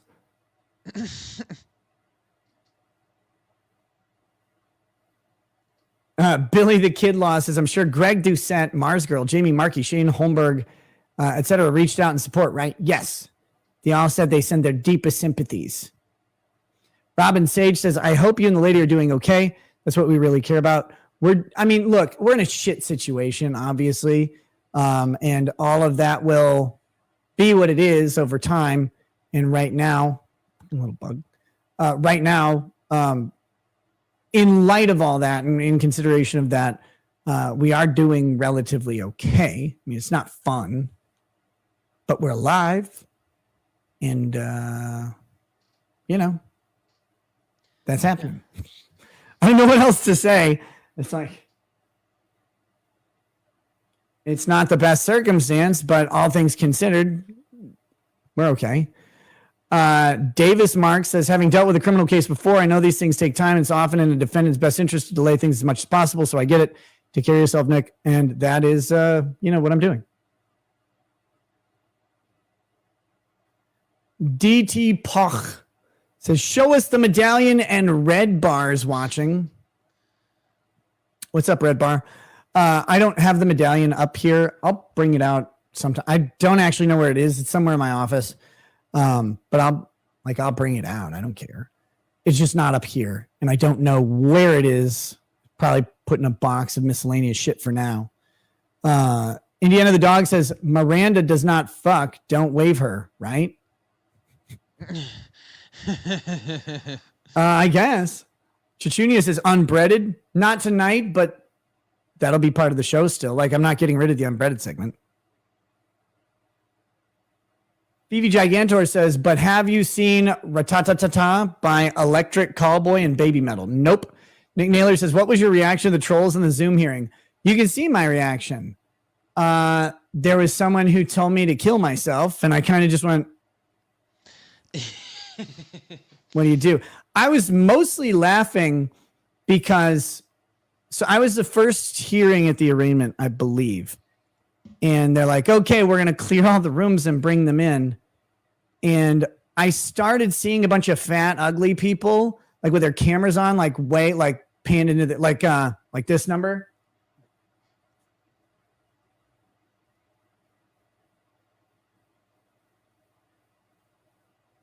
Like I saw a bunch of those like weirdos.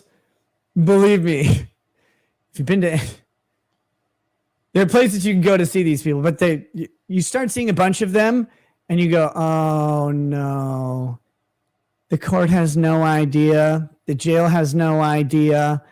Yeah. Like they don't know what's about to happen. And I had no idea, like, right? Yeah. I don't have access to the internet. Like, is old school, whatever. So I have no idea, like, who knows anything. But once I start seeing those weirdos fucking pop up, bloop, bloop, bloop, bloop, yeah. And the judge is like, why are these chimes going all the time? And I'm like, oh, sir, those chimes are going to go for a while. Yeah. Maybe the court admin could, like, turn off the notification sound or something. But nah, let's just let it go. And I start seeing a fucking billion people popping in. I was like, okay.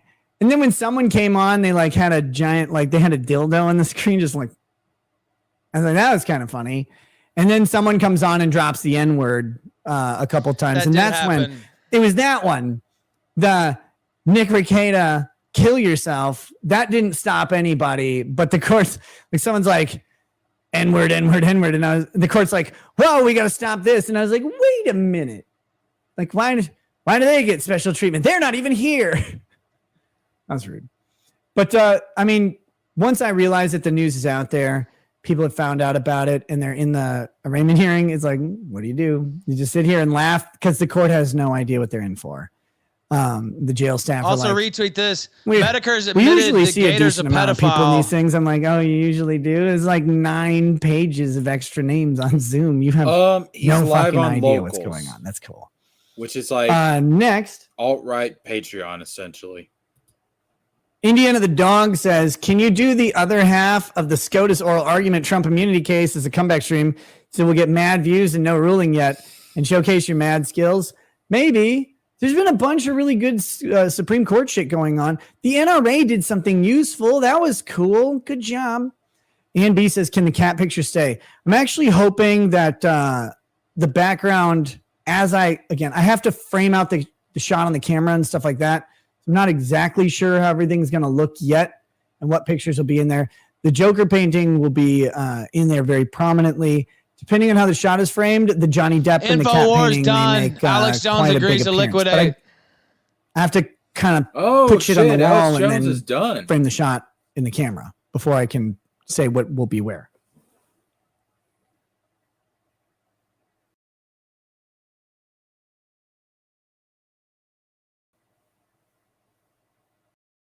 It's on CNN. Jones's ownership and free speech system is going. Sorry, I had to get the rest of them to load up. Lord Boffin says, Rekieta law tip, just say fuck legal mindset. All the best to you, Nick. Hey, thanks, brother. Chachunia says, love you, Nick. Happy you're back. We missed you. Seriously, hope you're doing well. Thank you. Koof says, thank you for not killing yourself. Every time. Every time. You're welcome. Casey1216 says, looking better. Keep being better, please. Okay. Candace Marie says, Nick, habits can be changed and corrected. Feeble mindset's eye, though. That is stuck in its way. Feeble mindset. Juggalo Debo says, still got your back from the day you started Locals and will until you stop or I die. And how things are going. Fuck, where'd that North, go? you still here? I'll still play that. I just can't play right this second. Also, I see other people sniping too, so that makes me not feel. And how things are going, I bet the latter is more likely. Rekieta money Cool. to watch it on The Locals. Ralph retort says, thanks for confirming the So this interview. is the Looking best forward thing to it. we've Hey, got what's up, until the Ralph? stream leaks. Yeah, we'll be talking pretty soon, man. I'll try and get back to you and start working on a date so we can announce it ahead of time and all that shit. Poet says, great to see you, Nick. Hey, great to see you, the Poet. Cassie Mayron says, great mugshot, Locals gift. Yes, the Locals gift was my mugshot. You're welcome. I've been planning it for a long time.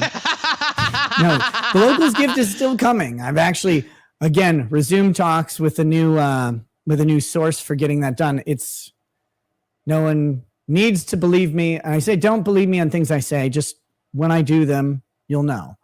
I am working on it. CBC Drinker 001 says, good to see you again. Hope all is going well. I want to send him a super chat since I felt bad about sniping anyway, but now I see it is what it is, man. It's like Candace Marie says, hi, Andrew. I know you can't take your eye off me no matter how many cartoon tits are in front of you. Shit. Cedar Rose says, I'm on board for Sober Rackets trial streams. Hopefully they're good. Candace Marie says, Nick, just because you were standing doesn't make it stand-up comedy. Sober stand-up streams have a nice ring to them, though. No. Again, no. The standing Hold up. for a stream, I am not. I ordered a standing stand-up sit-down desk. But this is the a while only ago one on Kickstarter, and everything right got fucked. I should never order from Hungarians. This is the only stream Just that available right company. now. So But, if we're gonna watch it, that thing has we've got never no choice. been delivered. I don't know if it ever will, but it was cool. It's fucking awesome, and I really want it. Nick, but Nick's the idea was that I insane. could Is that not transition obvious at between this standing point? up and sitting down a lot. But that hasn't happened. So, but standing up has always been fun for a lot of different types of streams. But it really does keep the showtime down because you don't want to fucking stand up for You can't like stand 10 up hours. I mean, you can, but like Sausage Finger says, "Hey man, I've I've had a done, like, a shitty week and a day, and you half made me worth laugh of more in streams 20 just minutes than I have all week. Thanks, Rackets. Hey, you're welcome. Jumping all over Rekieta. Glad. Candace Marie says, here's some well-intentioned advice that you have seen and heard over 9,000 times.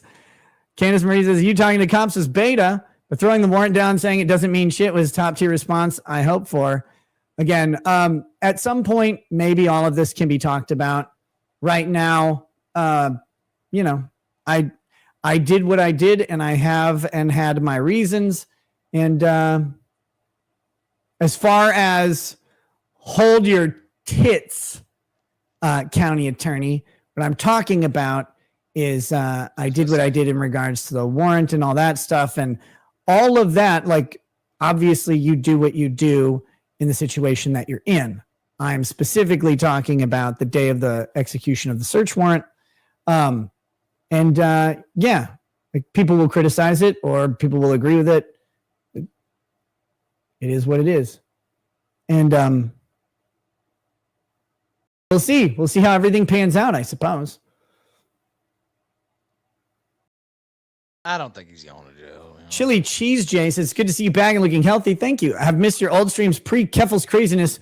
Let the retards be retarded and do your shit, Rackets. Much love. Hey, cheers. Appreciate that. Mary is Alexis. Me247 says, what about the cat Share the picture? Will it content, still be on display in your office? Love you, man.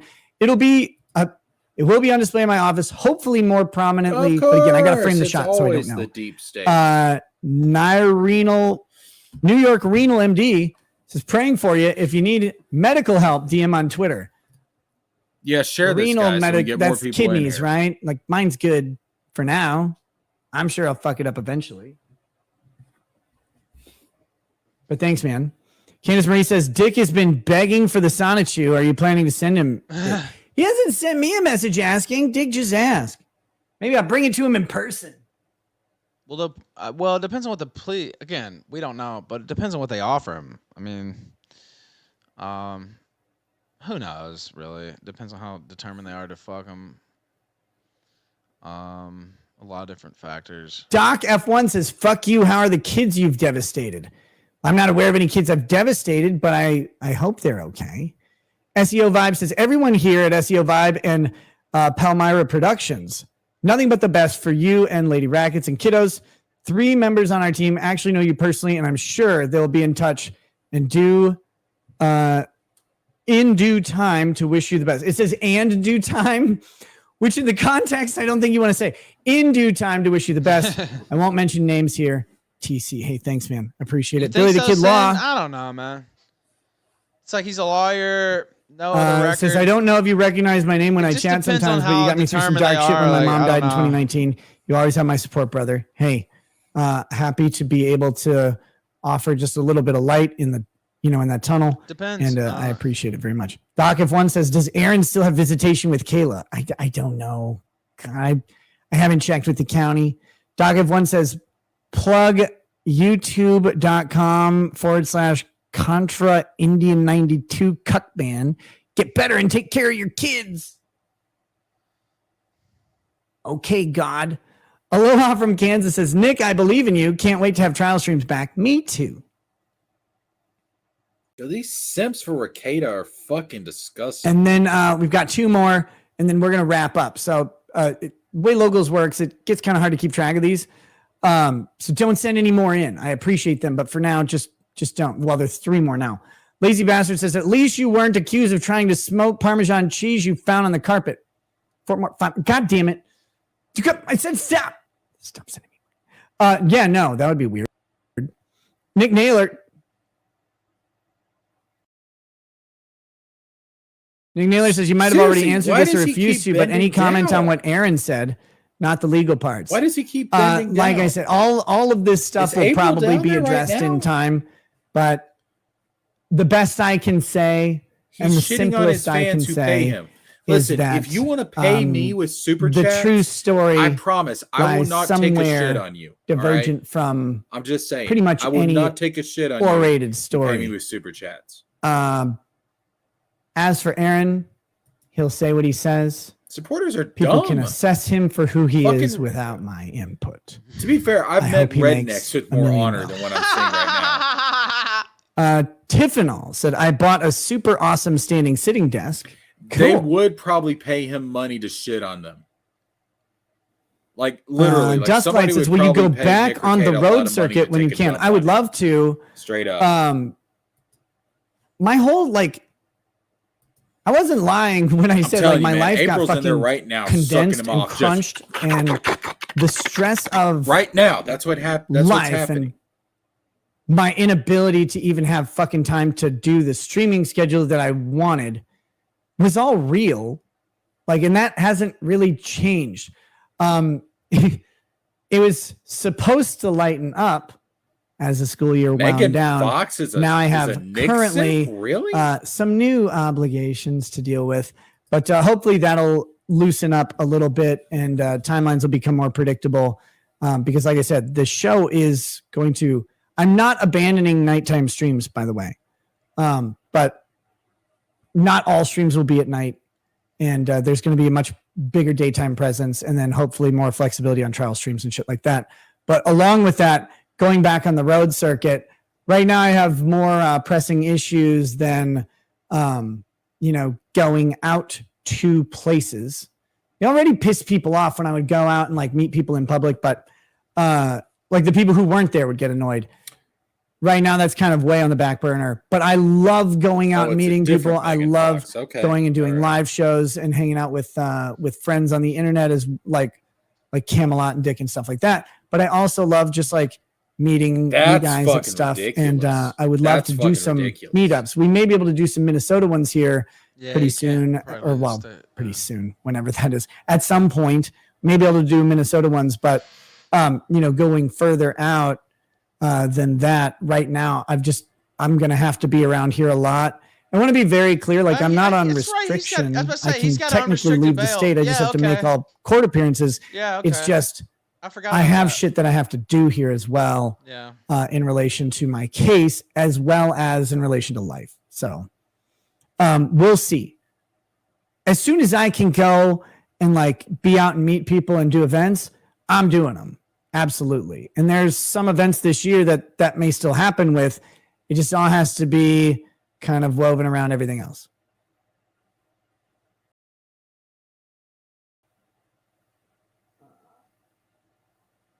Candace Marie says, get a scale, do a weight challenge with Vito. You gain 10 pounds and he loses 10 pounds every week. Weigh yourself and take Vito's booty. No, I don't want to gain 10 pounds right now. If I just gain 10 pounds right now, it'll all be eating because I haven't had time to get into the swing of a gym membership. So until I'm actually, this is right where I want to be prior to building muscle and bulking. The thing with being over 40 that you learn is when you bulk as a man over 40, you bulk directly into your fucking gut, which is why so many guys out there are absolute embarrassing specimens. Almost over, I think. I'm not going to sit here and pound calories into my gut. If I'm going to gain weight, it's going to be done where I want to gain weight. That'll be through a specific workout regime, and then I'll be increasing calories to, supplement that. I'm not going to do it by just eating a shitload and gaining 10 pounds. I could do that right now and keep gaining the weight I've been gaining. But what I'll do is I'll end up just putting it right into my belly because men over 40 do that. Avian 3 says, tip sent out of spite. Love you, bud. Get better. Thank you. Matt F79 says, I just wish the best for you and your family, Nick. I'm sorry. You have a lot of support. Take advantage of it. Oh, believe me, I will.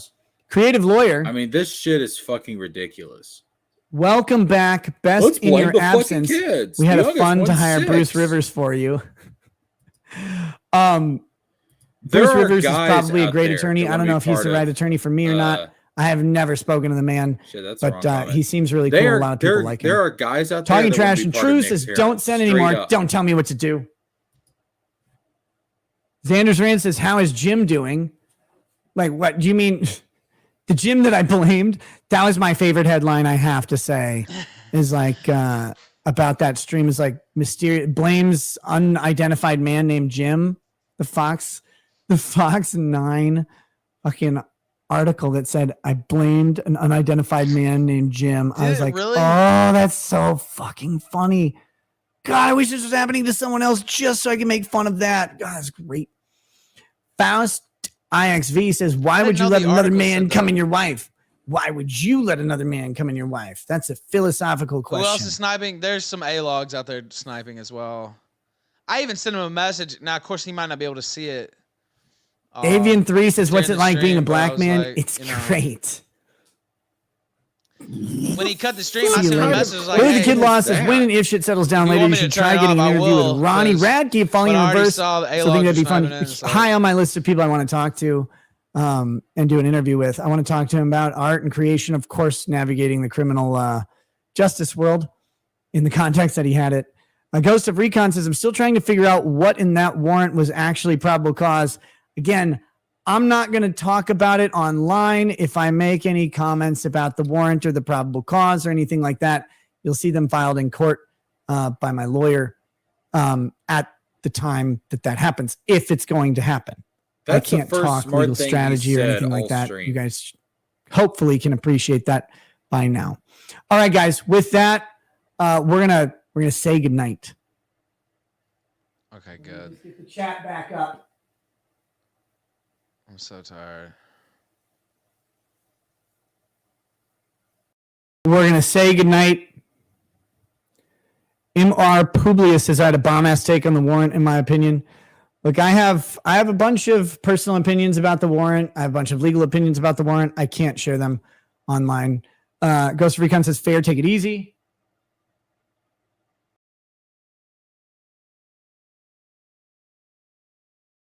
MF Squid says, I wish you could laugh at all the glorious memes, you giant faggot. Hope all goes well. Know that I am laughing in here and down where my pee is stored in the balls. And look. This is a marathon stream. Not for him, for me. Just because circumstances can take away the appearance of levity, no one has the right to take away your opinions. No one has the right to take away what you enjoy. No one has the right to take away your amusement. Always remember that. That's actually a tough one.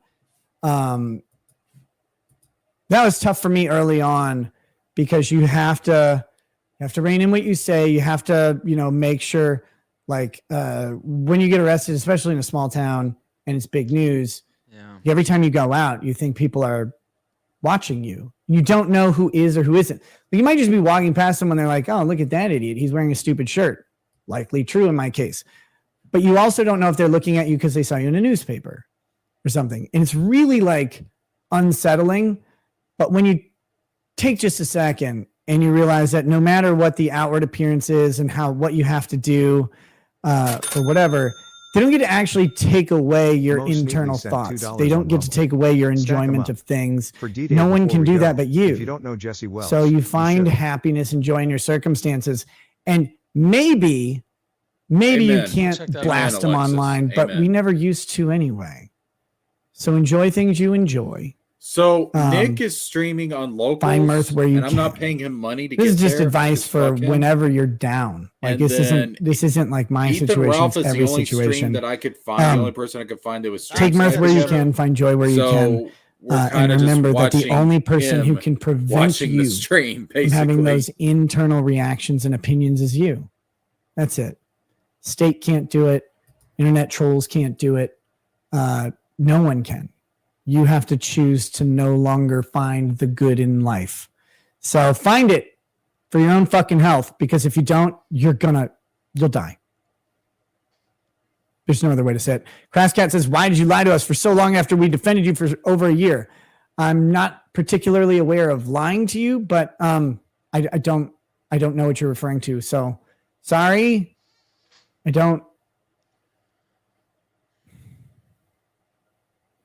I also never asked anybody to defend me ever.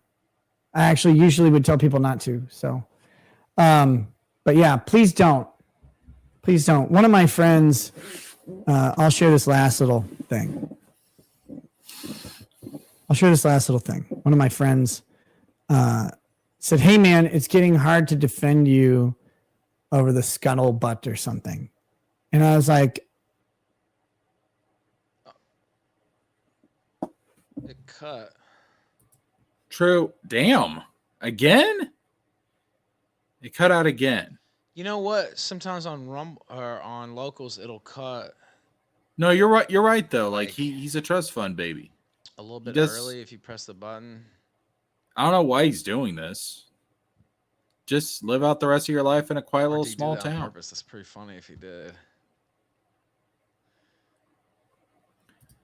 Of course not, because in his twisted worldview, if you're humble, if you apologize, if you admit that you did wrong, that's weak. That's Nightwave feminine. Radio sent There's nothing $5 masculine about that. Rekieta's new studio looks like he's singing karaoke. Still love the dude and hope he gets well. Yeah, man, I wish the best for him too, and that would be funny. That would be glad funny. He confirmed the interview, and yeah, it is over. I think he did that on purpose, maybe. Oh yeah, it's over. It says it's ended. I don't know. Like, the whole standing up thing. All right. I think it probably works better for him. I'm so used. All right. It's over. But that's how they think.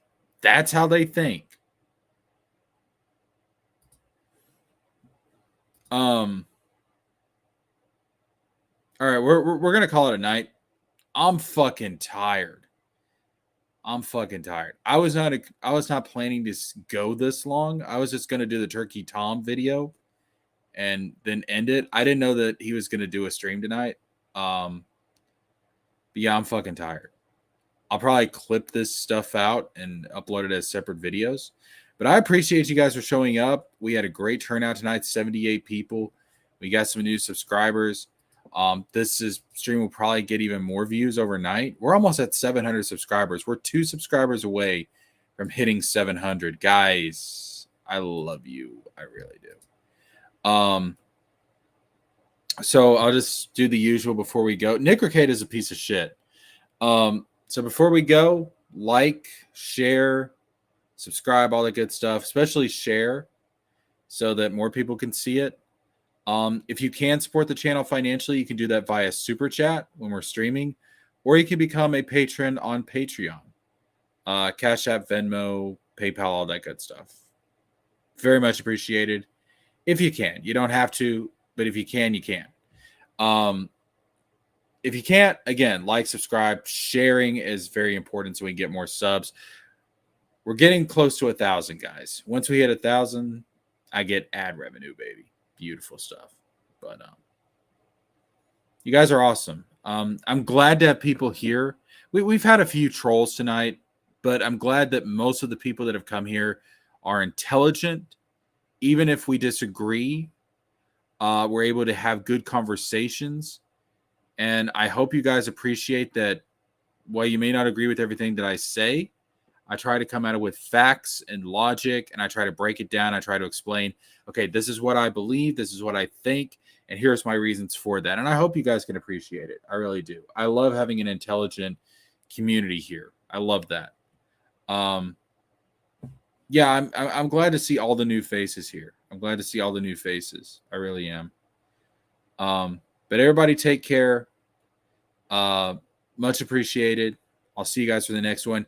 If Nick actually does do a public live stream tomorrow, like he said he was, we'll snipe that. Otherwise, tomorrow or Saturday, we're going to do a stream where I'm going to go over some of the just craziest takes on this whole situation. People coming out to defend Rekieta. That should be interesting. That was going to be tonight's stream, but then Turkey Tom put the video out. So anyways, I'll see you guys later. Much appreciated. This is JeskerJames with a Z. Check out my other channels. They're also down in the description box down below. I have a gaming channel. I have a real talk channel.